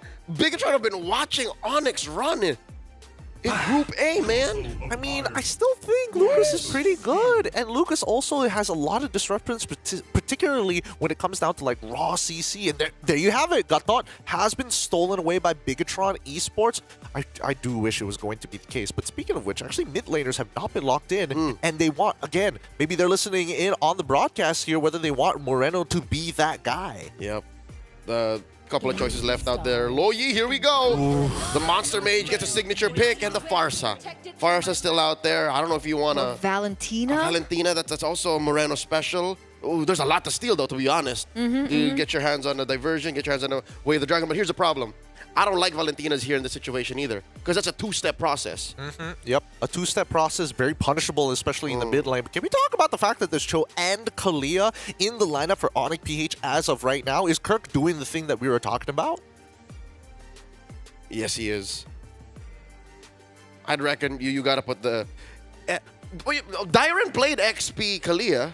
He did. So, and to be fair, it's not the worst matchup, especially against Gatot, where you can kind of like punch him, build up the. He can build up the stacks. Doesn't matter. I can just heal it back up. It's a non-lane. Yeah, I prefer the Cho though. And there you go, Bigatron eSports. Ooh, from one Selena main to another. Coach Etomax gives him the blessing. Moreno plays a Selena. Played this in day 1 too. Yep, he did play this in day 1, but there is logic behind it because at least with your traps, you get some information to ensure that certain bushes are going to be safe. The vision game is going to be so important. They have counter engage. I think both sides, it's going to boil down to raw execution. That being said, we're going to be going into our best of 3 between Onyx PH versus Bigatron eSports. It's going to be an exciting one. Don't go anywhere because the action is going to be captured by both Eterna as well as Leo, leading us into the land of Dawn. Let's get it. Thank you so much, Gideon, for walking us through the pre-game. And now we are moments away of stepping into the land of Dawn once again. Remember, these are two sides of a different, two sides of a, what am I saying? Two coins of a different side. Two sides of a coin. That's a coin side. Roll a d6. Yes, absolutely. Absolutely. Crit hit. We have Onyx PH who are up on top in their groups, still looking for that #1 spot, clean. Meanwhile, BTR are still just being BTR, I guess. There's nothing too much on the line for Bigatron right now, if I have to say. They're holding out for a respectable finish to get into the playoffs. Okay, if they lose this, I'm gonna back up Mirko and say saving strats. Okay. Not that it... I mean... They did pick... they did pick heroes that were just to the meta. And strats are scarce here in this day and age. Folks, you have to admit, the metagame has been relatively stale on the spectrum. Is Luke mad? Alright, cool. I slightly got distracted. I'm like, Luke, I'm trying to talk to... anyways. He's cosplaying Light. And the stare downs, remember that? Oh, that was beautiful. But here we are, ladies and gentlemen, into the land of Dawn for game #1 in this best of 3 series. The Red Robots are looking to tie down the Giants of the Philippines. You can see things coming into play right now, but there you go, Kirk Kalea. Yeah, folks, the reason why I'm not so fond of a... Oh, wait, what's Light thinking? All right, we're just trying to get out of dodge. The reason why I'm not so fond of a XP lane Kalia is you're wasting a lot of your innate sustain. Unless aggressively your teammates rotate to you, when you proc your passive, when you get your heals off, they just go to you. Like, that's a little selfish. So I'm like, maximize that kit. She's a new hero that brings something new to the table. I'd say get the most of it, but hey, this is Onyx PH's draft. And we're gonna see whether or not it will work out, because I guess that's fair, right? We've been seeing a lot of Kalea more so into the roaming position.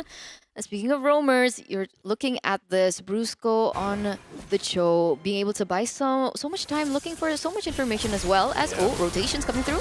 There you go, 3 men on a Kirk here, and we changed some. Oh no, so quickly, Eman goes down. It was a counterplay mirrored from XP to gold, and Onyx PX, the super fam, get their prey much faster. Yeah, and they actually will be able to get it, right? Bigatron, unfortunately, unable to get that trade over to Kirk in the EXP lane, and we're seeing the Kalea at work, right? A lot more sustain. Wait a second, Luke is gonna get caught quite low. I don't think they're gonna commit over to this. Moreno still on the Selena, as aggressive as ever, and that's actually gonna force a recall over to Super Friends. Yep, Might lose this a wave. Yeah, no, because Moreno is going to clear much faster. This will compromise slightly their rotations towards the first turtle of the game. Super Friends still not a level 4. Moreno already hit that power spike. He did already, playing the Selena, has his full kit much faster than most. But this is Onyx PH at 300, so Bigatron eSports not so fond of actually running in and forcing it. Kirk here first. Brusco checking that Y brush. Arrow thrown out by Moreno, no one home. Not going to be able to look for it just yet. Luke is looking for a potential opening here. The Turtle's already at half health. Now at a 10th, in comes the AOG. Annabelle secures the Turtle, and King Kong goes out of the way. Oh, just dodges that arrow. Shadow kill, defensively used. Goes down through a concussive blast from Light. That's another casualty as Super Friends get out of there, but still falls 6 feet under. Yeah, 3-4-0 trade, I would say, in that particular exchange, right? Bigatron eSports being able to pick up the neutral objective, so props to Annabelle for being able to get that retribution down, and it's actually propped BTR to a 1,400 gold lead. Prior to that, Onyx at 600. So now, Onyx, they're going to have to think about this, right? Will Brusco be able to look for perhaps a different opening? We haven't really seen the full kit of Super Friends on the Luo Yi being utilized at its utmost potential just yet. But granted, they just hit that level 4. We're looking at a replay. Ooh. Oh, I see. Okay. CC diff. Yes, the AOG hit perfectly onto King Kong, unable to get that retribution down, and unfortunately, he was run down. The damage was there. He tried to go in for the shadow kill, didn't quite get it, and that final knockdown onto Onyx PH. I don't know, who am I to say what King Kong should be doing, but he held onto that shadow kill to the very last minute. And I think he only pressed it because he knew he was going to die anyways. But that does put Onyx PH here in a precarious position. Down a turtle, down 2 kills. It was a good trade to start, honestly, with the pick off on Eman. So now, what I'm afraid of, Eterna, is the fact that Onyx PH might slow down here. They might like play it more conservatively, which is, I think, counterproductive. They should keep going as long as they have a diversion to play with. They should try and force the issue elsewhere so that BTR don't notice, hey, Keller's hitting his power spikes. Yeah, that's probably it. But, you know, to counter that, maybe they're just waiting for that power spike to hit anyway, right? But if they force into too many skirmishes, if they force themselves into too many team fights, the gap control will be even bigger. Yep. And then when Kelra gets to that power spike, it might be a little bit too late, because obviously Harith needs a little bit more time. Starlium Scythe now finally secured in by Kelra, so it is a step in the right direction. But meanwhile, coming back into the present, Onyx PH already looking for the next neutral objective take. You can see Brusco already looking for maybe an opportunity. The only person who has Purify right now is Eman. Oh, Luke jumping on a Kirk. Still holding on to that AOG. Very low now, down to a 4th. A kick by Brusco into the back line. Zaman Force dropped in by Kelra. Luke with the Revitalize. Light, very low. Shadow kill! Kelra served up a kill. Down goes Light. Luke struggling to survive. 2 kills for the Filipino Savage. And that's 2 men down for Bigatron eSports. 3v 5, and there's the diversion play. King Kong compromising Annabelle's positioning, dashing through Annabelle, trying to pop him. Electrifying beats takes down the fish girl. Kirk out of this fight. Another salmon force dropped in by Kelra, and this does deny Onyx PH the turtle blitz. Like, they have to think twice if this is still worth it. Which is why I was wondering why they went for the diversion play to begin with, right? Eman, though, 3v1, will he be able to get out? All right, caught by the Shunpo, kicked away. That's how long that fight was? Still had the Purify, still able to purify out, but now Light goes in. Luckily, Super Friends still being able to get out with the Flicker, but what was that skirmish on the turtle, right? Onyx PH completely backed out. Bigatron should be able to pick up the next neutral objective of the game. That's already 2 out of 3. It was already so great for Onyx PH. Kirk was buying so much time. Luke gets taken down. They had the man advantage, but they kind of forced in that diversion play that eventually led up to nothing. And Bigatron was able to utilize that to their potential because Annabelle's damage on the Joy in the early game is no laughing matter. Yeah, Onyx PH pulled an Aaron Burr. They waited for the perfect time to play the diversion, and they sat on their hands when instead they shouldn't have thrown away their shot. They should have took it front-facing, best foot forward, and just bulldozed through Bigatron eSports. They were already down 2 dudes. So yeah, I agree. It was a, analysis paralysis. They overthought it, overcomplicated what could have been a free turtle. And now Bigatron is up by 1,500, still controlling the map, taking down tier 1 and 2. Top and 1 and 1, top and bottom. We're back to square one. Like, this is where we started before that turtle. See, it's... okay, we're already seeing the damage, but exactly, right? Because off of that whole escapade alone, Bigatron have found so much more value. And then it goes back to the question, what do Onyx PH now do? Annabelle with a high speed, high mobility movement speed will be able to get a little bit more of an advantage in that top side, still pushing in, while the rest of Bigatron, they're still grouping up as one, but so is Onyx PH. Diversion. Again. I think Onyx is just using their kit right now to do just as you said earlier when I asked, should they keep fighting? They're just protecting their cores. And again, when we're going down a road, I was so afraid that they would. They're once bitten, twice shy. I don't think they want to pick fights actively anymore. And look at this, they jump on to Kirk, and they will blast him. Eman gets one, and that's a free pickoff unless Kelra looks for it. Drops the Salmon Force, down goes Brusco. Might be too little too late. Light might be the only casualty here. If Kelra will have his way, yes he will. 3v1! The Filipino Savage just keeps on going. Will he die here? Moreno wants to throw the arrow, catches it. Trap, might take down Kelra, shields up. Does not happen. King Kong already spent the shadow kill. Shadow out once more. Luke goes down. King Kong gets his man. Oh, Annabelle's still going in though. Look at that damage. They both get taken down. They trade out. King Kong ends up getting the double. And Onyx PH protect their mid lane tier 1. Still able to do that. King Kong is gone. As we're going to take a little look into a replay. So Luke was the one to actually initiate that on. Kirk gets taken down here. And I was looking for... Oh, he didn't even get to use his Tsunami Slam. I wonder what that was. Was that just Light's full kit? Yeah, Light got to use the Implosion. So I guess they pulled out all their tricks to use on that engage. And they thought that was it. But oh no, there's a real fight happening once more. Kirk falls alone. Again, 0-4-2 right now on the Kalea is not doing too hot in terms of that KDA, and Bigatron eSports have been able to actually find the advantages on it. Diversion play by Super Friends. Where's he going? What's the plan? And with who? It's just him. Hello, it's just him. I don't know how they're planning to test. King Kong taking that small brush down, and Brusco getting blasted here. Down he goes. Look at this, diving into the pit. The beast finds his prey. Down goes the Lord, and Onyx PH are sending back BTR. Eman and Moreno with the skin of their teeth tuck tails through that Y brush, recalling how did Onyx do that? Oh, Annabelle running away from his life right now. Oh, he goes in for the kill. Tsunami Slam! Tombstone pile driver into the ground. Annabelle had nothing to do there. They folded that boy in half. 2-4-1 trade. Onyx PH have completely turned it around. Just when you think Bigatron eSports are holding on to the advantage, just wait until Kelra gets his power spike. Right before that whole exchange happened, it was the Holy Crystal already secured in by Kelra. And knowing a team like this, they absolutely know their timings. They absolutely know when they should be going in, when they should be committing, and that is exactly what they did.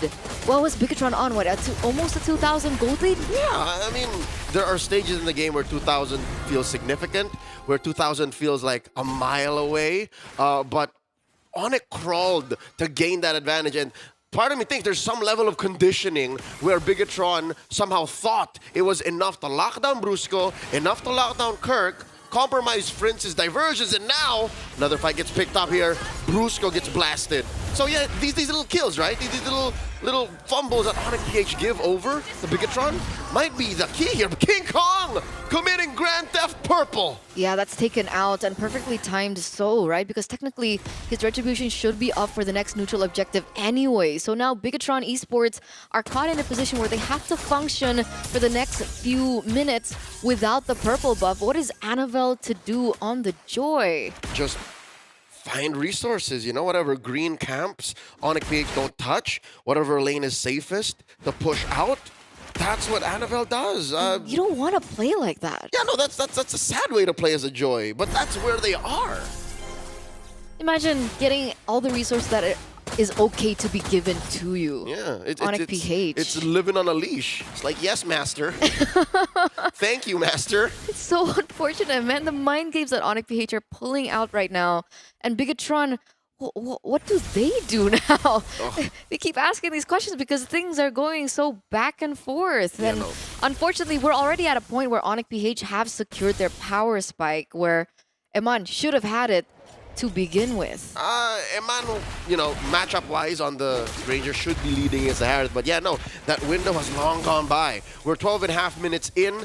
Lord coming up in 10, the second Lord, by the way, of the game. That, oh my God, I think this is the turning point. The fact that Onyx stole it. The fact that Onyx tricked Bigatron eSports into spending all their CCs pre-Lord retribution threshold. And that's what kind of maybe is affecting Bigatron eSports now moving forward. Now that the Lord has spawned upper quarter, Annabelle can't do that thing anymore. Annabelle can't take the free lanes and resources that Onyx PH allow him to. He has to commit to this contest.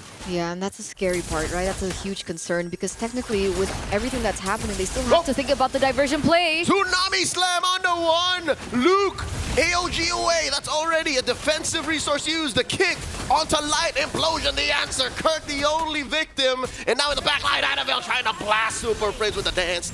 Not gonna let it happen. Luke falls as well. 2 for none. The Super Fam. 2-4-0 trade right now, and Super Prince is still in the back line there. He's kind of no man's land, still able to get out. That's a flicker. Prince, he does not survive. Brusco falls. Prince walks away. Oh, eventually Eman gets a double. This is falling apart for Onyx PH, but Kelra's not done. Leo, give me a second. The KK connection is online. Moreno and Eman, they shouldn't be picking this fight. Oh, 3-4-3 trade right now, but technically Super Friends didn't really have to go for that again, right? You were already 2 men up. You had the kills over. You had the man advantage. There's no reason for Aloy to be that deep in. Exactly. They could have gotten that Lord. So instead, now the Lord just stands there. I wonder if Bigatron eSports has enough firepower and resolve to say we're going to blitz this. Instead, they think twice about it. Because again, the map isn't exactly on their side.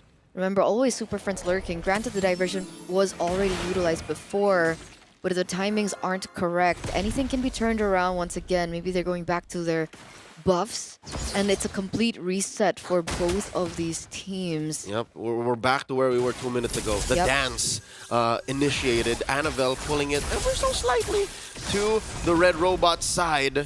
Luke taking this small brush next to the rock golem, and Lord gets reset. But remember, that bottom side is pushing in favor of BTR, That's a chubby wave. Exactly, so the pressure's on Onyx, honestly. They have to go back to housekeeping. Luckily, they do have diversion. But that's a divergence. But oh, well, there you go. Yep. They use diversion to control that wave. Yeah, world's longest diversion. And King Kong will be not back. He said he'll take the scenic route. He's going to walk there. And now, I think that's a go signal for Bigatron eSports to blitz the Lord. And that is Annabelle securing it. And underneath that pit, Luke gets away, but no, he's sent down under, so is Light. Was that worth it? 2 for the Lord, the 2 frontliners of Bigatron for the neutral objective. I mean, otherwise that would have been Onyx PH with 2 kills plus a Lord, right? So I think Bigatron at this point are looking for anything that they can take. A bargain. It is a bargain, but of course this will reset things back to 50-50. I don't think BTR are going to be able to push it, especially with the way Calra... Oh, King Kong! Oh, in comes the beast! Taking 2 down, it's just Moreno left. How you go mukbang now? There's 5 members of the Super Fam facing you. And if only BTR picked the fight there, Onyx would have come in it. Oh, King Kong with the wipeout. He's gone. He's gone. King Kong is taking left, right, and center. Every single robot that he can take, he wants to dismantle. 5-6 on the KDA. Wait, Leo? Yeah? Is that Calra at 10-0-3? Yes, he is. I bet he's hoping he bought a Sky Piercer for his Harith, but kids don't do that at home. Here we go. Breaking through mid lane. Inhibitors falling for BTR. Top lane. Next up on the docket. Now Bigatron eSports have to clean up. House AOG coming in from Luke, and the rest of the Super Fam leave, and they catch Annabelle in the backline. Traded out for Super Friends. Interesting retreat by Onyx PH. Wait. Did Annabelle get caught in the diversion? Is that what happened? He did. So I don't know who planned it out or who saw who, but he was cutting the lane. That is unfortunate. I can tell you what happened. I can't tell you how. Okay. Hopefully we'll get a highlight reel. Oh, okay. It's a replay. So diversion. They come in, they jump in. Oh. So he did come with them. He gets caught by Kirk, though. That's why he got pulled back in. So he was mid Tsunami Snap, and now a real-time fight coming in. AOG Luke finds a King Kong, does not get him into the taunt long enough to stop the shadow kill. He falls himself. Moreno also out of commission. The Super Fam winning fight after fight. 2 members down, 28 seconds, 30 for Luke. Inhibitor down in the mid lane for BTR. And this is technically a little bit more time for Onyx PH to set up for this next big Lord. You know, it's not like they're in a rush. Again, this is where they're comfortable. You know, cooldowns are at an all-time low. Items are stacking up. Kelra is a monster. Oh, Kirk jumping through Tsunami Slam. No one home. They can take their time again. Mission accomplished. An inhibitor, and then they can just re-engage on the contest. Purify utilized, though, for a month, so that's information. Annabelle going quite far from his team. Yeah. Annabelle ain't taking that trip. Don't do it again. No. But luckily for BTR, the inhibitor turret that does get taken down is on the side of the Lord spawning. Not the long lane. So they can't utilize that to Onyx PH's advantage. So it's as fair a fight as it could get for BTR and Onyx PH. King Kong, look at this, doing his due diligence. But he understands that it is nighttime. He joins the fight. Doesn't want that last engagement to happen again.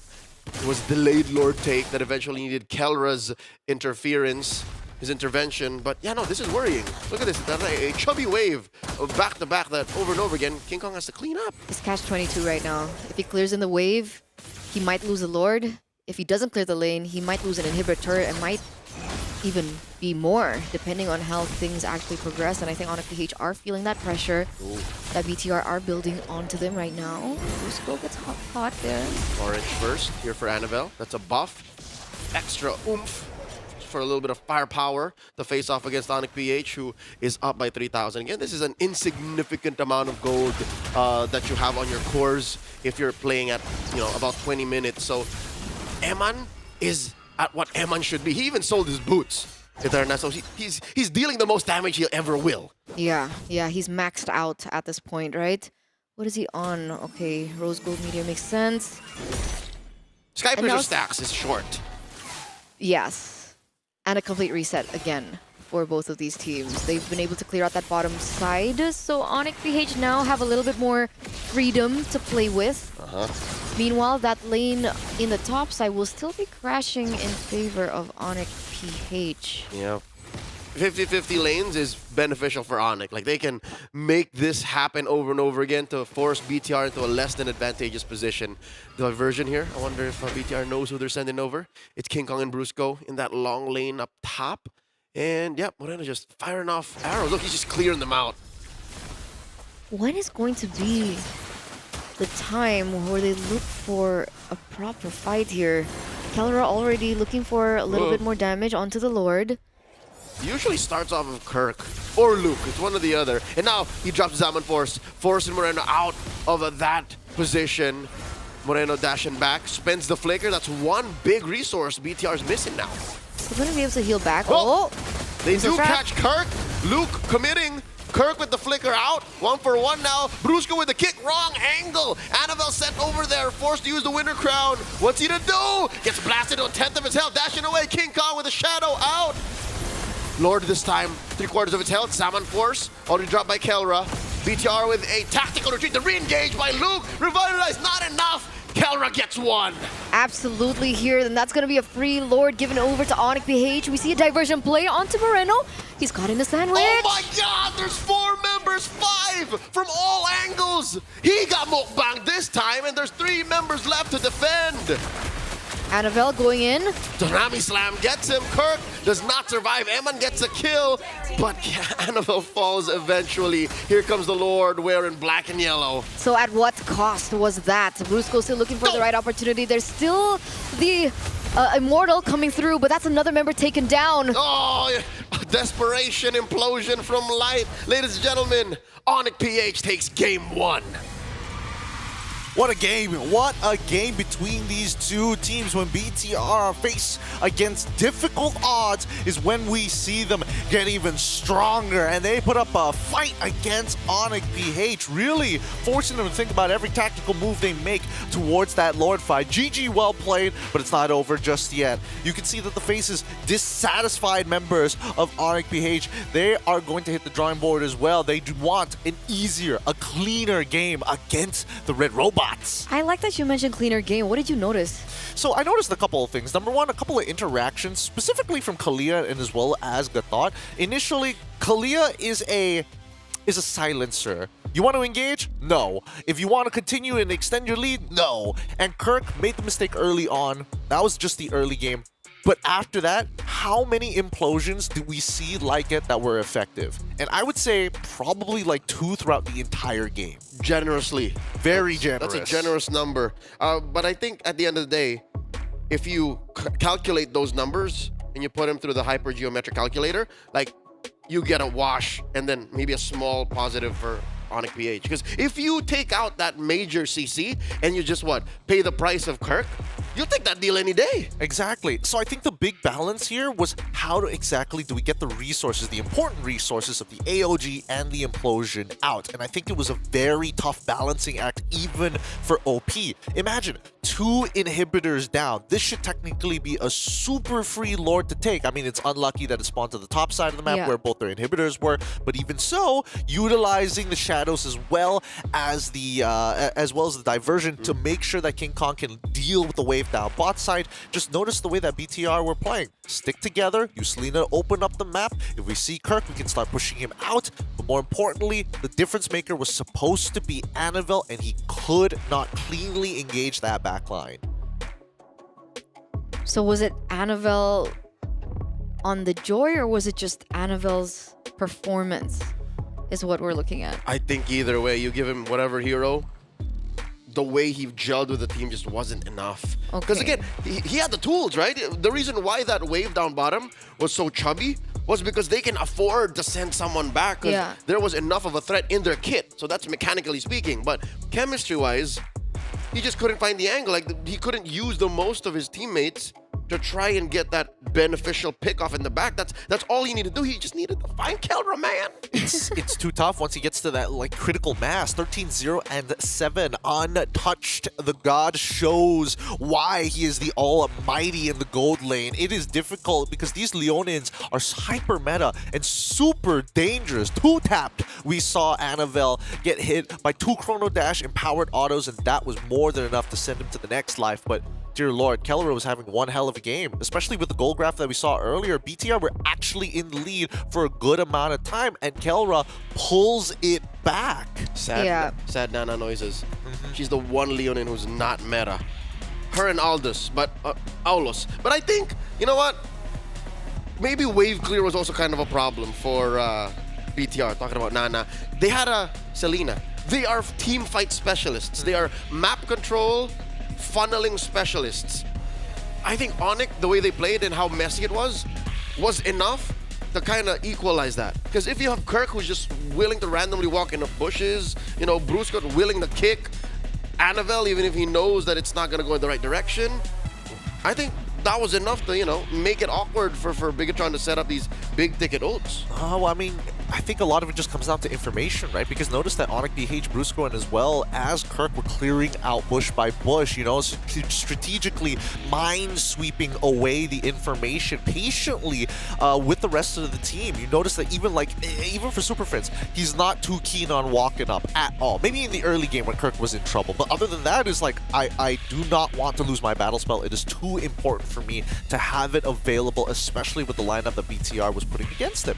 I think at this point, if we're going to talk about adaptations, I think it really just comes down to the execution, or maybe even looking for a secondary win condition. Because as you mentioned, Leo, that when Moreno is on the Selena, wave clear is an issue, but you are funneling all that extra gold and lack of wave clear to Iman, who is capable of cleaning out the waves and, you know, laundering all that gold.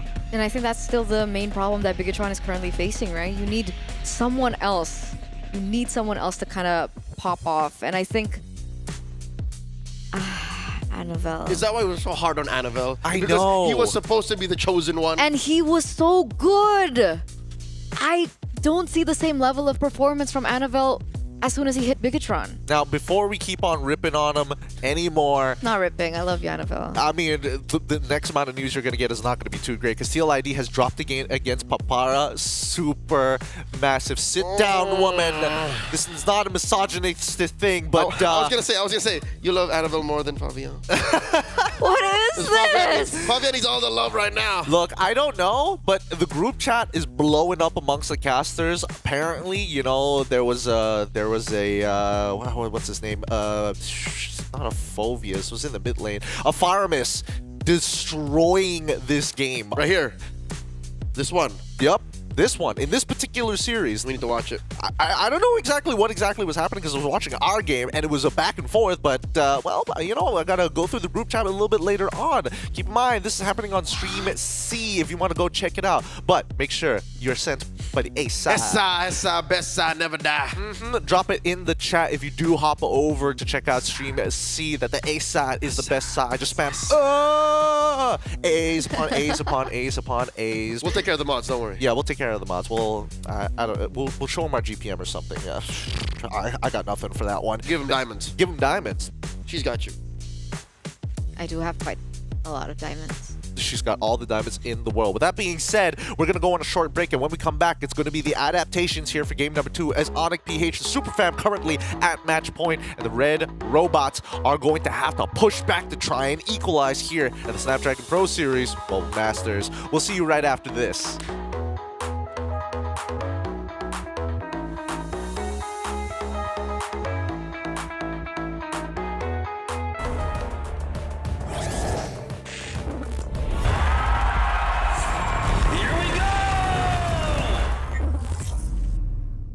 The Snapdragon Pro Series is brought to you by Snapdragon Elite Gaming and DHL.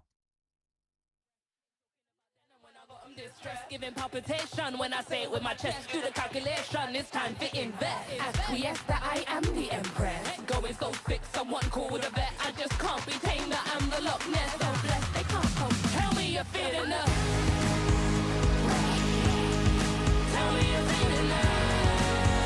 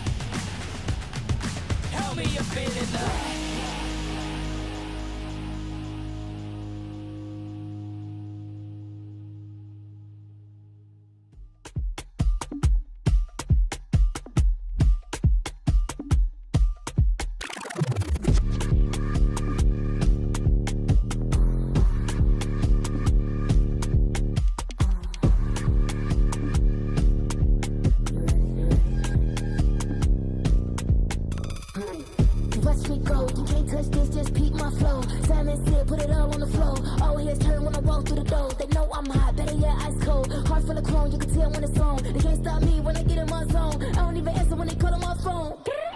Baby, myself, I ain't like no wrongs. Here with me, I don't condone. I'm way too up, but I'm so far gone.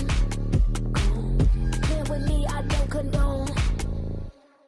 The man down doing up, beating up the beat till it's blowing up, chewing up. Look at me, look at her, look at she, tickle me, riddle me, looking good, got the remedy, in me, deep boss energy, complimentary, they can never be jealousy, when they stay in me, they like legacy, gotta leave them white when I feel like I'm lost. Watch me, doing the time, as long as you see, come get close. Watch me, send me low, I bet you won't, what you gon' do? Watch me, I'm gonna get high, blow the spot, ready or not. Watch me, watch me, watch me, watch me, watch me, watch me, watch me, watch me, watch me, get it, watch me do it, watch me slow.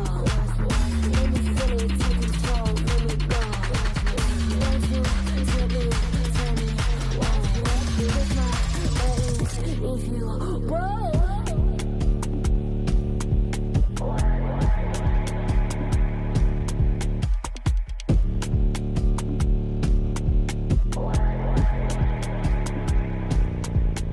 Watch me, better than me. Cocky, you like what you see. Watch me, who's better than me?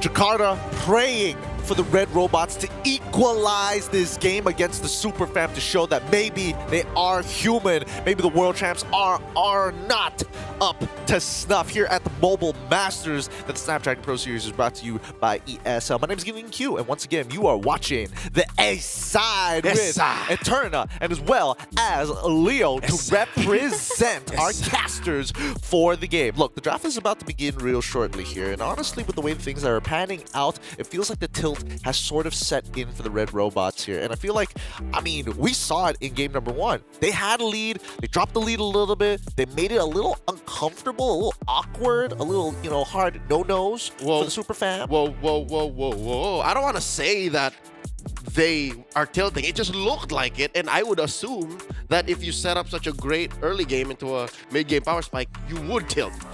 But hoping that's not true. Hoping that, you know, come the draft, they were able to powwow and say, fresh start, boys, fresh start. We can take this to 3.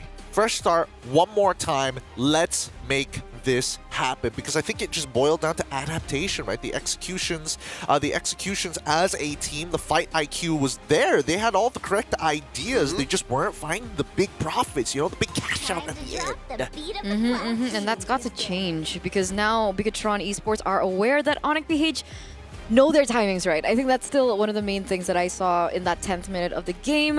And I'm wondering whether or not this time around Bigatron would pick up something a little bit more versatile. I think for Light, maybe the Cho this time, other than the Tigreal early in the first phase. Yeah, and even consider maybe the backup plan. It can't just be Eman. You can't just put everything on this young man's back. I mean, he's good, but... Kasian. Yeah. It's like poor man.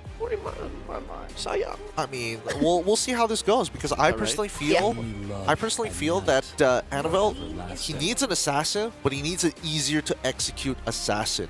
Joy has a very high mechanical execution rate at this point. Put him on the Hayabusa. How about the assassin that does everything, man? The assassin that's also a fighter. The assassin that also has some level of damage reduction. Put him on the Suyo. Great start already. Onyx PH, quick clap back. They knew exactly what they wanted. Come the trade. Granger and Jushin. Oh. Bigatron Esports, what's left. All right. They pick up Irithel. Eman knows Irithel. And, of course, one of the best roamers in the game right now. Yeah. I think the Jawhead would fit a little bit better. I think it's a lot more, it has a lot more to say, especially in the early stage of the game. And they're also taking it away from, you know, Onyx PH. Granger Jawhead, Jushin. It's a disgusting combination. It's a pretty disgusting combination, but nobody has touched Kalia. And I wonder if Onyx PH is going to flex it all over again and maybe find those big shutdowns. If not, force certain people to actually hold on to their Purifies. Yeah, that's a lot of ragdoll physics going down if this does end up being a Kalia. In red 3 for Onyx. Instead, nope. It is a Hilda, which is what, 9 out of 10 times going to be in the hands of Kirk. So I'd reckon there's still room for that Kalia. We'll see, because the second half of the draft is about to begin here, and I mean, obviously there are certain changes that are interesting, right? The fact that Jushin was picked up very early on for Onyx PH, and now they're going to be looking towards Moreno's side. Hey, if you do decide to play that Selena all over again, I'm not letting you run away as easily. You better have a flicker, and I can guarantee a battle spell every interaction. Yeah, and that's why we do see some limitations towards it. I don't think Bigatron will want to commit again over with the Selena, so we do see Onyx PH starting to really respect this kid, right? Eve being banned out. I have an inkling feeling that there's going to be another mage ban, but considering Moreno has a lot of heroes under his belt. We've seen him on the Veil, we've seen him on the Valentina. What else? Just everything. He's played everything. Farsa's still open. Farsa, exactly. But of all of those, by taking out the Aurora, by taking out the Eve, you're kind of spelling it out. Like, I don't care if you have a good artillery mage. We're still coming for you. We're still coming at you. Yeah, we don't want the kill box. We don't want anything to kind of slow our initial engage, and especially for those who want to find those big punishments and play for information, which Onyx PH is very good at abusing. Bigatron Esports, different mindset though. Hanzo ban, they don't want their heroes to get run down. It makes a little bit more sense because again, you are playing against Mr. Bluyo and of course the Irithel. And I think that even for Bigatron Esports, they understand we want to have options for our battle spells for now. They even ban out the Hayabusa alongside it. Kalia, lock in for Onyx PH. There it is. I would really prefer the Kalia roam and then the Hilda XP. But again, I was wrong. Game 1, I called it, wrong as well, where you put the Heroes of Kirk and Brusco. For BTR though, you're still looking for that mage and that XP laner. Is Phoveus out? Hold up. Phoveus still around. Yes, Phoveus is still around here. Let's see what the lock-ins are going to be. 24 seconds left on the clock for the Red Robots. I think, are there enough dashes? 1, 2 so far for the side of Onyx PH, even if they wanted to get multiple triggers. Could be a little tough. I would have expected something else here, unless they want to find a matchup into like maybe Lucas.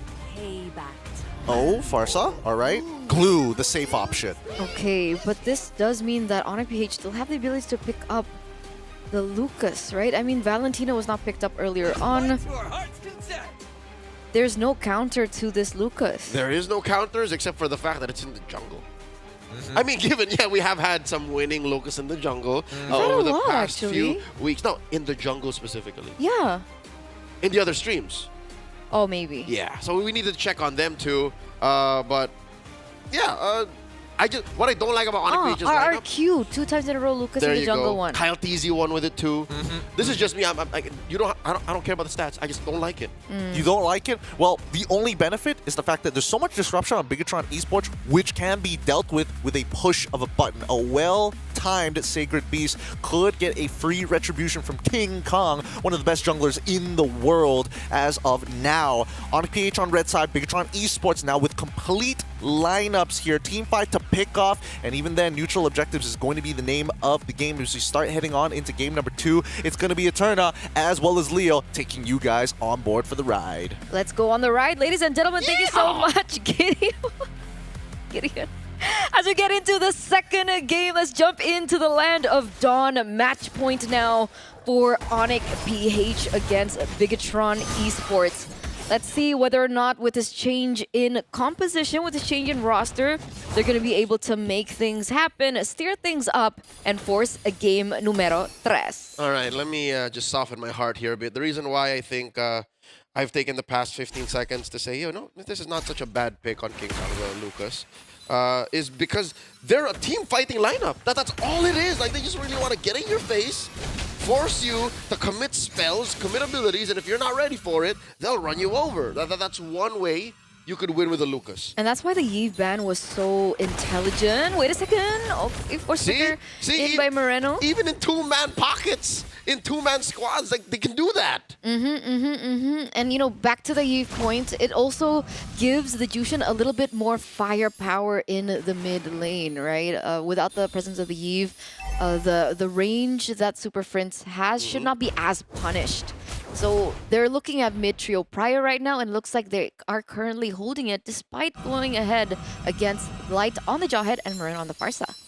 And about, what, 2 minutes in almost, Turtle spawning, upper quarter. We haven't really seen much of ejector threats. Is because Bigatron knows that if Onyx so decides to fight, they can, you know, get in the paint. They can oblige, no matter how early in the game it is now. So 2 minutes approaching. 4 members of Onyx in the vicinity, best believe. Kirk can just run up there. He's about to hit level 4. This is Onyx MO. It looks like it too, but I don't think Bigatron want to go down without a fight. Oh, Tsunami Slam on the Luke. Didn't even get to use the split. Now King Kong going hunting. He's a little wolf man, and they will secure. Uncontested Turtle here in the first few minutes of the game, ladies and gentlemen. It looks like Onyx PH are still holding on to control. But the underlying concern that will build for them in the later stage of the game has still been left untouched, right? Eman in the gold lane on the Irithel. We've seen him turn around games as well. Single-handedly as well. So that is something that should be prioritized by Onyx PH at some point in the game. It looks like they're not going to be rotating towards the gold lane just yet.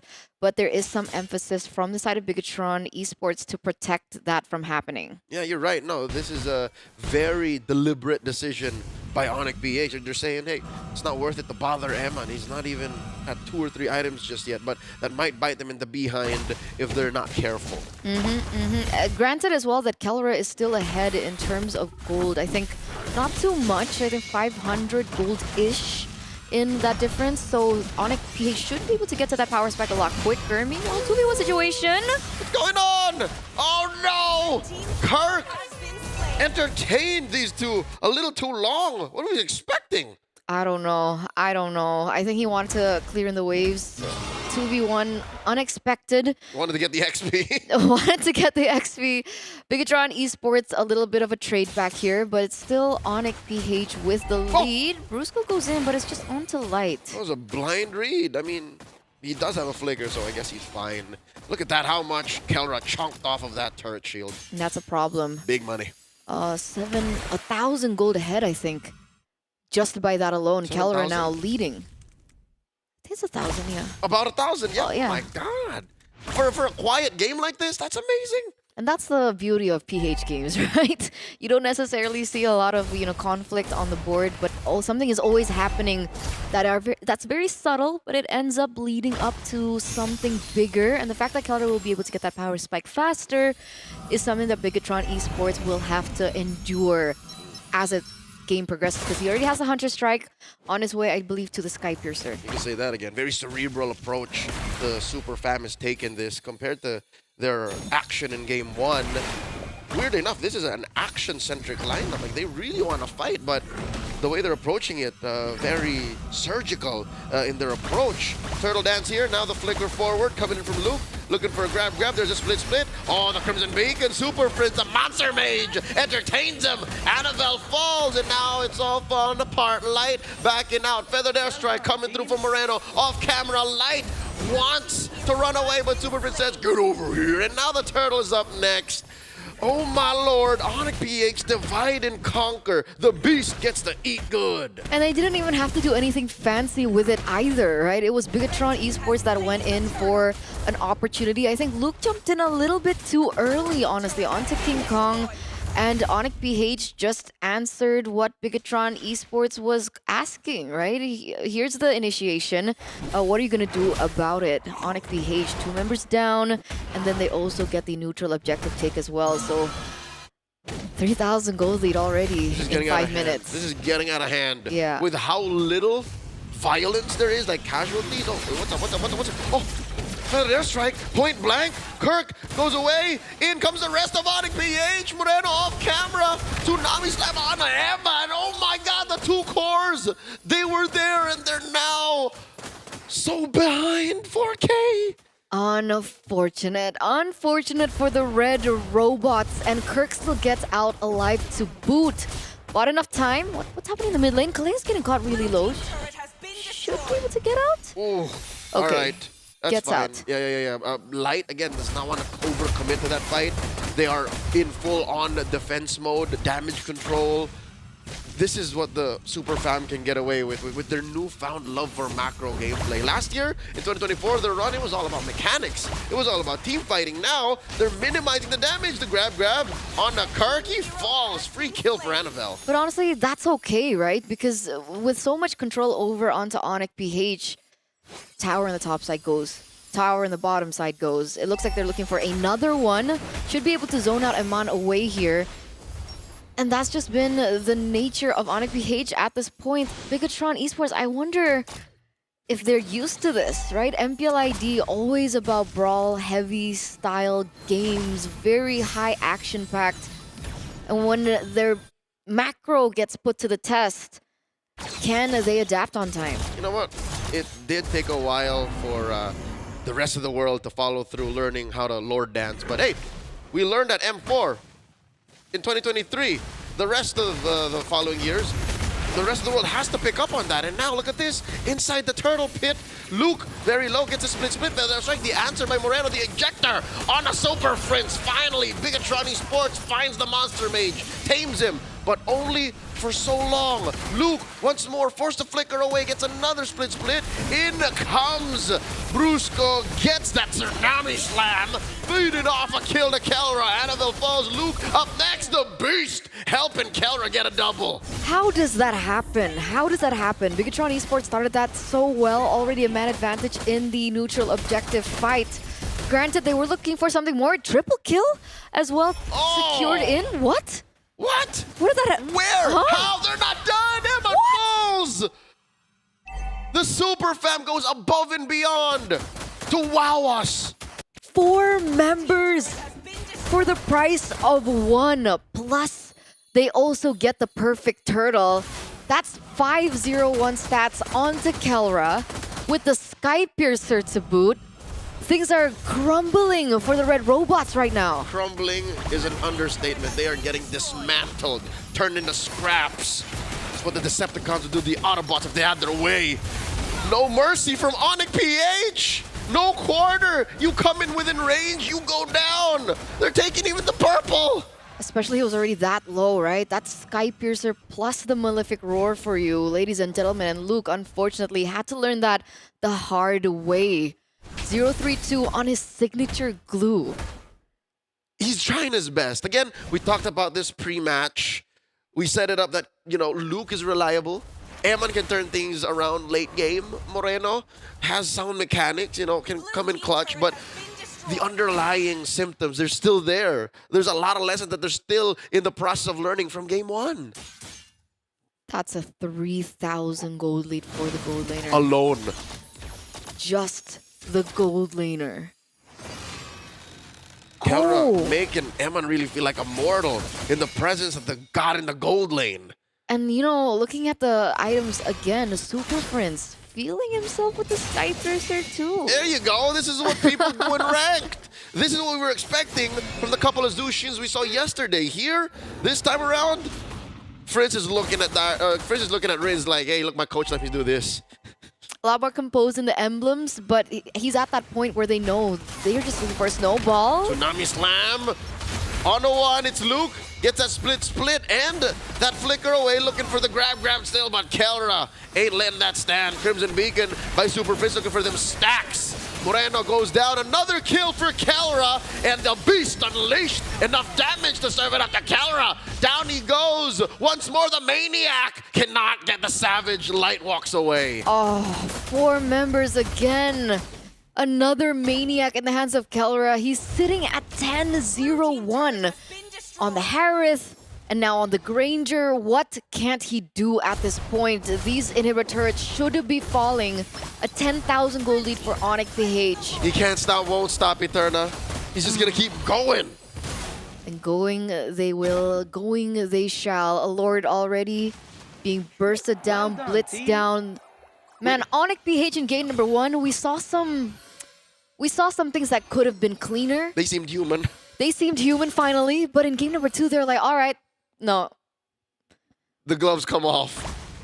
The hair ties.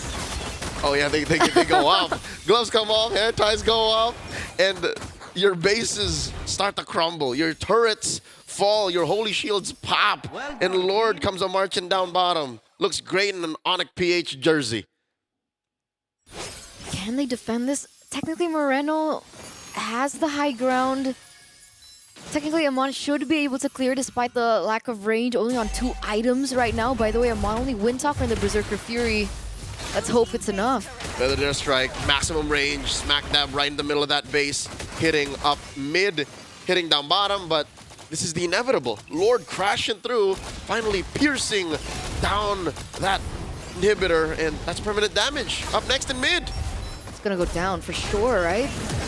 And the flicker tsunami slam forcing a fight against Moreno. He goes down, Luke follows up just as quickly, and now it's just 3 to defend in the base. Bigatron Esports knows the end is nigh. The sweep is upon us. Ladies and gentlemen, the Super Fam is so back. King Kong finds one. There's the wipeout. Waiting for a minion wave. Onyx PH, 13,000 gold ahead. Waves crashing through. Top, bottom, and mid. They take the game 2-0. 2-0 clean from Onyx. Clean execution, clean draft. And the Red Robots had absolutely no say, especially in this second game.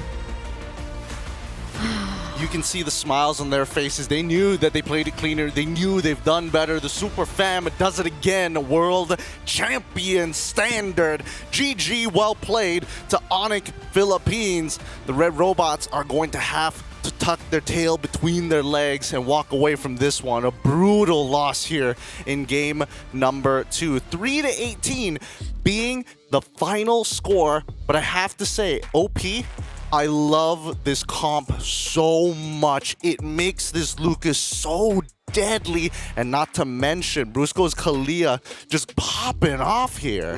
Did I not say I felt a little better about this Lucas in the jungle? Again, team fight after team fight after team fight. That was taken slow and steady. I think that's the chef's kiss, the icing on top of the cake, the little red bow on top of the gift that was handed over to us as viewers, as fans.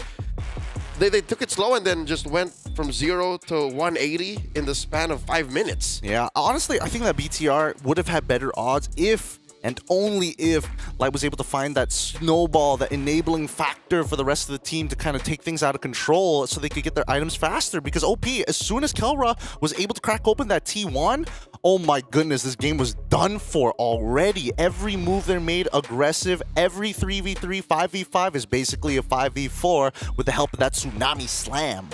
So it's, bad enough that we saw the moment when Keller was on the Harris in the first game. Took a little bit more time for him to get to the power spike. Even worse when it's given a hero like the Granger who can snowball really early on in the game. And it's just impossible to see otherwise. MVP Amando. Yep.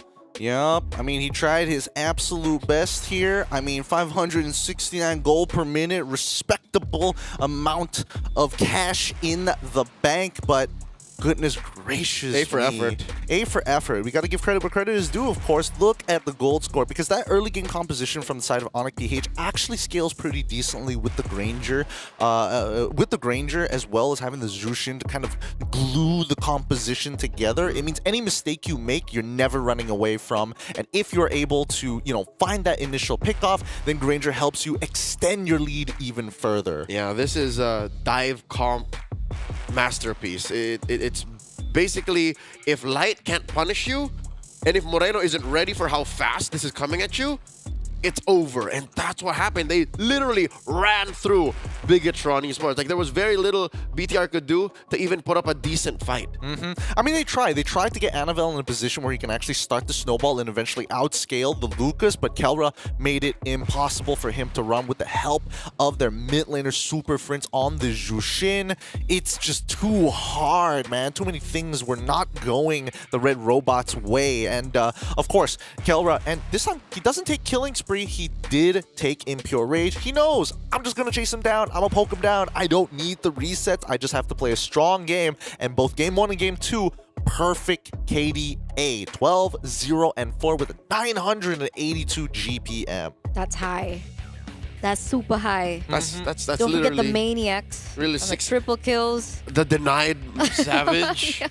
I think that's a moral victory for Light. Like, he just knows, like, at least I didn't give the Savage, y'all. But no, this is showing us that Onyx PH, no matter the struggles pre-Mobile Masters, no matter how much the game has changed since they won the World Championship, they're showing us that we know how to adjust. We know how to play with the best of the best. And Brusco said it prior to the match starting, is we treat everyone as equals. Whether you're from Southeast Asia, from the Philippines, from Indonesia, from outside of the better developed ecosystems of MLBB esports, like, we'll give you our best. So that's why here we saw arguably one of their most violent lineups just yet. This draft is a monster. It really is. And I think these neutral fights are a great example as to why this composition is so obnoxious for Mr. Bluio himself to go in, because as soon as you commit, if the Tsunami Slam is online, it's going to take you out for so long, and you can't even disrupt the enemy jungler as well, especially with that Sacred Beast or whether he's got the stacks. But even so, I think that, Onyx PH, they had the checklist, the flow chart. Make sure the only way we lose this is if we all clump up and give Glue some free stacks to lock us down for a little bit, and more importantly, if Moreno can blow us up. So they made sure to cancel that Feathered Airstrike every single time. And technically they had the comp to do it anyway. So the fact that Bigatron actually opted to go for the Farsa was also a gamble that they made on their part, and it didn't pay off for them here. Yeah, it really wasn't. 2-0 victory coming in from the world champions here. OP does it again. No surprises here as the Super Family dominates the series 2-0. I think this basically guarantees them first spot in Group A itself to get that free bye. Now, we have a stream update. No. Yes.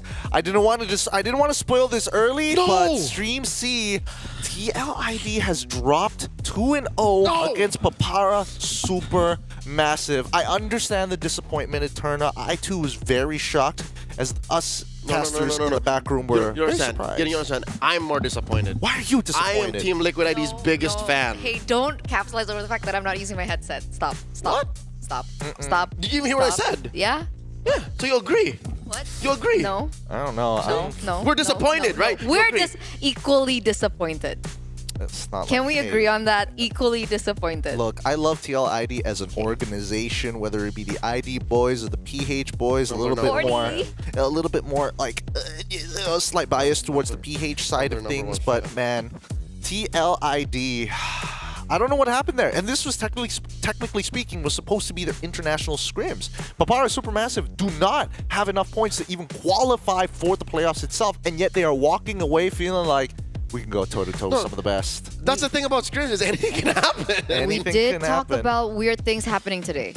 Oh, speaking of which, we finally broke the curse here. 2 teams that were looking to find some wins, but YBG finally having some points in the bag. Let's go. And a full series win against Influence Rage. Let's go. Keep in mind, Influence Rage was the team that were able to take a sweep against Bigatron. You're right. Like a triangle. It's a weird trifecta. I don't know if it's playstyle. I don't know if it's like the weight has been lifted and therefore I could show you my true form, or maybe Freya just got let through in both of those games. Hard to say. The Chinese love their Freya. They really do. I'm surprised. I mean, I wish we got to see it on Stream A, but hey, this was a banger of the match. We got the cleanest of the clean here on Stream A, on the A side. Make sure you let the other streams know who is still the best, despite the upsets that have happened all across.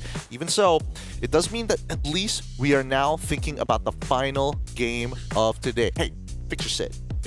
Fix your. Look, Leo, he's fixing your sit right now. He's in position. This is my Anthros impression. This is your Anthros impression. Did you know that Anthros is actually a company that initially worked on wheelchairs, and they took that knowledge to give you that competitive edge on top of that comfort? It's just, hey, it's just one of those fun facts that you must know. There's medical backup to this. Science induced. Your body is just better with Anthros. Survey says Anthros top of the line. With that being said, actually, Zipper did bring up a good point. The players are actually sitting on Anthros chairs in Jakarta itself. That's why. That's where we are. Yeah, that's where we are right now. That's why competitive edge meets comfort so easily. Sorry, that was supposed to be the other way around, but you get the idea. With that being said, our upcoming matchup is going to be the make it or break it here for Group B. I should have done the math for this earlier because Group B standings is still kind of up in the air with RRQ.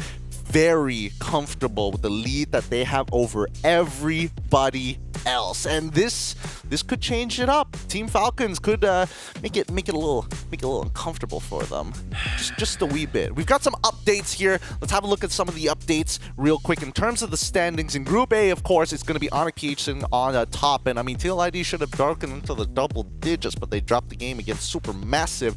Wait a minute, hold on. If Papara Supermassive lost the head-to-head to Bigatron. Oh, it was Influence Rage, yes. My bad. If somehow Influence Rage ended at 7, then this would be a different story. Dang, that is You were like, close. Oh no. Wait a minute. I know one man who would be very disappointed if BTR did not make it to the playoffs. A young man from Jakarta. A young I think man. he'd be used to it.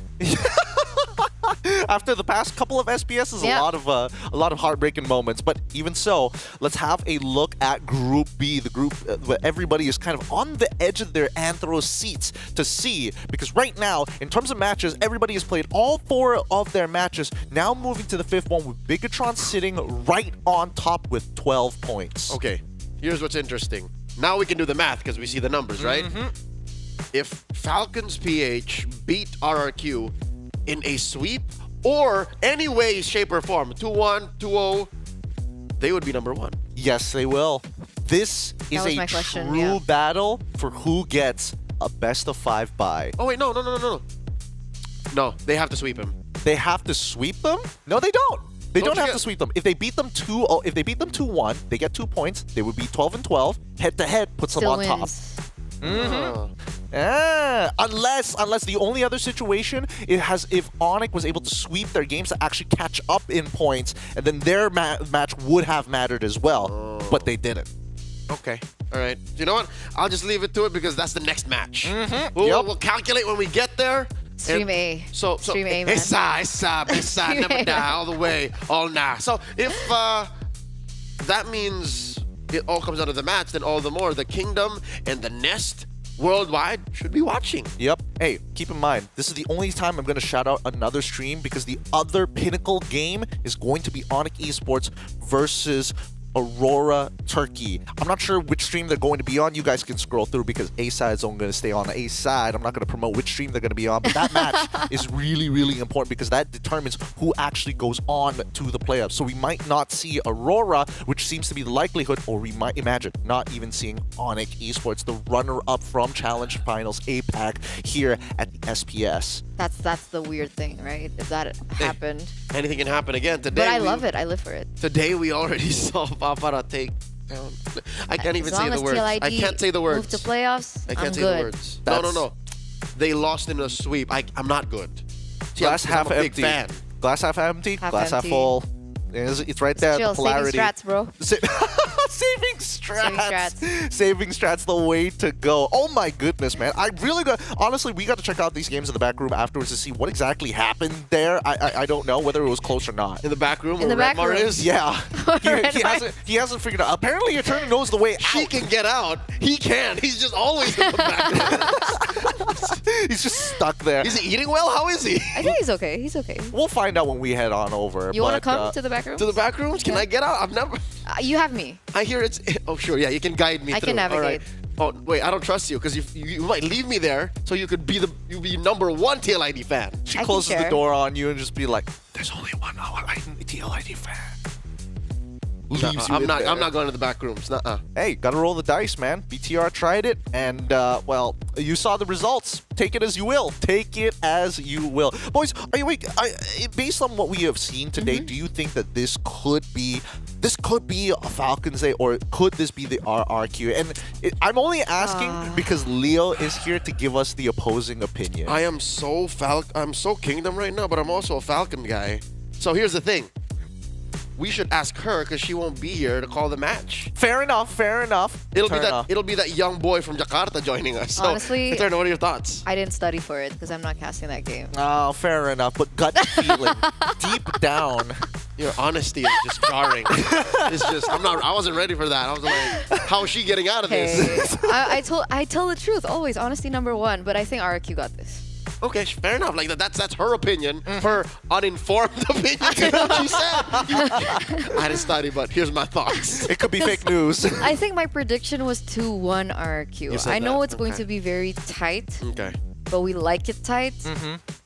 In order for it to be like really good. But we also like it fresh, to be fair. For sure. If it was Fresh. a stinky matchup, it would be like, oh, I don't know. Yeah. That's true. That's true. I would also not want to see like nothing drafts because sometimes Trevor does that. Like I love you, Coach Trev. I love you, Coach Trev. But sometimes they're like, let's try this out. And that's exactly why. Kescute number one. Exactly, because Kescu is always on point. Because it reminds you, right? Don't get demotivated, even if you wait. No, it's just, so you know what I mean? She's putting a little black magic here. Just be like, oh, Kescute. Ooh, the kingdom. So kingdom right now, Mr. so Falcon kingdom Boy. right now. So I don't know. You got to pick where you are going to be. Are you going to be part of the kingdom, or are you going to be sitting in the nest?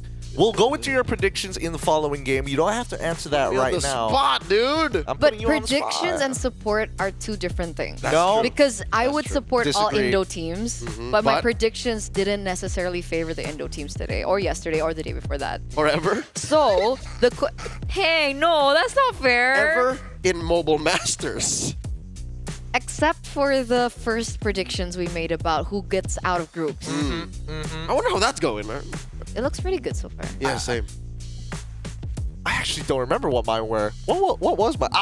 You know what? It's not about me. It's not about me. It's about them. Okay? Let's So just Nest pat the camera. or Kingdom? Nest or Support. Hey, you. All right, you know what? Yesterday I did say I would willingly, for free, Mr. AP, you know how to reach me. Get a tattoo. I would also do that for the Falcons.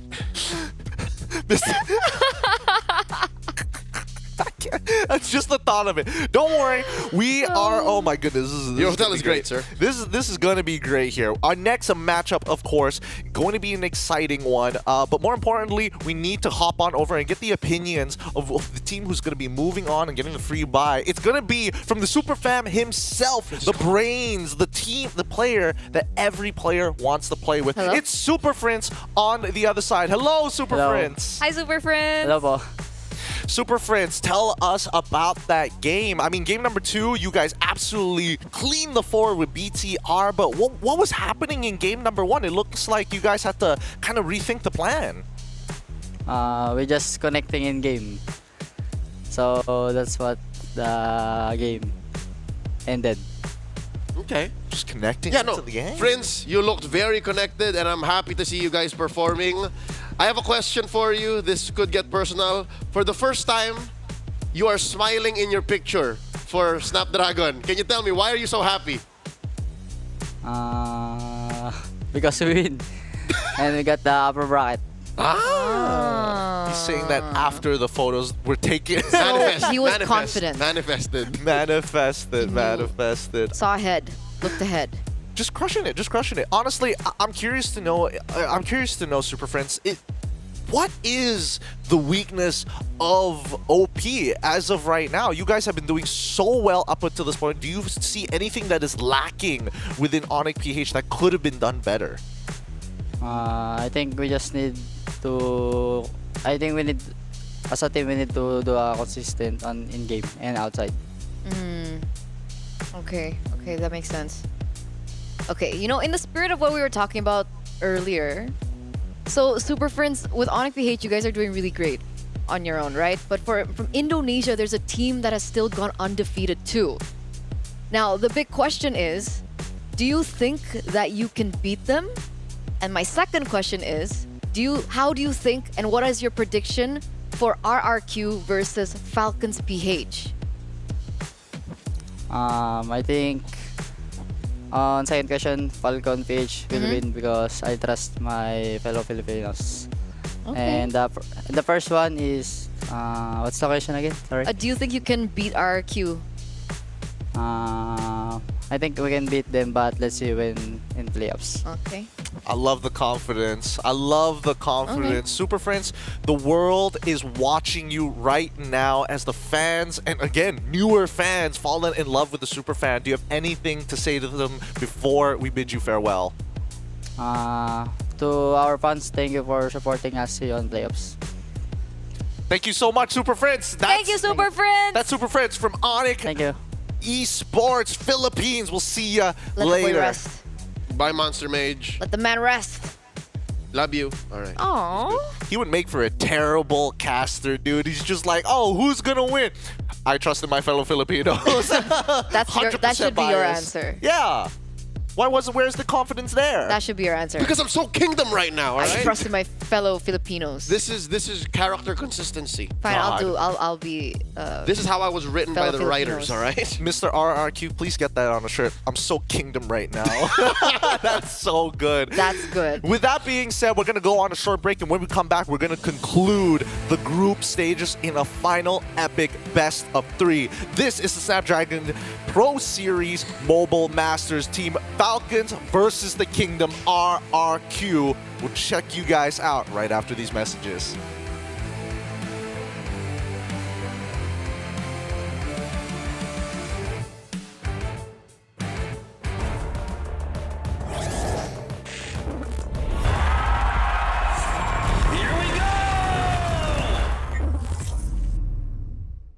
The Snapdragon Pro Series is brought to you by Snapdragon Elite Gaming and DHL.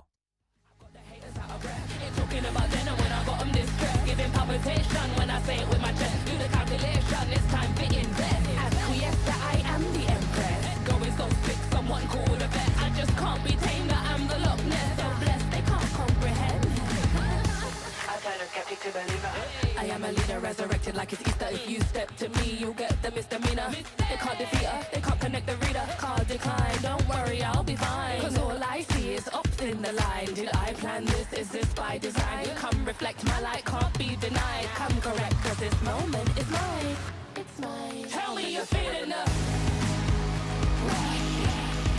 Tell me you're feeling the. Do it like nobody does. Sipping that haterade, right to the finish line. Tell me you're feeling the. Tell me you're feeling the.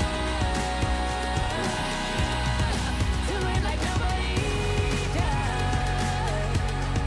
Sipping that haterade, right to the finish line.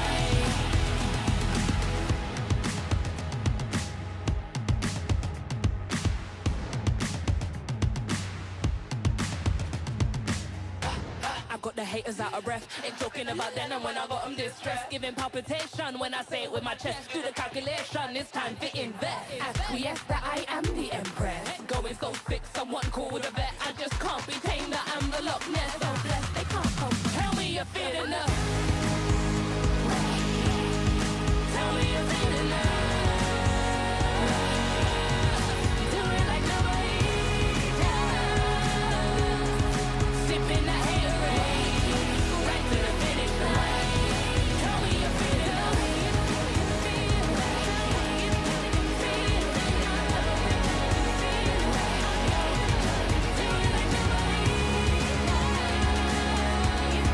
sipping that haterade, right to the finish line.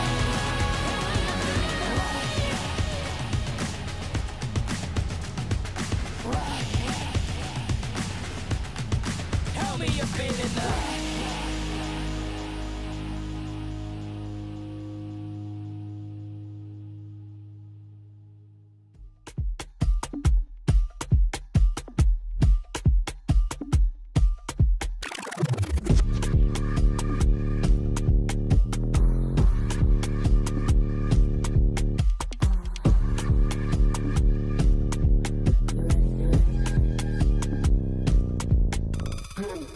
Watch me go, you can't touch this, just peep my flow. Simon said, put it all on the floor. All heads turn when I walk through the door. They know I'm hot, better yet, ice cold. Heart full of chrome, you can tell when it's on. They can't stop me when I get in my zone. I don't even answer when they call on my phone. Baby, myself, I ain't right no wrongs. Here with me, I don't condone. I'm way too up, but I'm so far gone.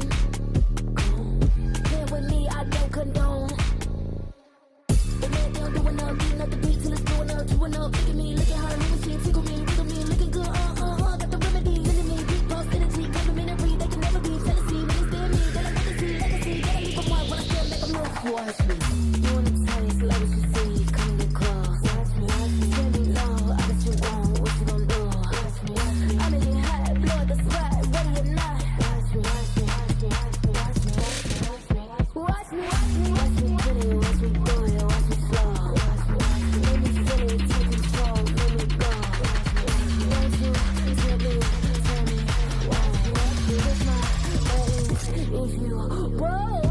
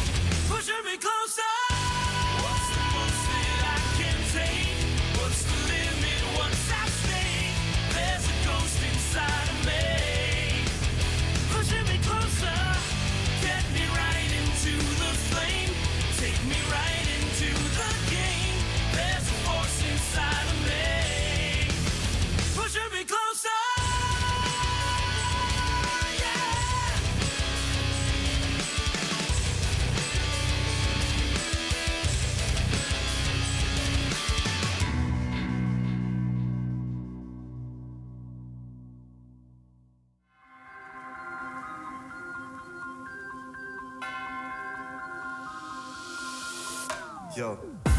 One thing's for sure, you're gonna recognize me when I walk in the door. And the type to get the haters to give an applause. I can get an encore without giving them more. But wait, I'm giving them more. Every 7 days I'm giving them 24. You can't make the cut if you ain't gonna bore. These ones don't know about war. I grew up cold, hungry and poor. I wasn't grateful, I wanted more. I wanted women, I wanted tours. So I grinded and grinded some more. Woke up depressed, I had to fight more. So I burnt out, I couldn't do more. I had to put a station on pause. Now I'm back like I want no war.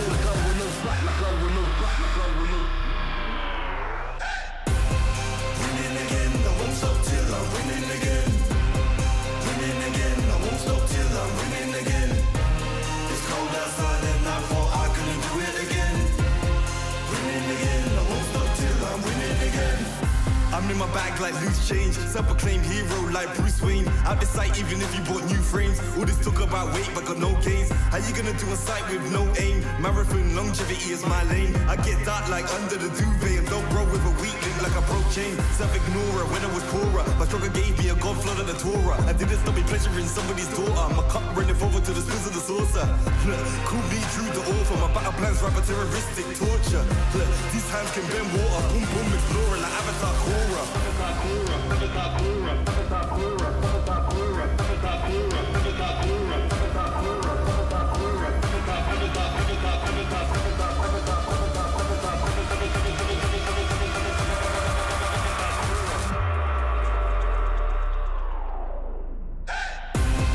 Winning again, I won't stop till I'm winning again. Winning again, I won't stop till I'm winning again.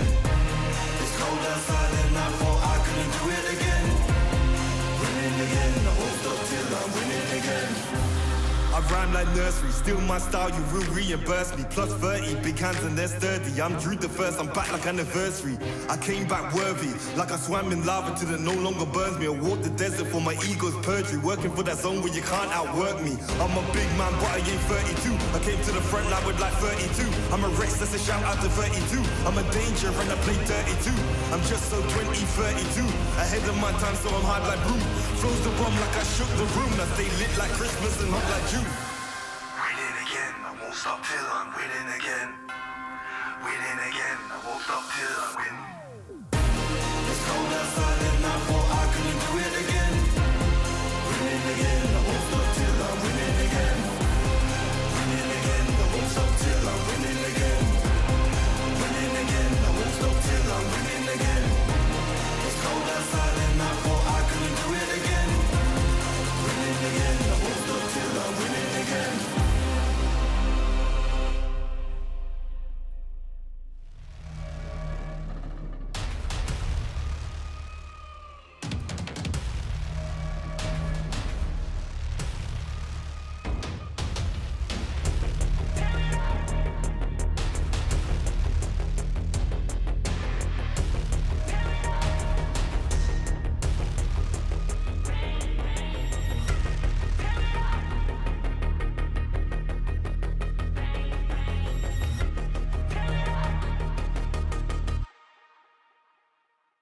You get one night before the sun's up. Bang, bang. Tear it up. One shot before your time's up. Bang, bang. Tear it up. One chance before you're out of luck. Bang, bang. Tear it up. Tear it up. Bang, bang.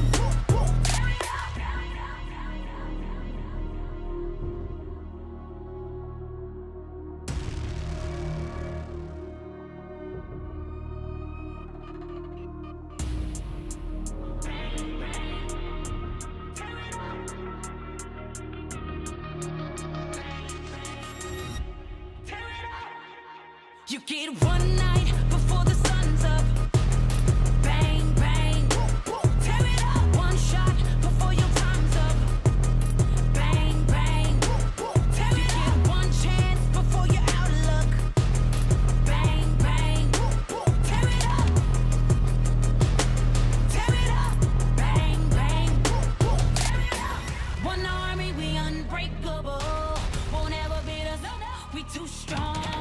Take a stand, raise all of your fists high. This is the one. We're fighting for our lives. Won't let the odds run up on us. We fighting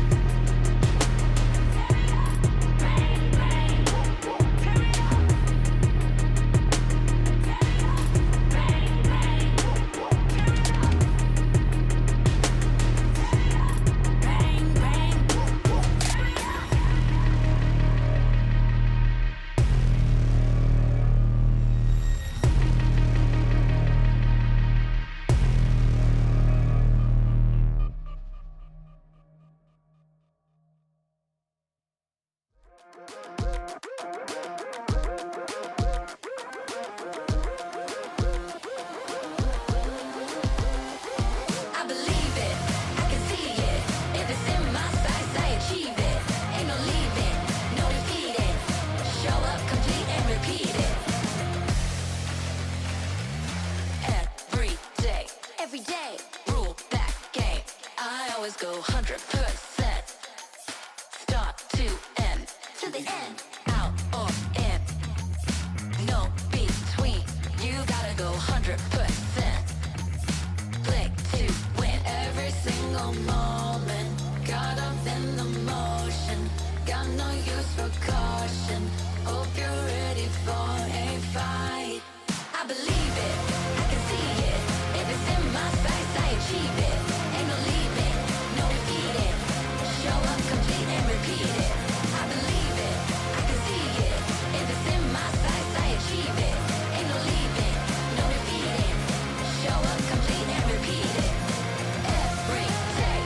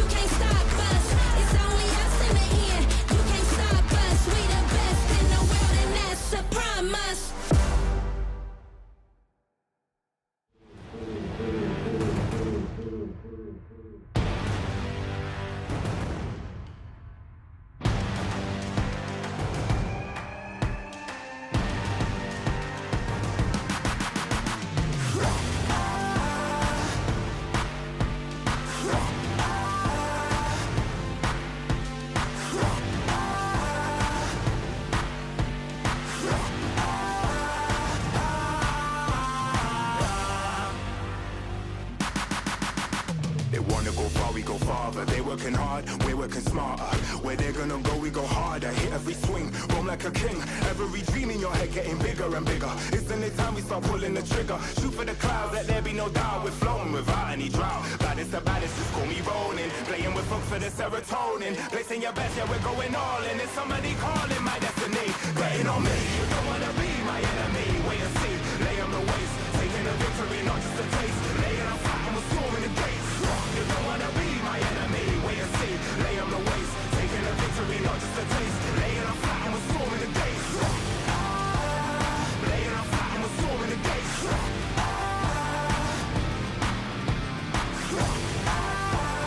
Laying on fire, we're storming the gates.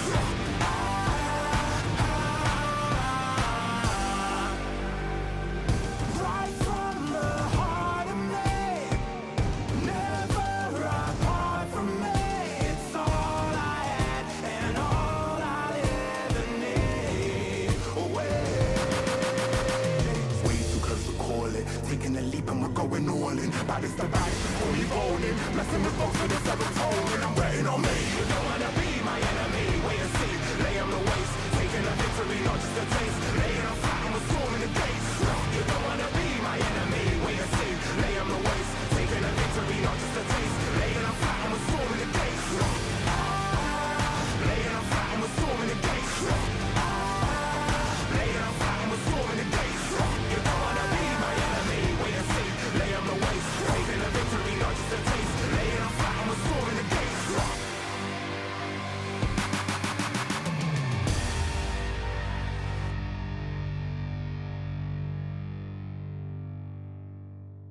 To guess who in the building, born of the realest. Never catch me slacking, I was born, that's the illest. They call me a champion, I got there with a win. I'm a rare breed, walking, I am one in a million. Guess who in the building, born of the realest. Never catch me slacking, I was born, that's the illest. They call me a champion, I got there with a win. I'm a rare breed, walking, I am one in a million.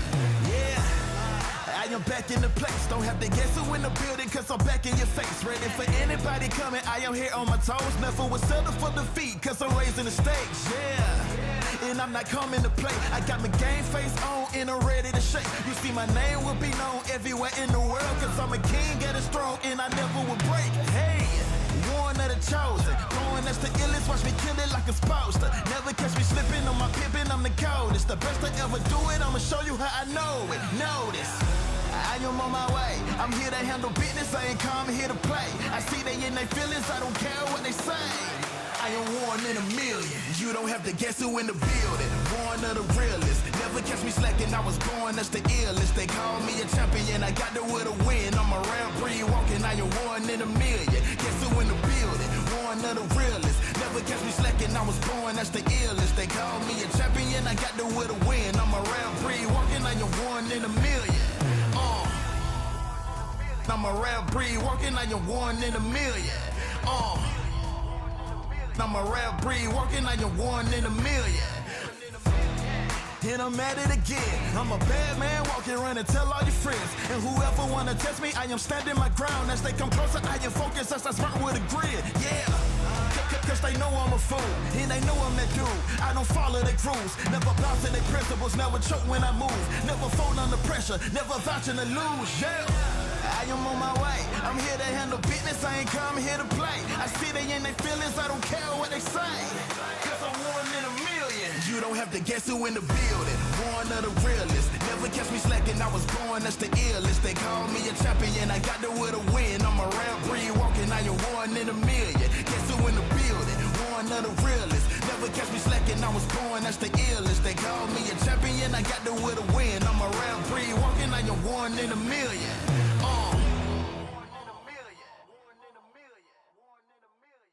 Let them know. Let them know. Shout it from the rooftops.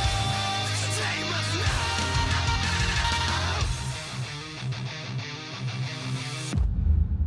Let them know of the weak and the weathered. Let them know. Let them flock to the flight of the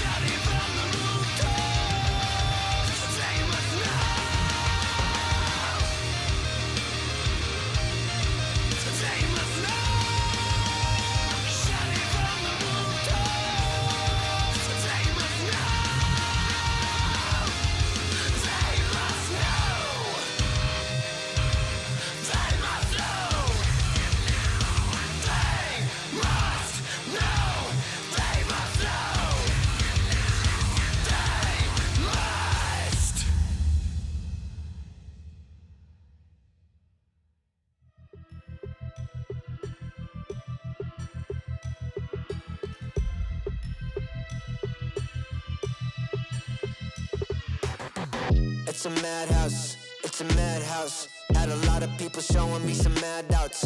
It's a madhouse, it's a madhouse. I got love for the game, I don't cash out. It's a madhouse, it's a madhouse. Everybody with their hands up in the air like whoa. It's a madhouse, it's a madhouse. Shaking all the city, this is how I like my show. I got love for the sweat that I put in. Door with a foot in, proofs in the pudding. Things I did, all them said that I couldn't. Superhero bouncing like a villain, all y'all rooting, you the fan now.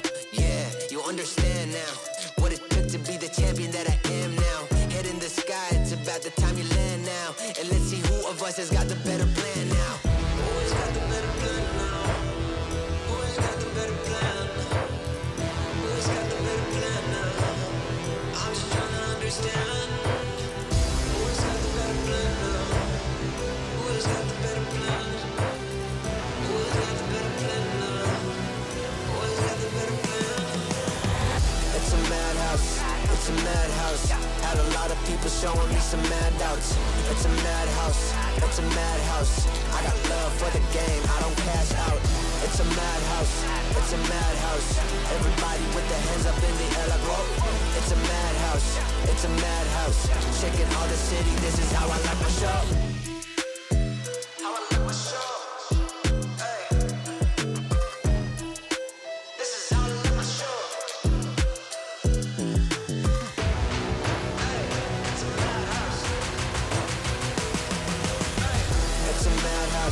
It's a madhouse. Had a lot of people showing me some mad doubts. It's a madhouse, it's a madhouse. I got love for the game, I don't cash out. It's a madhouse, it's a madhouse. Everybody with their hands up in the air like whoa. It's a madhouse, it's a madhouse. Shaking all the city, this is how I like my show.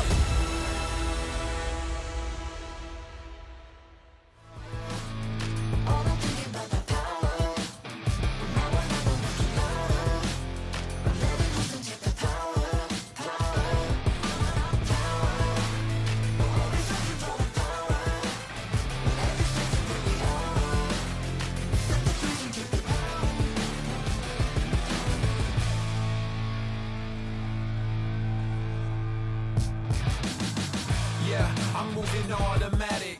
See the top spot, but I move right past it. You're not number one, man, you thought you had it. I got what I want, now it's more than average. We are the masters.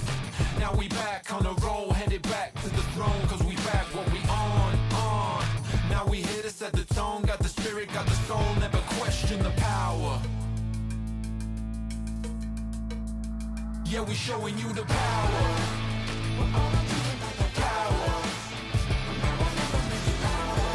Make it loud.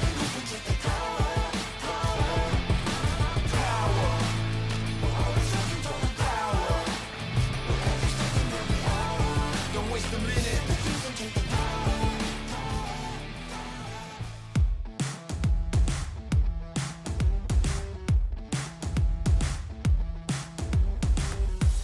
Group A has found its conclusion, and now to settle on to Group B. This is going to be the final game of today to conclude the group stages of the Snapdragon Pro Series Mobile Masters. My name is Giving Q. I'm going to be your host as always, because today we are going to finally wrap things up. Give it up for our professionals here. Hide your wife, hide your kids. You might catch them on the street with concealed weapons. It's Leo and as well as Merkel representing the best stream you could ever get. The stream that everybody wishes they were. Boys, so far these games have been absolutely hectic, and with the conclusion of a Group A, we need to see the conclusion of Group B, because this is a high-stakes match between Team Falcons versus RRQ, who currently are on a perfect record. I'll tell you now, in the run of the Mobile Masters group stage, this might be the hardest for me personally to predict. I've been so confident going, oh yeah, this team 2-0, this team 2-0. Spoiler alert, this one, I really took the time to figure out what I thought was going to happen. So we're going to see your answer later. Yeah, it's easy like that. Like I kind of put you on the edge. I'm just glad that you didn't come up with a forecast right before and post it up right before the show. That would have been interesting to see. But speaking of which, let us introduce our two competitors looking for that top spot to get a bye in the playoffs itself. It's going to be Team Falcons, all the way from the Philippines, Flap TZ, Kal TZ, Few, Ogwit, and Super Marco. Given they're not flying as high or as clean and as smooth as RRQ, I think the peak of the altitudes of Team Falcons PH are yet to be seen in Mobile Masters. I think the meta is shaping up to be their playground. I think come the playoffs, again, this is what about for first place, right? About for top dog.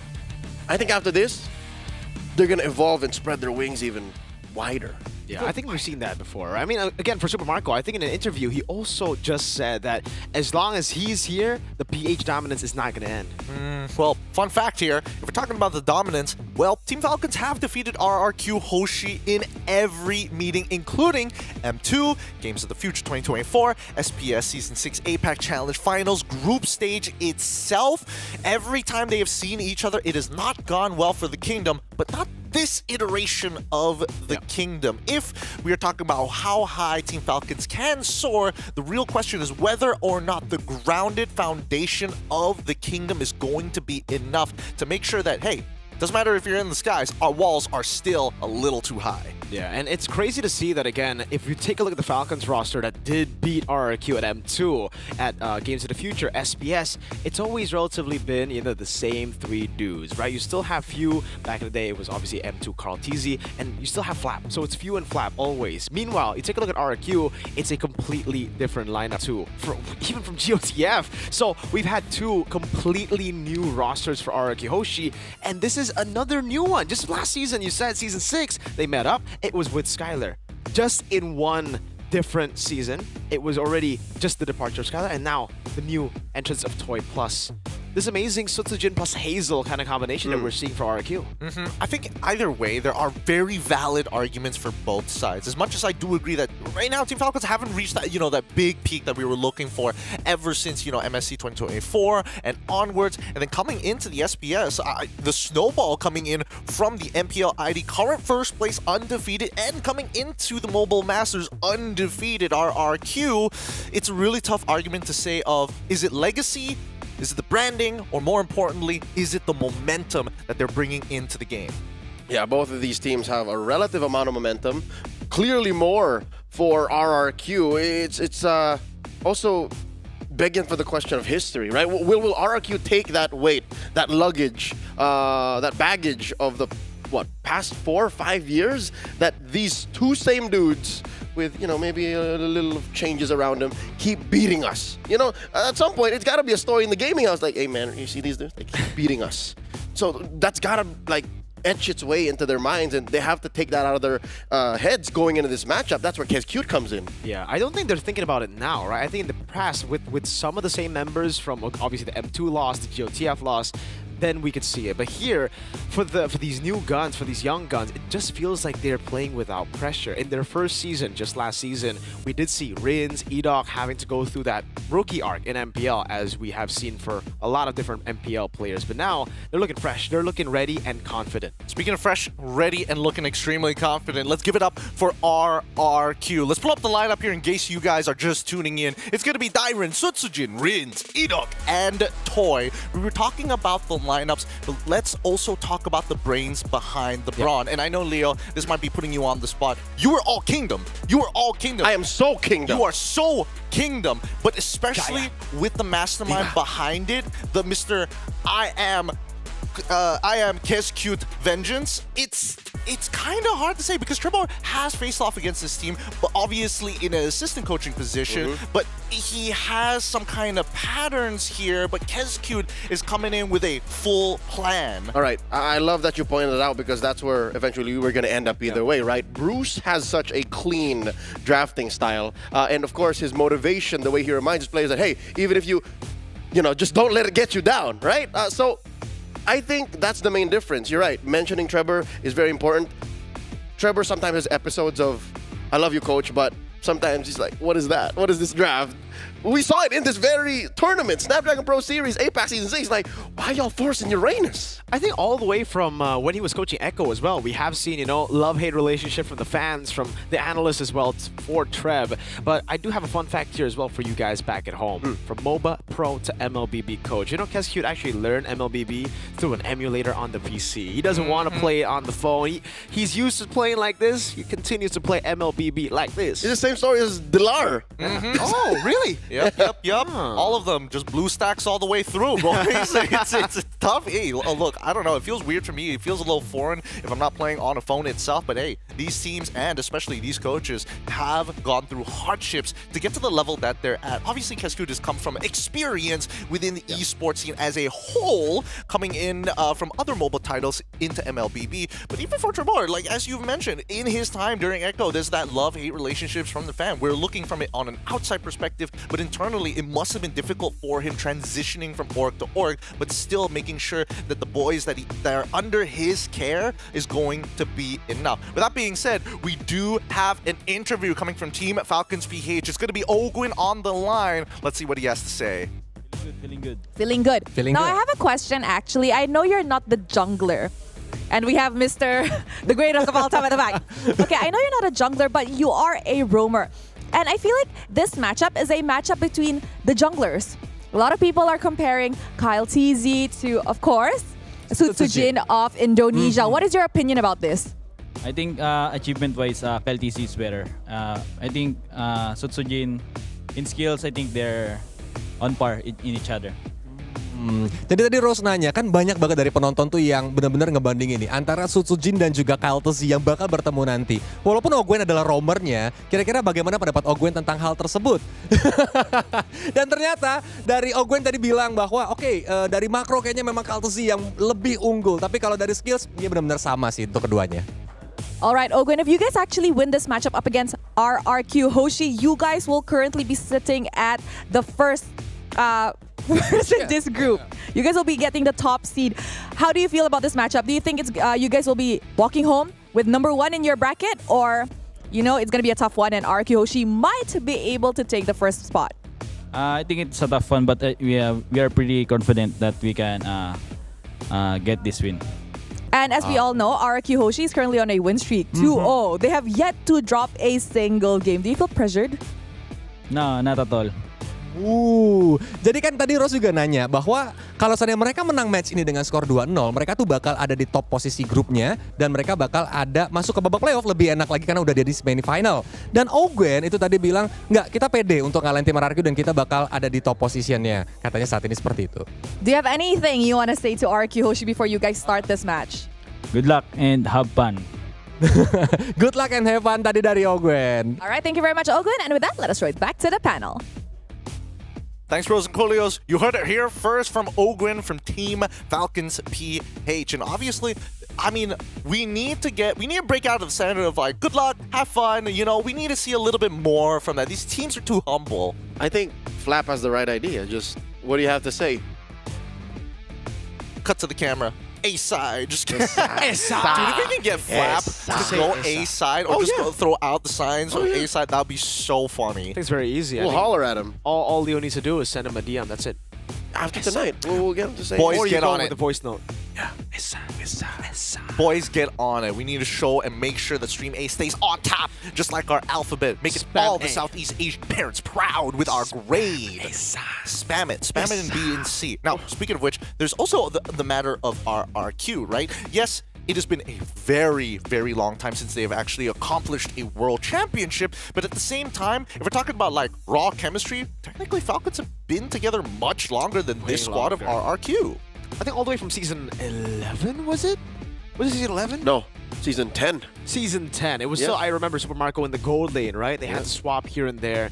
And it's amazing. But RRQ Hoshi, again, if we take a look at it, yes, this is a way younger roster. Way, way younger. Edok, Rins, they've only played 2 seasons. Toy is a rookie in MPL ID, a rookie in the previous Season 6 SPS. But again, through them losing their star player, through them losing their best individual player, all of them have started to shine. All of them have started to take the spotlight. And it's not like the RQ of the past, where again, they just funnel into one member, they play for him, they draft around him.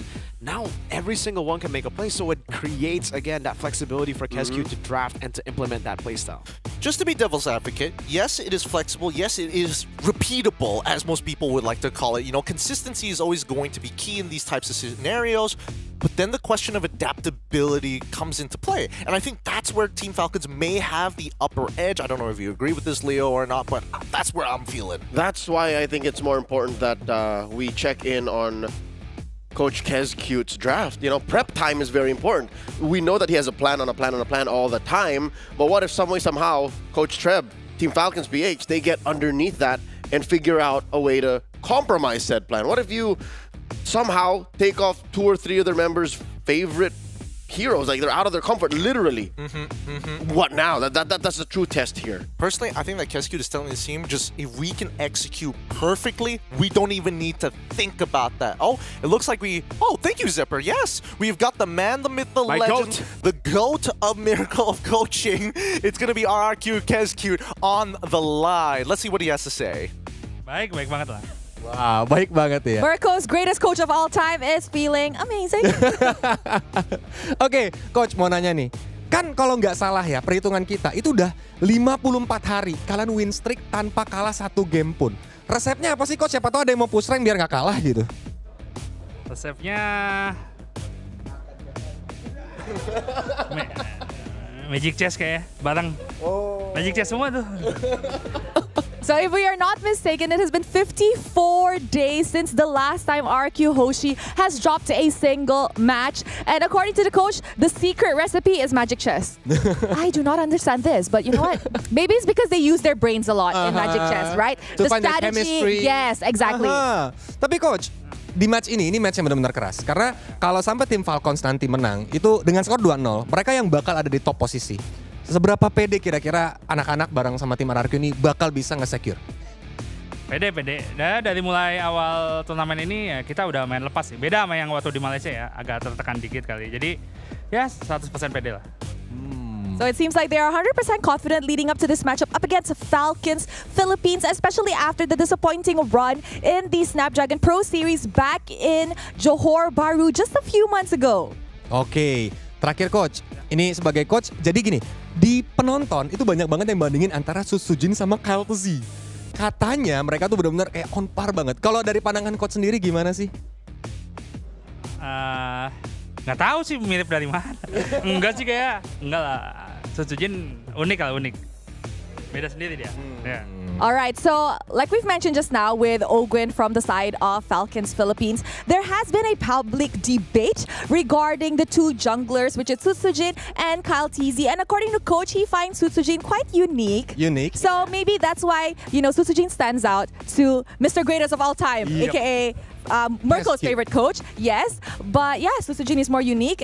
From the side of Kyle TZ there, Ogwin said that Ogwin is better. So, Kyle TZ is better. So, we're gonna see in game later. Yep, we're gonna see it. So, itulah dia mungkin interviewnya. Jadi kita bakal lempar kembali ke para panelis.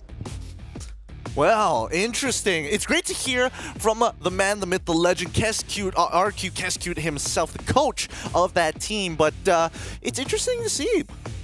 How do you get better? Better drafter? Just play some Magic Chess and apparently just treat the draft like an auto battler. No, what I took away from that is the debate between Sutsujin and Kyle TZ. Like, did I hear that right? He said he likes Sutsujin because he's unique. He's unique. He's unique jungler, right? I mean, from Ogwen, he said Kyle TZ has more experience.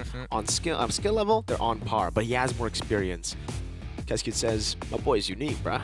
He's special like that. He's a little special. Face of a boy, voice of a man. Like, it's... I don't know if that's what they were referring to. Hey, I don't think so. We'll never know. Here's our predictions right now, but let's pull it up on the screen. Let's see how Kingdom you are, good sir. This is what I've been waiting for all day. That's not very Kingdom. That ain't very Kingdom. Oof, that's a tough one. Mr. AP is shaking. No, I said the tattoo offer still stands. But here I have to be a Filipino first before a member of the kingdom. All right, that's the first tattoo, Filipino first, and then our. That's gonna be a wild piece. No. I think this could go the distance, but somewhere in my heart, I think Falcons can serve up RRQ's first loss. I definitely think it's possible, and I think it reflects in both our predictions as well. You and me, Mirko, yes, we are leaning towards the Kingdom. Me personally, because of the momentum that they're bringing into the table and the level of polish they're walking in with, I do think my only concern is whether or not Team Falcons are able to kind of mess up the execution and then force them into that adaptation style, like 20 minutes sort of type of games. Yeah, that's the same reason I gave RRQ a 2-1 here. Although obviously I'm Indonesian, I'm part of Kingdom because of Mr. Kescu as well, my goat. Again, they have shown that a couple of times when it does get messy, they can drop games. I think a good example of this was Alter Ego in MPL Indonesia Season 15 up against RRQ. Their first game loss. It was a very chaotic, super fast-paced team, and I think Falcons have the capabilities of doing that, to create a chaotic atmosphere up against RRQ and to match Kescu in the draft with Trevor. We'll see, we'll see. It's going to be the battle of the brains here, as it looks like the draft is about to begin very shortly. And honestly, let's see whether or not blue or red side is going to matter between these two top caliber teams. And I don't know. For those of you in chat, show your support. Who are you leaning into? Is it Team Falcons or is it going to be RRQ? Type in A if you're Team Falcons. Also type in lowercase a if you're RRQ, and do it into the Stream Bs and Stream Cs just in case. S-side. Let's jump right into the draft here because it's already begun and things are spinning out of control very, very fast from what we are seeing on the other side of the screen. Hold up. Wait. Is this right? Is that a Harith? Yep. About to be flanked by a folks. You won't believe this. This is the first time I've seen this here in a while in first phase, like prio pick. It's about to come up. It's an Eve. Ooh. There it is. Harith and Eve. I want to ask you the question because when I was in MPL Indonesia, there was this big talk about like Eve players. Eve.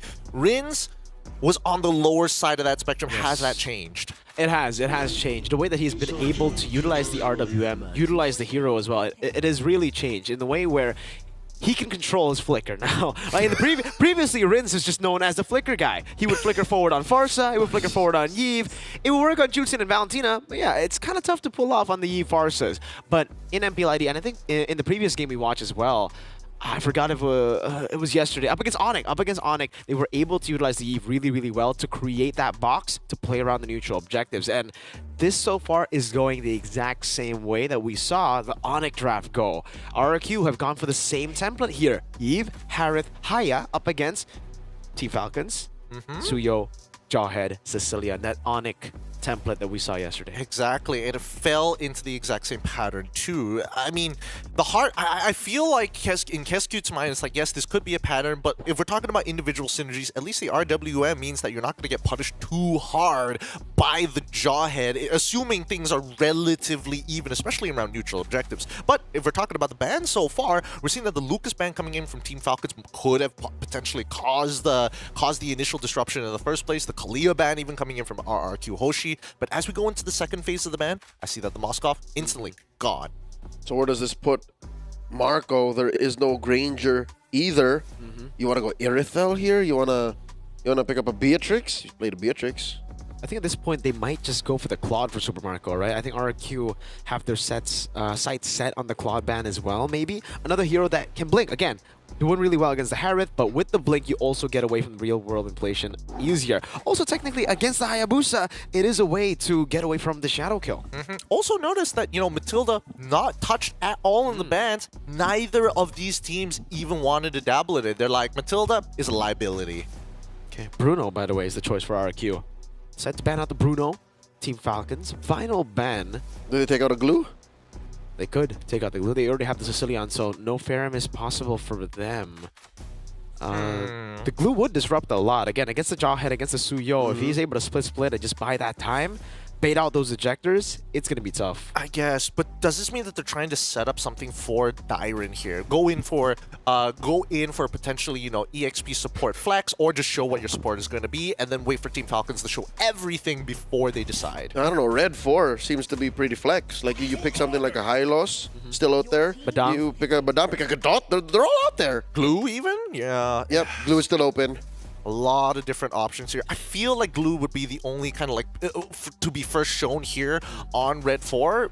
would make a lot of sense because, again, you've already shown your mid laners. For RRQ, I like the Badang more. We've seen RRQ utilize the Badang so much in Season 15, so much in SBS as well, in the Mobile Masters. Mainly for Dyron, though. So that technically stops the flex. Not entirely, because we have seen Edok play the Badang, just not a lot. So most likely this is going to be a Dyron pick. But that's exactly what we wanted to see, right? Either they go for like, oh, if we have to show a dedicated EXP, it was probably going to be Glue. If not, we go for that flex phase, kind of keep it up in the air to give Dyron that good matchup. Because keep in mind, Team Falcons have already gotten rid of the go-to Hilda on top of the Tigreal. I'm thinking that Claude came through. So yeah, no. How do you know? The Eve becomes an interesting compromise. So you need to protect one of your cores at least. And of course, the aforementioned Hylos could be good to, again, fight the zoning potential of RRQ. So those should be solid pickups here for Falcons. What does that leave RRQ Hoshi with? Oh boy, interesting. Hylos comes in, the composition... CC. So they just want to straight up just win Dyron's lane. They want him to have that pressure with kill threat rather than just split push. I think this kind of works out, right? Because if Team Falcons make a mistake, RRQ can technically start running them down, and if things go bad, you still have Badang at the end of the day. With that being said, though, that means the draft is going to come to its conclusion here. Team Falcons on the blue side, facing up against RRQ Hoshi on the red side. Remember, this is a stream. Show your support in the chat and on other streams here at Mobile Masters, as I'm passing the mic on over to both Leo and Mirko to take care of you guys in-game. The race for top seed in this group has come to a climax. Ladies and gentlemen, experience the best of three with us. And in just a few moments, we'll be landing into the battlefield as we watch glorious combat between Team Falcons and RRQ Hoshi. Mirko, I'll be honest with you. I don't know how to read RRQ's draft. I know they're very good. I know that at the end of the day, mobility is one of their key strengths. We've seen them engage, re-engage. But here, it looks like they're going to live and die on zoning. It's all about zoning. It's all about poking as well, right before they get into that big team fight. So they have the poke through the CC, the Eve Edok, already at the start actually going to be able to reset the purple buff just a bit to get him a bit low, forcing the purple. But now, whoa, Kyle Teasy deciding to go back in. So again, Sutsujin able to steal it away up against the Jawhead. That's what we were talking about Unique. He's so unique. Only he saw that angle. Ogwin didn't know what was up until it was too late. That is irreparable damage. Well played. Really well played. Again, it's the preparation, Leo, that we were talking about. It's prep time. The prep of Mr. Bruce Kescute Wayne. Yep, he said, yo, we might not win fights up front, given how good Team Falcons draft might come through. Go for the buff. Uh-oh, mid lane. Again, few. Let me take it very low. Bait surge coming out. Rins flickering out to safety. But Kyle Teasy still able to pick up first blood ejector flicker from Ogwen. Irreparable might not be the keyword. Instead, vengeance is the key. Team Falcons answering back with violence of a different brand. A 2 for none, punishing that orange buff steal. You know what, Mirko? I'd call it quits here. This is equal. If anything, slightly benefiting the Falcons. Yeah, definitely benefiting the Falcons, I feel. Kyle Teasy getting a kill and an assist is so good for the early game. We already know how impressive the Suyo Jawhead combination can be. Add in a kill onto it, and the early mishap of the orange buff being stolen kind of goes away. You can forget about it. Forget about it. Yeah, the thing is, at least Kyle Teasy did not commit to it. It was literally just Ogwin saying, dude, it's gone, go look for something else. Now, Falcons collapse onto the turtle and they're blitzing. All right, oh, the pin down coming down as well. Diver's the one who steals it away with the curtain call. Kyle Teasy locked down RWM, trying to go for the chase. Sutsujin doing the same. Now Quad Shadow back. Now Few caught in the bad spot, should be taken down. Shadow kill, and Rins takes him out. Team Falcons did not respect RRQ Hoshi's prowess in the paint. Like literally, when it gets down to it, you get pinned up against that wall. Edok found the perfect crack, and Rins kept y'all in it. I think they respected it too much, Leo. They tried to blitz it faster than RRQ's rotation over because they knew they could not take a fight early on without, you know, the purple buff. Again, they knew Sutsujin was on purple. They respected it. They tried to blitz it. And they got punished for that. It was literally just a second more of freedom, and Team Falcons would have gotten away with highway robbery, but instead, it's back to deadlock. Again, a turtle for RRQ Hoshi. a kill on the backswing, and that kill was I'd say, significant. It was few. Now the crack on Ogwen. Ejector only landing towards Edox. It's going to be a kill over. Shadow kill with the real world manipulation. Blade surge forward. Kaltizi looking for the kill over to Rins. Gets cut out of the way. Toy's going to walk up as well. Has a flicker. Decides not to use it. It is a 1-for-1. Both roamers. So that's a trade that Falcons were looking to get, again, for free. And now, Super Marco in trouble. He got Sutajin on him. Whoa, takes the kill without the shadow kill. Shurikens, quad shadow, basic attack. Super Marco got read out. There was nothing Ogwen could do. This is an offensive-minded Jawhead. What was he going to do? Hope for a flicker? Was Ejecture? Was he going to try to do that? That would be a waste of resources. There you have it. A wave pushed in, shoved in, denied away from Marco as Few soaks it in. A whole level lead in the gold lane, Leo. Super Marco has a lot of recovering to do. Again, he's playing with a tier A hero at best against Toys in demand, Harith. Now that the second turtle is up, I think Falcons have to make the call here. Like, they have to accept the fact that we can't contest this. Edok might catch us again. There is an ult on all sides. Glorious pathway by Flap. Okay, unstoppable force as well. But the real world manipulation together with the fist crack was used on Kyle. Still Few securing the turtle. Flap TZ walking up against that RWM. And they will disengage, just getting that turtle. But take a look at the top lane. Smart missiles. Ogwen not going to go for the ejector. Dyron, though, will get a trade in the bottom lane. Full turret plate. Falcons threading a needle. Get the full turret. Yeah, but down bottom, look at that push. Clean. All right, so it seems like Araki Hoshi calculated that. Yeah. They seem to have just said, yeah, take the turtle, but we'll get the permanent resource. Beautifully done. Now, further in the lead. It was an 800 gold lead earlier. Now it's 1,000. And it's because V-Dog always able to find these picks. Few lockdown, pin down, force to flicker out. Good resource burnt out here as Z-Dog gets poked a bit, but it's A-okay as in top lane. Toy again is just pulling from Marco. Glorious Pathway used up. Ogwen unable to go for that pick. Maybe overkill to ensure the disengage. Kyle TZ walks into a brush here. Spots Sutsujin. Good damage.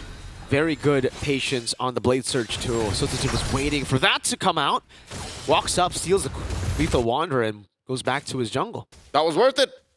Very efficient in their movements. The unique jungler in Sutsujin. Hey. Almost a solo. Super Marco needing Flap TZ to help him out up top. Now, still one level lead, but a free turret over to RRQ. Dear God. Falcons are out their breath here.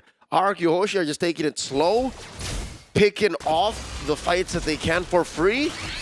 And now the Falcons has to double guess everything. They have to think twice. And those nanoseconds of hesitation result in major changes in the map. Turtle's definitely going to be in prio for RRQ at this point, no doubt. Right? Quad's too far behind. Few as well. They need to wait for mid-game at this point. Yep, it's all Kingdom right now. Dyron alone is controlling a quarter of the map here.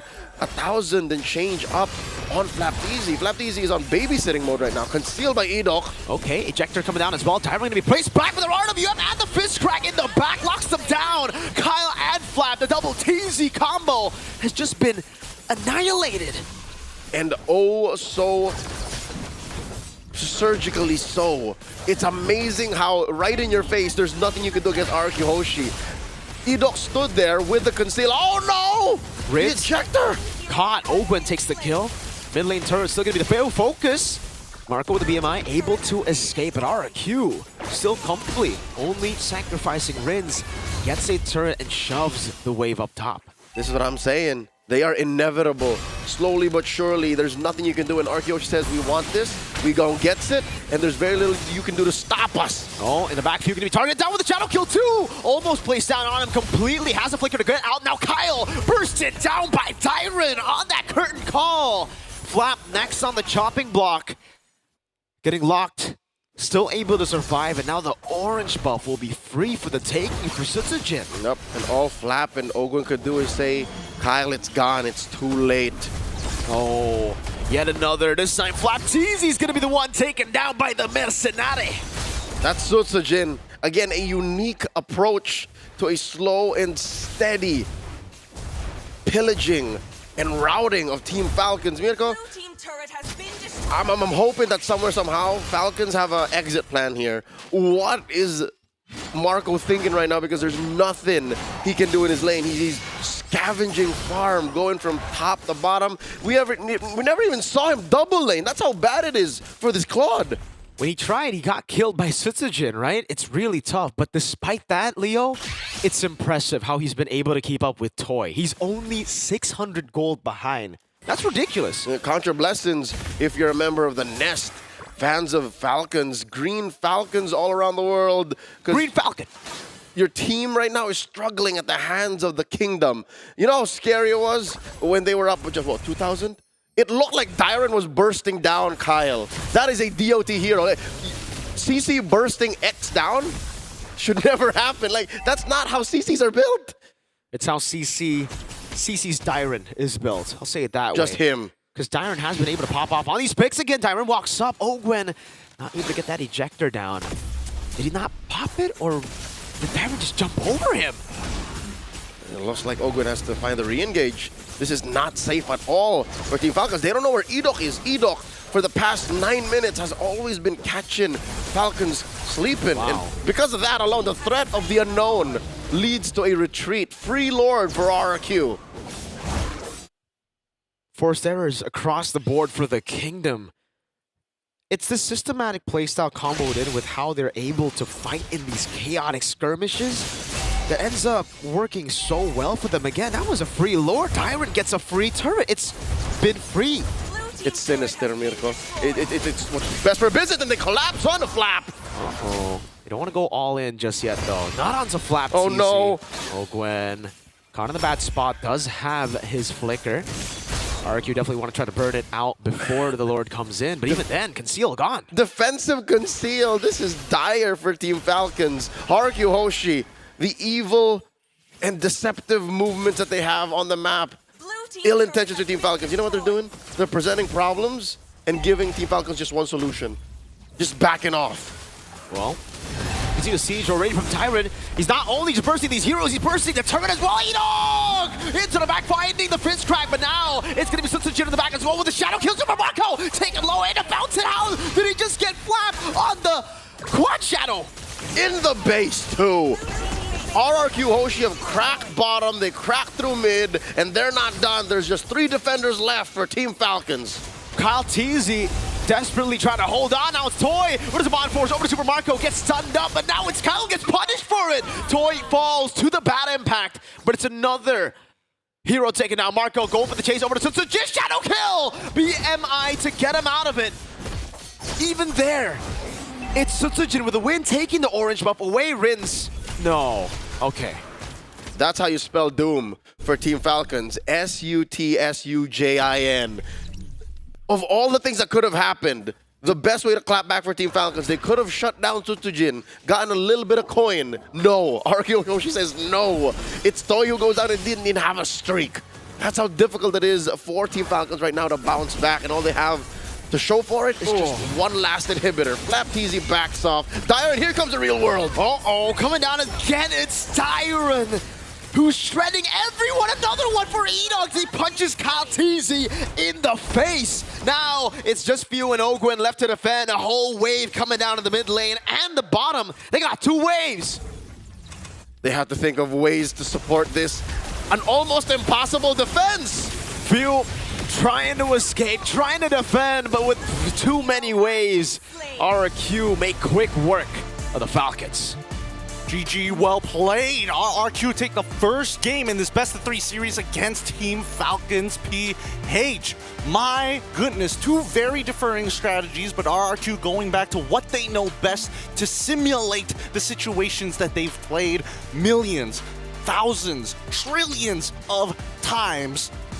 But Team Falcons, on the other hand, they've got some good ideas as well, but I think the draft is what really hurt them at the end. The power spike wasn't there, especially since they're so gold hungry. Yeah, it was too real how my inability to read the draft on RRQ bled into Falcons' reading of the map. Again, Edok hiding in almost every single bush that Falcons was trying to walk into or find a position nearby.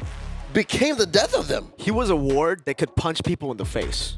It's lethal. It's deadly. It's so deadly. But also, props to Sutsujin for not dropping the ball too many times, despite his first death actually being because of a fast rotate coming in from Falcons. Again, to break it down for you, RRQ are still playing with their mid trio very, very often. Every single time you see Edok get a little too low, that's when Falcons does find that space. But they were playing very jungle-centric, making sure that, hey, Ogwin, those smart missiles, let's speed up that clear. Let's look for that invade because we are stronger now at level 3 than he is at level 4. And in my opinion, it's just odd to see that Falcons have gone for the exact same route in the first phase as Onyx did when they lost against RRQ in game number 1. It was, again, the Suyo, Jawhead, and Sicilian. I would like to think after seeing that game 1 against Onyx, RRQ against Onyx, that they would go for Suyo, Jawhead, but maybe the Moskov here. Because, again, they've seen the Harrod. Putting Super Marco on a comfort pick has been one of the ways that Falcons have been able to win out in most of their matches against the big teams in MPLPH, right? So, going up against RRQ, it felt like they just still wanted to stick to this, and RRQ clearly have made those adaptations already. That early rotation from Edok baiting Kyle to Kyle getting baited. Usually, you take the purple, you run straight to orange when you have a Jawhead. He got baited. Sutsujin, Edok, they knew about that. They knew he was going to do that. It's crazy prep.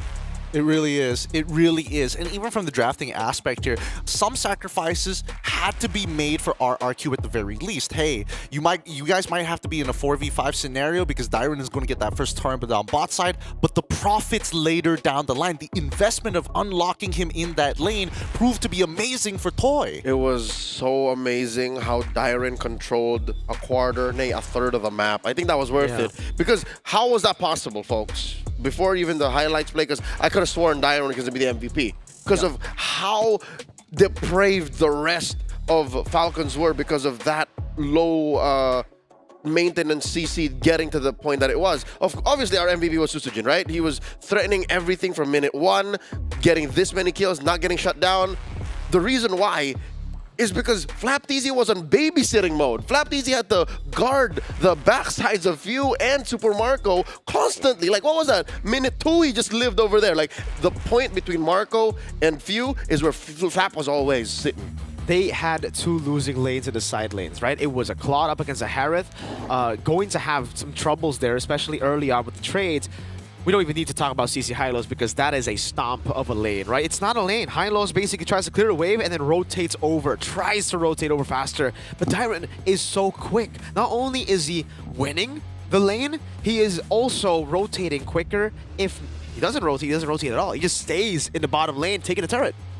Yep. I mean, I have to say, Sutsujin continues to impress me, right? Like, before, we were like, his Hayabusa was kind of like, eh. Today, his Hayabusa is looking impeccable. Immaculate, even. How do you deal with him? And honestly, why is he getting away with this so very often?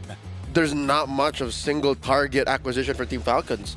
Sure, you have a Jawhead, sure you have a Hylos, but these two are super preoccupied. You have Edok, you have Dyron to deal with, and that's why Sutsujin, where you thought he would have got shut down, right? That's a lot of gold that we were expecting for Team Falcons to get in the punish. They couldn't get him. I think the majority of RRQ fans, majority of analysts as well in MPO Indonesia, after seeing Hazel's performance with RRQ, felt like Hazel was the better fit for RRQ. Just the way that they were able to dominate every single match. Sutsujin played 2 matches so far out of 5 in MPL ID. To go for the streak? Yeah.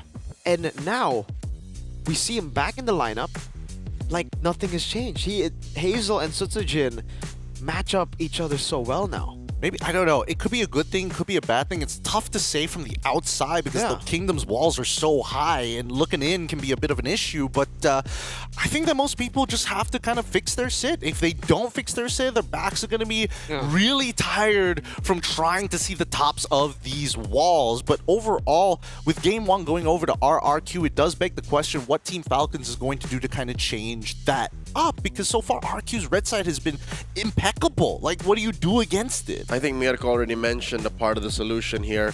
One way to try and get to Game 3, Team Falcons has the number 1, watch their step. Don't fall for Kez Cute's tricks. He's got a utility belt, smoke bombs, caltrops, ninja stars. Anti-shark spray. Yeah, you already saw what they did to Onyx with the Adi opener, right? So avoid that. And number 2, get Marco comfy. That was a losing, again, an A-class marksman. I would say even B. B+. B+. Going up against a Harith. Bro, people would give up so much for a Harith. So much. Truly, truly. With that being said, we're going to go on a short break, and when we come back, we're going to be witnessing game number 2 between these top caliber teams here at the Snapdragon Pro Series Mobile Masters right after this break.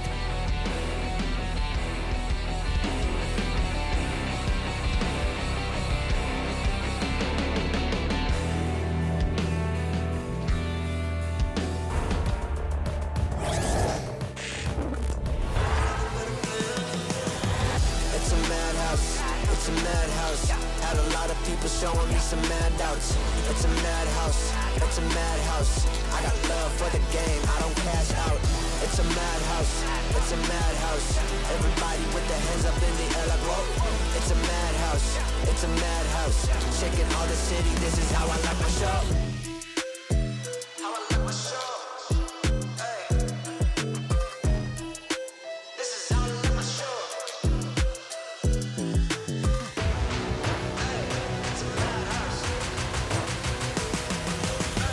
It's a madhouse, it's a madhouse.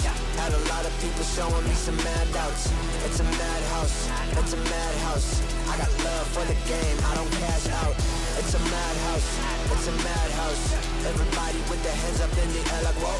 It's a madhouse, it's a madhouse. Shaking all the city, this is how I like my show.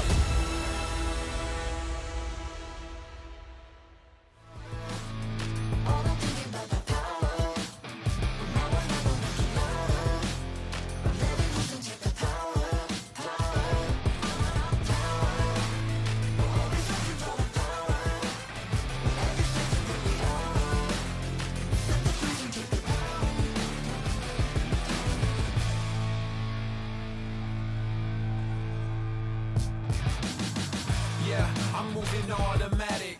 See the top spot, but I move right past it. You're not number one, man, you thought you had it. I got what I want, now it's more than average. We are the masters. Now we back on the roll, headed back to the throne, cause we back what we on. Now we here to set the tone, got the spirit, got the soul, never question the power. Yeah, we showing you the power. Power. Make it loud. Power. Power. Don't waste a minute.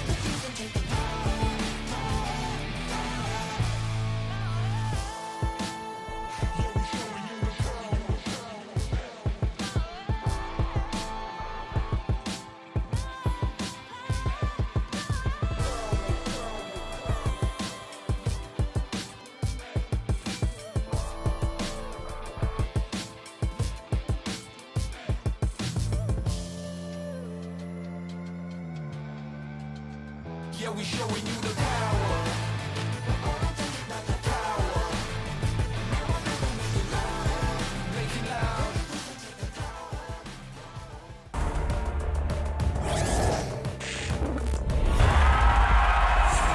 Here we go! The Snapdragon Pro Series is brought to you by Snapdragon Elite Gaming and DHL. As the sun begins to set here in Jakarta, the SBS group stage is about to come to its conclusion, if not an extension here between our top-tier teams here at the Mobile Masters. My name is Yin Q, and once again, back from the break, the adaptations have been set and are going to be in play. Of course, our professionals here at the desk in the set, it's going to be Leo and as well as Mirko to keep you guys accompanied for the match. Remember, you're watching the A side, the best stream, the best side amongst all 3 streams. And in case you're wondering, say hi to Chantel for me, all you Filipino fans, because I just saw her go live, and we might as well just bomb it with A side while we're at it. Essa! Everybody go check out Chantel's live and go, Essa! What's going on? Aurora Turkey! getting one over Onyx. Yo. This is an important match. Also, go over to Stream Seat and say ASAP while you're at it. This match here is going to predetermine who makes it into the playoffs. Wait. If Aurora sweep, Onyx out. Yeah. That's the case. That's the case. I think it's. I think it should be. Yeah, just to reiterate the stakes, folks. Just to reiterate the stakes, because when I'm looking at the current group standings here, it was 8-6, so 2-point differential. And if it's 2-point differential, becomes 9-8. That's a knockout. So Onyx need one win. No, Onyx would need. If they need to win. No, they just need to win. They need to win the series. Yeah, because if they only get 1 point and they lose to Aurora, then the head-to-head would favor Aurora, right? Correct. Technically, Wow. we will get confirmation on this later down the line. 8-6. Wouldn't it be 9-8 then? This is on the. We will get things confirmed Okay, later down the line. We'll work it out. We'll work it out. We have to focus about this one because this is for the top seed, the top spot, the best of 5 bye going into the winner of this match. And now, just to keep you guys informed, we have received information. Good old reliable Zipper has pulled through for us again. They are swapping out Sutsujin. They're putting in Hazel. Timing. Perfect timing. Okay, Miracle, I know Sutsujin. I love Sutsujin. What do we expect from Hazel? Hazel's more of the instinctual one, right? When you talk about, when you hear Kezcute say Sutsujin is unique, Sutsujin is more of the calculated guy. You mean Hazel? No. Hazel is more calculated. No. It's the opposite. Sutsujin is a guy who's more calculated. Hazel is a loco? Hazel is a loco one. He's a loco. Is he Geeler? He is pretty Geeler, man. Especially with the Hanzo. He performs on heroes that you wouldn't see Sutsujin play. Like, again, he plays the Ling. He has played the Ling. He's played the Hanzo before as well. It's all about just sheer mechanics sometimes, sheer muscle, you could say, from Mr. Hazel in the gym. Well, I mean, you can thank the MDL for that. The global ban system. Actually, he's never played in an MDL. Really? He's a straight call-up. Wow. He's a straight Liga call-up. Nacional to Geek Fam, and then our straight call-up, this young man. Straight call-up. Wow. I thought of all people who might have been from the MDL, Hazel could have been one of those players. Now, with RQ Hoshi on the blue side, Team Falcons on the red side, the first pick has already gone through, and Harith Toy has been performing phenomenally. Doesn't make any mechanical mistakes on Harith at all. His laning is superb, but now we finally see the Matilda. It was not banned in game number 1, but is now picked up here in game number 2 with an abysmal win rate of 25%. But they're also pairing it up with good old Phoveus. Wow, Leo, Matilda Phoveus. What are your thoughts on this? I love it. When Team Falcons get their hands on heroes like this, despite Matilda's currently low win rate, I believe they're just playing to be able to recover. Like these two heroes, when you're playing in a metagame like MPL Philippines, there's nothing that can get you when you play with heroes that can reposition and that can go deep in the paint when the timing is right, the way that they do here. But RQ Hoshi, I'll tell you now, are picking up some solid bombs. 100% win rate on that Franco. And the range they're playing with on Rins. Yeah, this is going to be an interesting one. I mean, it begs the question, what Matilda should take as their, not only emblems, but more importantly, their battle spells here. Purified. The Purify is going to be so important, but that forces you to play ultra defensively. It's not going to be as easy to do those clutch saves without the flicker, but Edok has been, ridiculous on this. Literally T-posing on teams with his presence alone. So, undefeated. By the way, this Franco is always comboed in together with a Sicilian. It's never been a Franco without Sicilian for RRQ. Every time they see this, you see the Franco, you see the Sicilian. But when you see the Sicilian, you don't necessarily see the Franco. So again, it's the combo. Sanguine Claws into Iron Hook that makes RRQ's duo in the mid lane so lethal. But for Falcons, pretty obvious they were going to go for the Granger there, not banned out, and it's the obvious trade against Harris. Last chance to get it. There was no way they were going to let it through. Same way with Cecilia and Franco, like they're on blue. So if you let one of them through, show the other, best believe Falcons was going to ban it out. Yep, and Lucas ban followed up by the Hayabusa ban. Team Falcons still remembering what happened in game number 1 with Sutsujin. I think there is a certain level of conditioning that has been applied by RQ Hoshi. I don't know whether this is the play, though, whether to be very recovery, very defensive for the side of Team Falcons, but I guess they want to have a cleaner game, a more, a clearer flow chart of scaling. Yeah.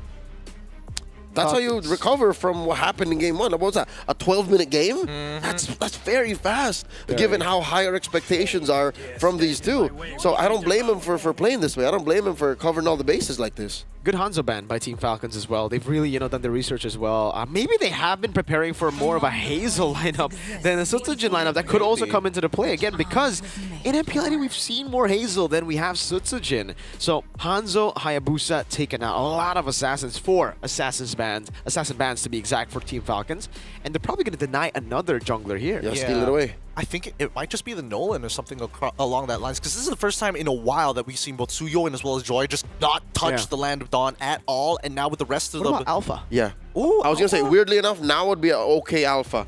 But if that's the case, maybe don't pick it at all. You see, don't pick it at all. Pick something else and see how far Araki Hoshi is going to be committing to give Hazel a good hero. I suppose.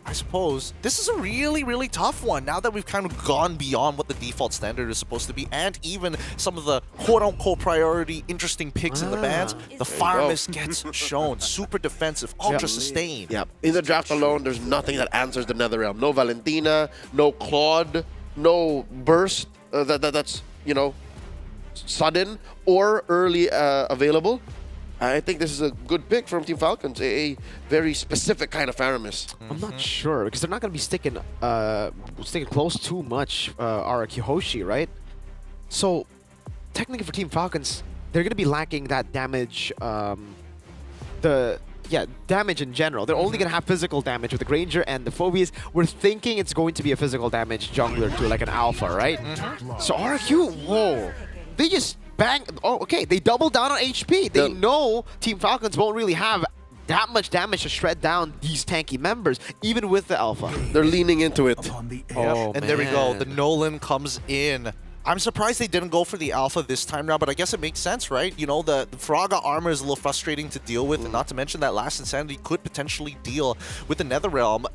We'll see how this one plays out. This is one of the more interesting drafts we've seen here at Mobile Masters here, and personally for me, I'm leaning just a little bit more towards Team Falcons. That last jungle pick was the rough one to watch, especially when you're up against a Franco. Yeah, especially considering, again, when I said earlier, Team Falcons, with the Faramis, they're going up against RRQ, who are not really going to be sticking too much together earlier. I was thinking they're not going to clump up. Falcons will probably want to clump up a bit more. Everybody except for the Nolan, I would say, right? Yeah. Because you want to play with Faramis, you want to play with the healing and the guiding wind, and that's where the X-Borg comes in with the Sicilian and Harith. Oh boy, it looks like there's going to be a pause here. You can see that Super Marco is raising up his hand. Thank God before going into the game. No time lost there. Good catch here from Bulletproof Marco himself. Reflexes, sharp as ever. All right, at least it's not something regarding the draft, because already the last phase was a little, exotic for us, a little too wild.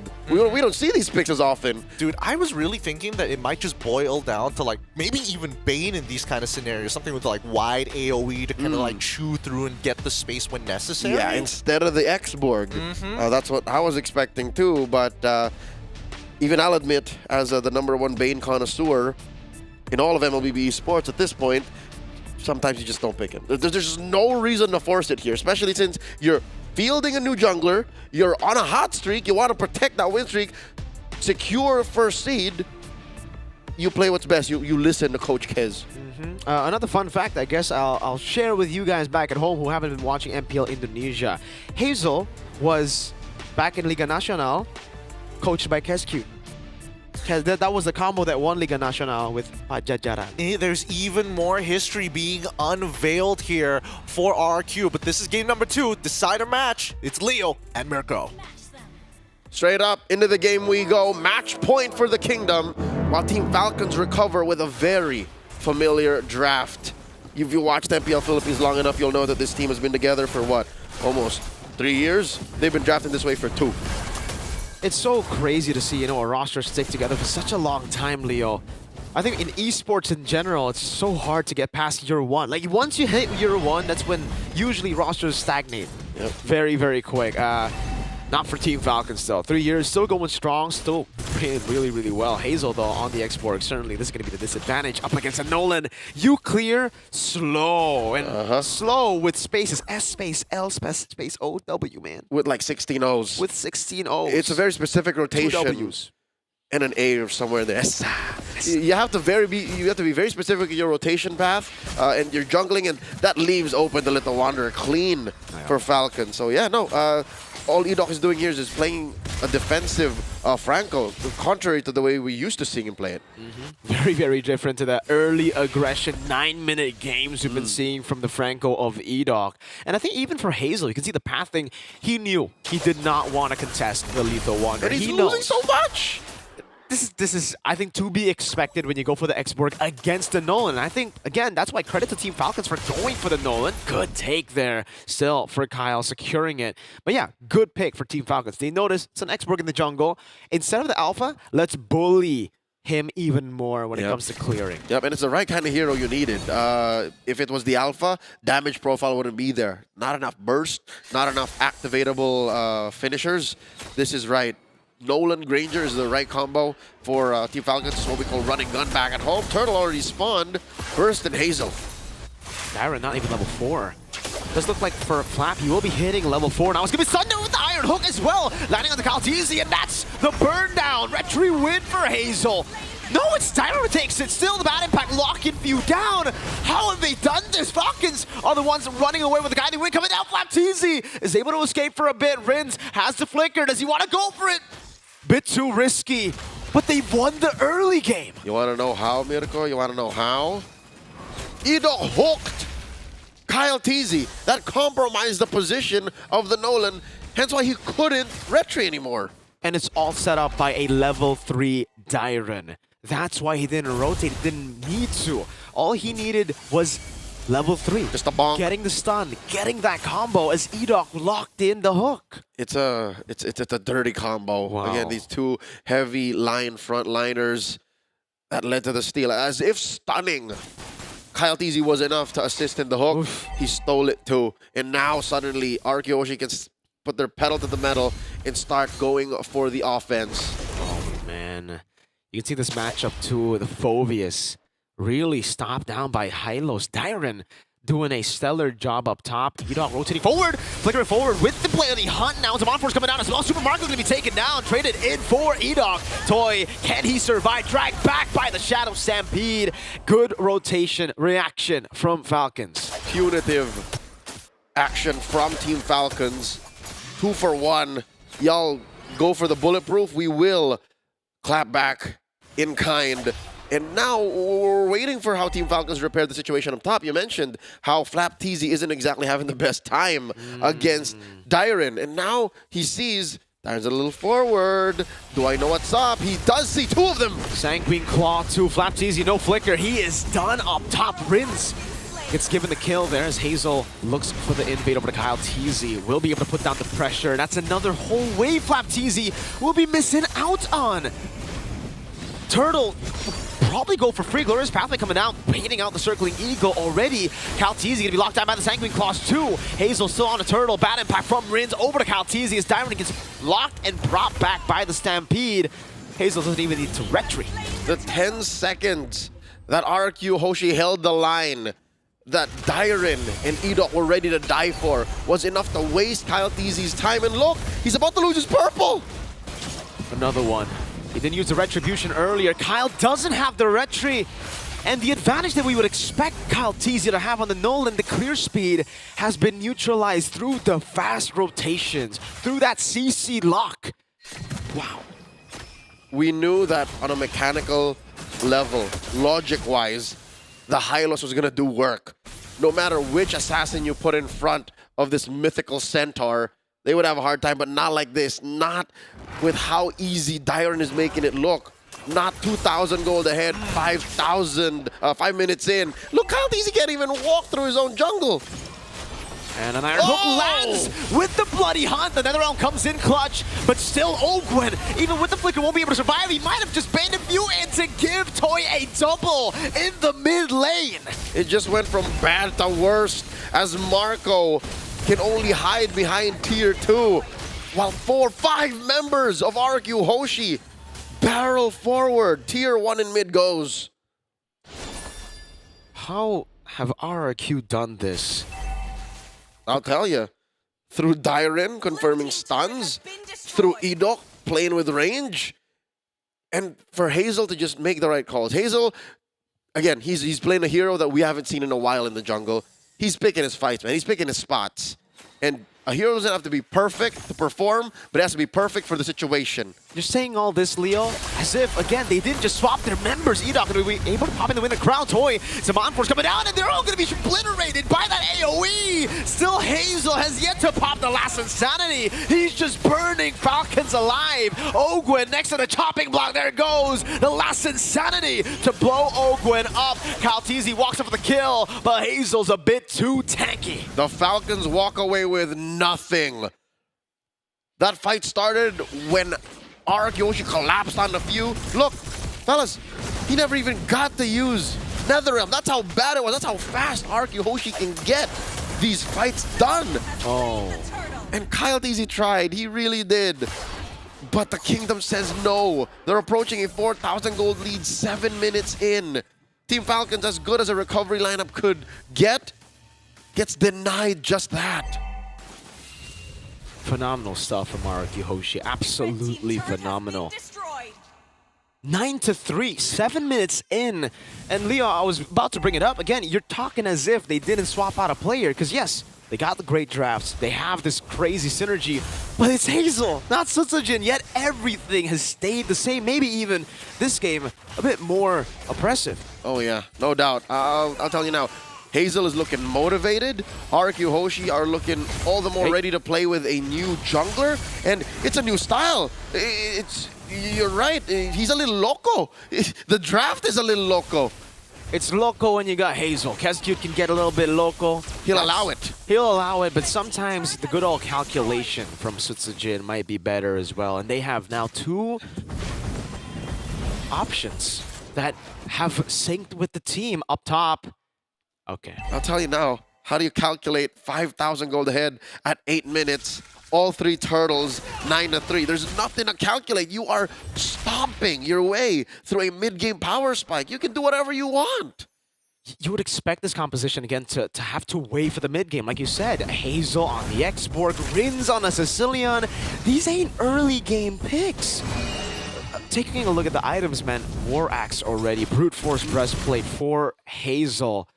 And he's keeping up with the farm of Nolan. Kyle TZ is only ahead by 200 gold. But Mirko, get this, that's the only thing Kyle TZ's doing. He's literally just farming. Yeah. He couldn't even touch the turtle earlier. He tried, but, you know, came about this close. I'm holding my hand like 6 inches apart, but it's not close at all. And who can he really target is my question here. Rins, that's it, right? Because even Toy, he has ways to deal with the Nolan. Heck, I would say Toy would do better against the Nolan on the Harith. That's right. And now, Team Falcons can't even think of contesting the Lord. Wow. They push back any level of resistance. Ogwin had to dash out of there. Kyle is thankful he can touch his orange, at least. That's a 9-minute holy crystal for Toy. Toy's rocking Wishing Lantern from Rins. Yep, Toy's rocking the Mage Gold Lane Trinity. Oh, man. Feather of Heaven, Starlim Scythe, Holy Crystal. Again, you're right. At this point, I'll agree with you. Kyle TZ would regret trying to pick a fight with Toy. Oh, Tyrant gets pulled in. Oh! Iron Hook Flicker not able to land, but Few has been taken quite low. Force to back away. Might be able to go for the Holy Defense. Again, baiting out Super Marco with the dash right there. Is that going to be Hazel? Lock time quite a bit. Ooh. Able to get out. Does pop the Holy Defense. Now does not have that Faraga armor. Lord charging down to the bottom lane. Able to get that charge down. Sanguine Claws and Iron Hook. Not landing. Glorious Pathways over them away. Now it's also a full fight with a dive in, but it's Mew gets obliterated. Still Toy free, hitting in the skirmish. Dire in the front line. Toy getting a double, looking for another. Kyle forced back. No minions, no problem. The dive continues. Few and Ogwin popped their flickers. I was wondering, why not the Purify? Again, hindsight is 2020, but a Purify would have been very much in order here in a matchup like this. That's why it's so hard for Team Falcons to pick these fights. That's why it's so hard for Team Falcons to even respond when Yoshi says it's go time. I honestly cannot blame him here, Leo. They thought they would be the ones ahead in the early game with a Nolan farming 2 times faster than an X-Borg, with a Phoveus Mathilda and a Faramis.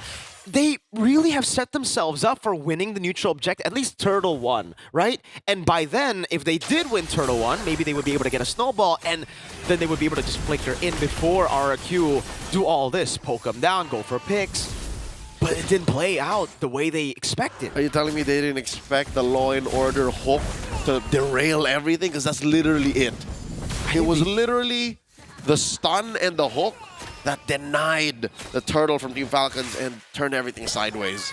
But even then, right, it was the guy who couldn't go for Purify, who got stunned, hooked over. So, yikes! It's a difficulty in recovery. Yeah. And Team Falcons aren't armed for that. Again, the Purify, sure, the Flicker, sure, will reposition you. But when RRQ Hoshi move forward, they really have no way back. Again, they're not the ones playing with the Matilda. It's Team Falcons playing with the Matilda. Now they're approaching a 9K gold lead. And Rins and Toy are ready to go. All right, let's check what Team Falcons are building here. Not a single one is ready to take on that kind of magic damage. No. And not a single one of them can really hurt the front line of RRQ Hoshi at this time. RRQ have built themselves up so well, these frontliners, to Hazel. What is he sitting on now? Immortality. Oh, make that 3 now health bars that you're going to have to deal with against Hazel. And he already has a Dreadnought armor. What happened to Calteezy? That's going to be a kill back. Edo finally taken down. Super Marco picks up the kill. Finds the Malefic Roar, Sanguine Claws landing. Ogwen with the Flicker around. Glorious Pathway and a Flicker forward from Rins. This is a 2v4 and they're taking it. Rins gonna be jumped on now, but Toy in the back line is dismantling everyone. Ogwen now still up there. Triple kill taken out. Super Marco falling under that base turret too. And now Few has to do damage control. Gotta clean up the Falcons' nest because there's waves crashing through. A base left standing and 2 members of the Kingdom knocking on your door, plus a Lord. It's GG. Few can only just watch as the Lord of the Kingdom slices and dices, cracks that base open. They remind me of exactly why I was so Kingdom these past few days. RRQ Hoshi with a sweep and a debut of Hazel at Mobile Masters. GG, well played to RRQ. The execution order was given by the King and they played it perfect. Oh my goodness, I have not seen the Kingdom, or not many teams, can put Team Falcons into a vulnerable, submissive position like that. They were on their back foot since the first Turtle. And it seemed so simple, but again, as Mirko said, you can't blame them. Falcons played to win. And when they were denied that avenue, they were left with alms. They played through their win cons, right? This draft was supposed to, again, win on the early game at least through having the level lead against Hazel. Having the rotation advantage in the early parts of the game through the Mathilda plus the Phobius winning out early on in the lane. RRQ didn't care. Dyron was level 3. He just walked in, stunned Kyle, set us up for the Iron Hook. I hate to say it, but full circle. We always talk about how Coach Kescute has prep time, right? We've seen a lineup like this from MPL Philippines. They've done it at least a couple of times in Season 15 alone. This is run and gun. Coach Kescute found the answer to stop run and gun. It was in the folder. Man, I don't know what to say, because again, when I was looking at RRQ's draft, I'm like, yeah, they're eventually going to scale. They've got a really good mid game, and then I was watching how the early game was starting to play out, and I'm like, okay, Falcons just need to hold that tempo, hold that momentum. I didn't expect it to break so early on, and I think, you know, the real, when you know that the game is about to come to its end, it's when Rins is able to level 3 bat impact say, your Netherrealm doesn't mean anything. I break your temp HP in 1 bat impact. That's how crazy it was. This Sicilian is always comboed together with the Franco of Edoc. We didn't get to see those combos. Actually, we got to see a different combo. Dyron and the Hylos being the one to set up for those iron hooks. Or just Edoc landing it flat on anyone from Falcons, because again, they didn't play defensively. They didn't play for those purifies. They didn't want to go mid-game. Being behind. They wanted to play to win, as you said. I have to ask, Hazel as a player, he's bringing something else to RRQ, and it's not a matter of, oh, is Sutsujin better mechanically or is Hazel better mechanically? It feels like he brings something outside of the game, and it synergizes well with the shot calls from Commander Rins. He's way more aggressive as a player. Like I said, he's the instinctual one. He's the guy who would feel like it's the right call and go in. He wouldn't think about it much, and sometimes you need this kind of player. Sutsujin is home RRQ. Yep. Hazel is away RRQ. He's the invading force. Yeah, he changed the game. You basically turned the katana the other way, and now it's a sharp edge. Oh boy, look at that. A 13-minute game and so many trades occurring. The biggest and cleanest fights coming roughly between the 5th and 10th minute. I'm guessing rather around 7 to 8 where we saw the big differential start to add up for RRQ. They really took that power spike extremely hard. Small synergies, but most importantly, a composition that's heavily around, hey, you get some space, you get some map control, we can force you to do what we want. Give it up for our MVP, Dyron here, 2-0 and 11 with an 81 kill participation. All right. In game 1, clearly it was Sutsujin game. He was MVP there. But then alone, Dyron was planting the seeds for his MVP shout out, you know? And here, finally, from that minute 2, stun to set up the hook, and then all the way to just depraving Kyle Teasy of farm and just denying the rest of Falcons from getting into, again, serve up Guiding Wind, serve up Circling Eagles, serve up Netherrealms. Dyron was there for all of that. He really was. And I mean, he literally went into his jungle and told him, hey, put him up. Put him up. We have to brawl. You want to brawl it out? Let's go. Centaur versus you, human being. Dimensional Rift Traveler, but doesn't matter. Well, either way, doesn't matter. It's impossible. It's really, really difficult, especially without the right equipment and the right battle spells to kind of deal with the Mr. T-Pose himself. You know, it's what can you do? I mean, the space he creates alone is disgusting. It really is. And again, the timing from Toy, they're all reliable, right? Again, it's everybody doing their job. When you're talking about RRQ, obviously there are these star players, Dyron and Edog. Those two, in my opinion, are levels above the rest. But everybody does their job really well. They exceed. It's like, I don't know how to describe it. You know, usually you have one guy carry the bags, the other's just like there. Nope.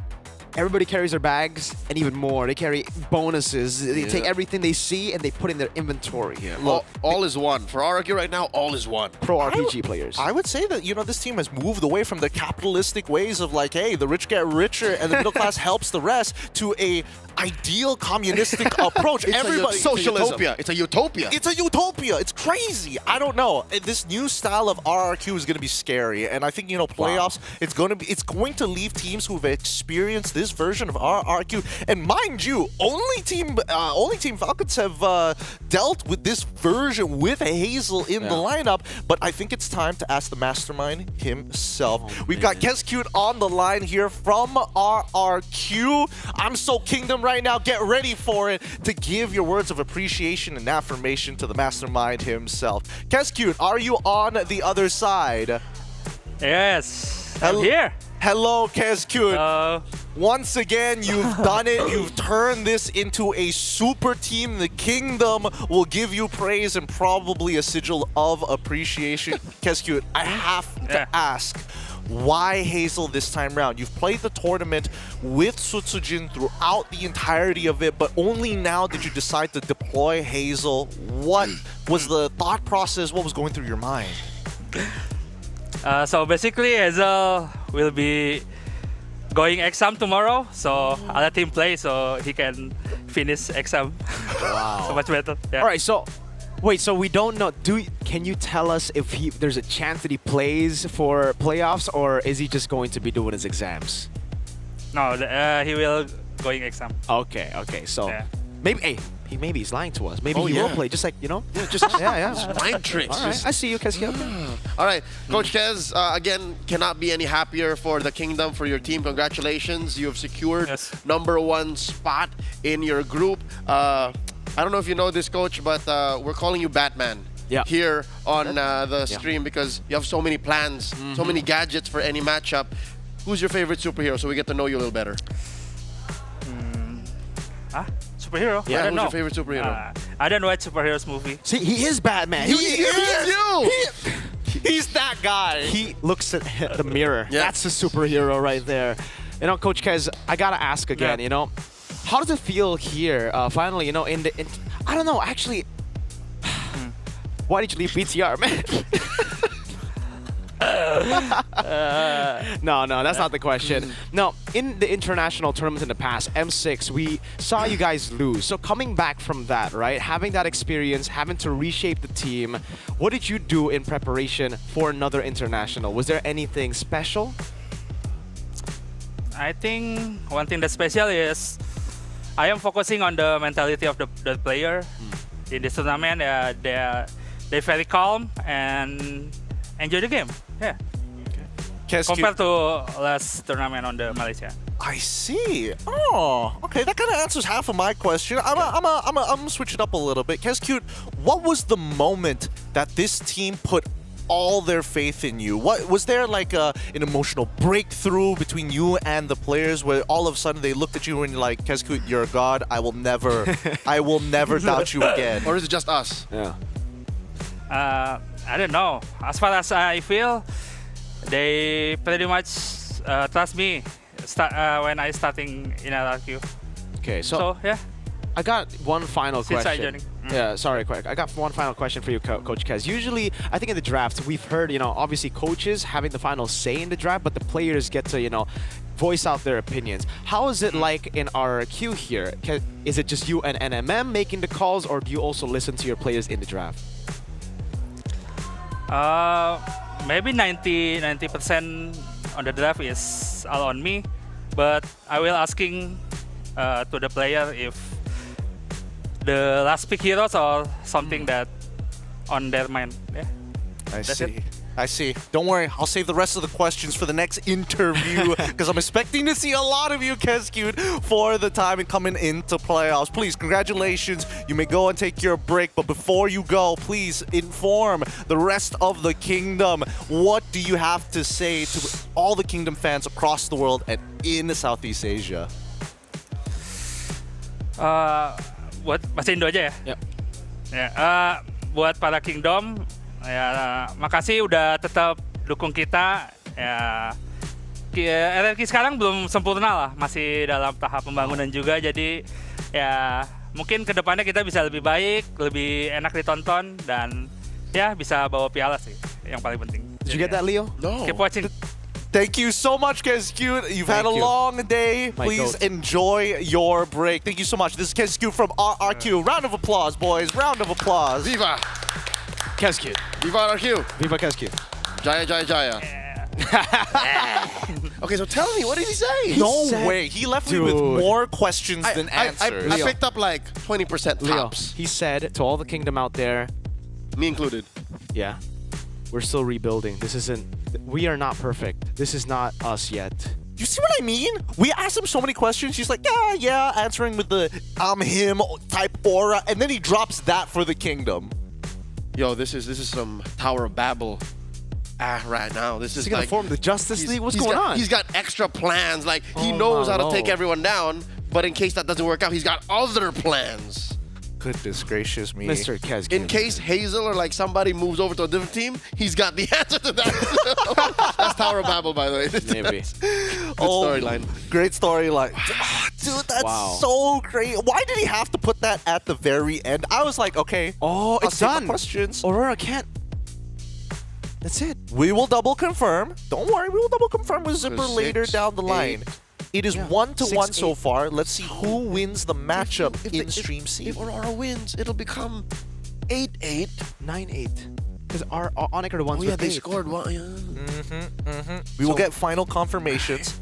But for the time being, Stream A is complete. This is our very final series from the A side stream. Let the other streams know who's on top here, because we are trying to give you the best of the best, and we caught the best of the best in terms of action from RRQ, from every team who has come onto the stream. Thank you so much to everybody out there for watching. This has been quite an enjoyable time. Boys, this gives us a little bit of time to kind of talk about and kind of sum up the entirety of the group stage. What are your, what are your thorns? What are your buds? Of thorns being something that you have grievance with, buds being the best part, and what are the fragrances, the part that you will walk away thinking, yeah, I'll remember that. May I begin? Yes, you may. It is a single coin that is two-sided. One, I betrayed the kingdom. I predicted against my family.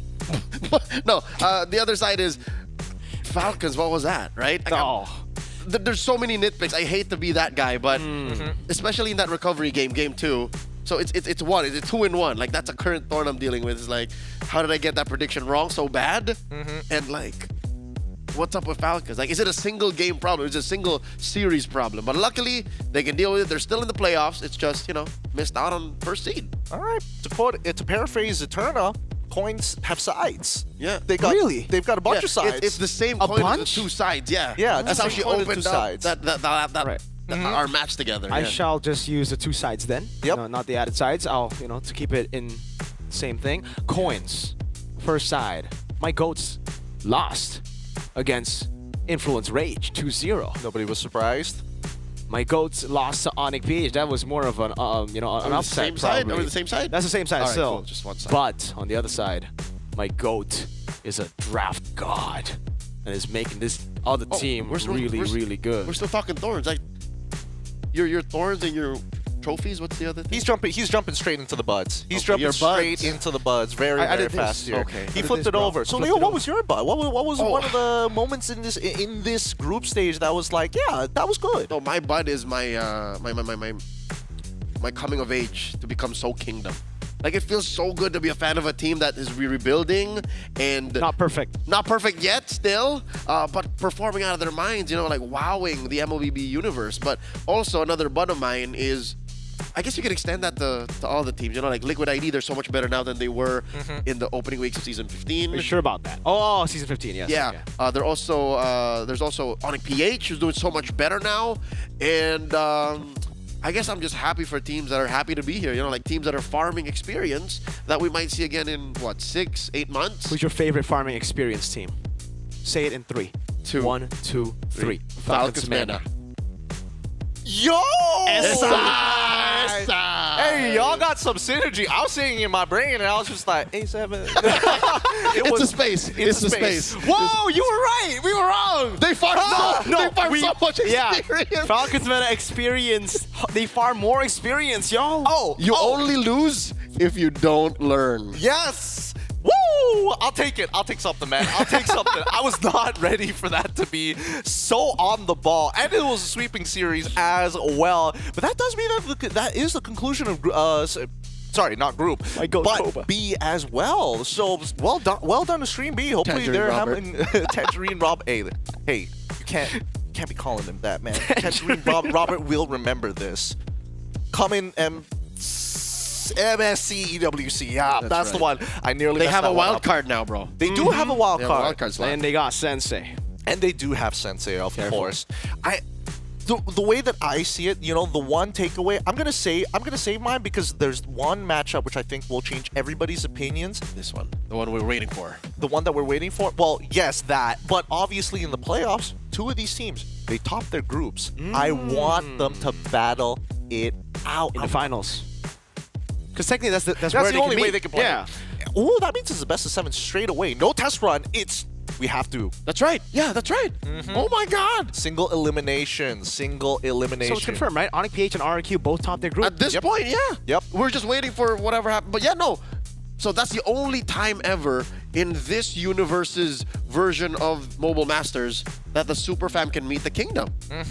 Well, with that being said, if you guys are curious about what's going on with the brackets, I'm not sure what's happening, go over to Stream C and make sure you let them know that A-Side sent you guys. Spam the A's in the chat, in caps, actually, they could just put a bunch of ats as well. You know what? Do that as well. Capitals, non-capitals, and ats in the chat on Stream C if you're heading over to go check out what those results are, because this is going to be the wrap-up of Stream A, and I think that's going to be my fragrance, man. You guys have made it such a great time here, and don't forget, you guys can also participate in improving the streams to help B and C catch up to how swaggy and cool we are in Stream A on A side. Scan the QR code and please give us your feedback. We'll take anything. We'll take anything. But also, don't forget to follow ESL on their own social medias. If you're wondering where they are, you can find them at XD Everything app, ESL MLBB. You can also find them on Instagram as well as Facebook. Same thing, ESL MLBB, all consistent on the way through. Any final words before we close out for the group stage here, Mirko and Leo? Have a blast watching the playoffs later on. What about you? This is the peak of mobile gaming.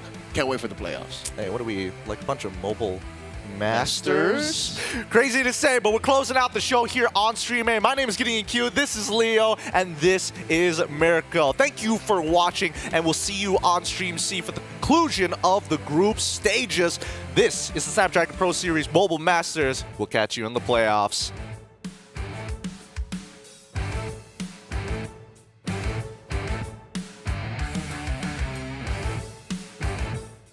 The Snapdragon Pro Series is brought to you by Snapdragon Elite Gaming and DHL.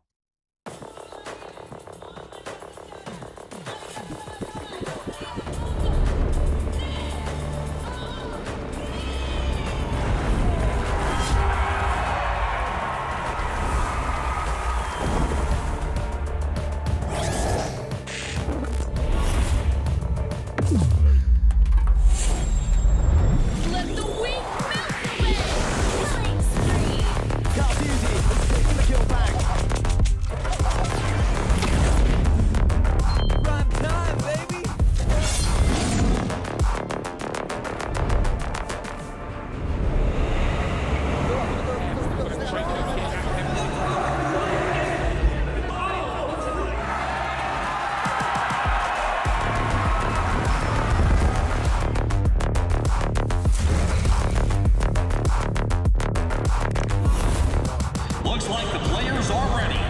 Here we go!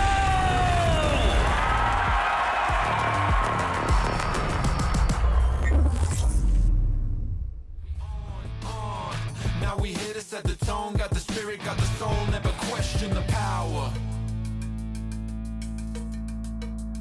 Yeah, we showing you the power. Power. Make it loud.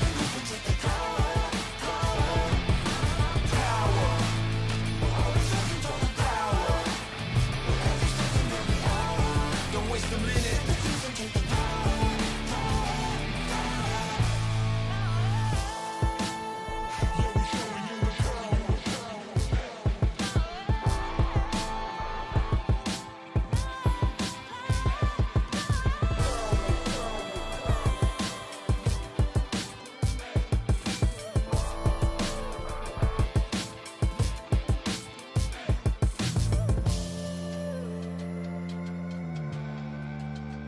Yeah, we showing you the power. Power. Make it loud. Power. Power. Don't waste a minute. Yeah, I'm moving automatic.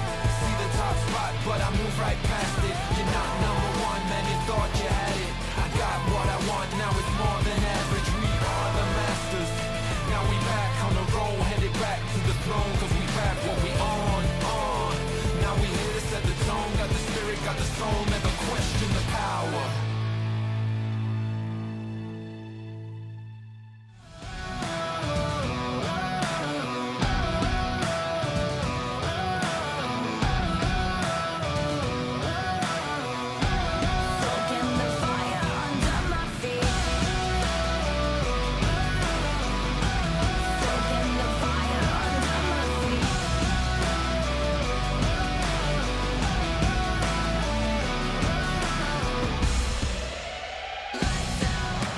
This is what we came for. Watch out. What we got you can't handle. Step out. 'Cause we don't ever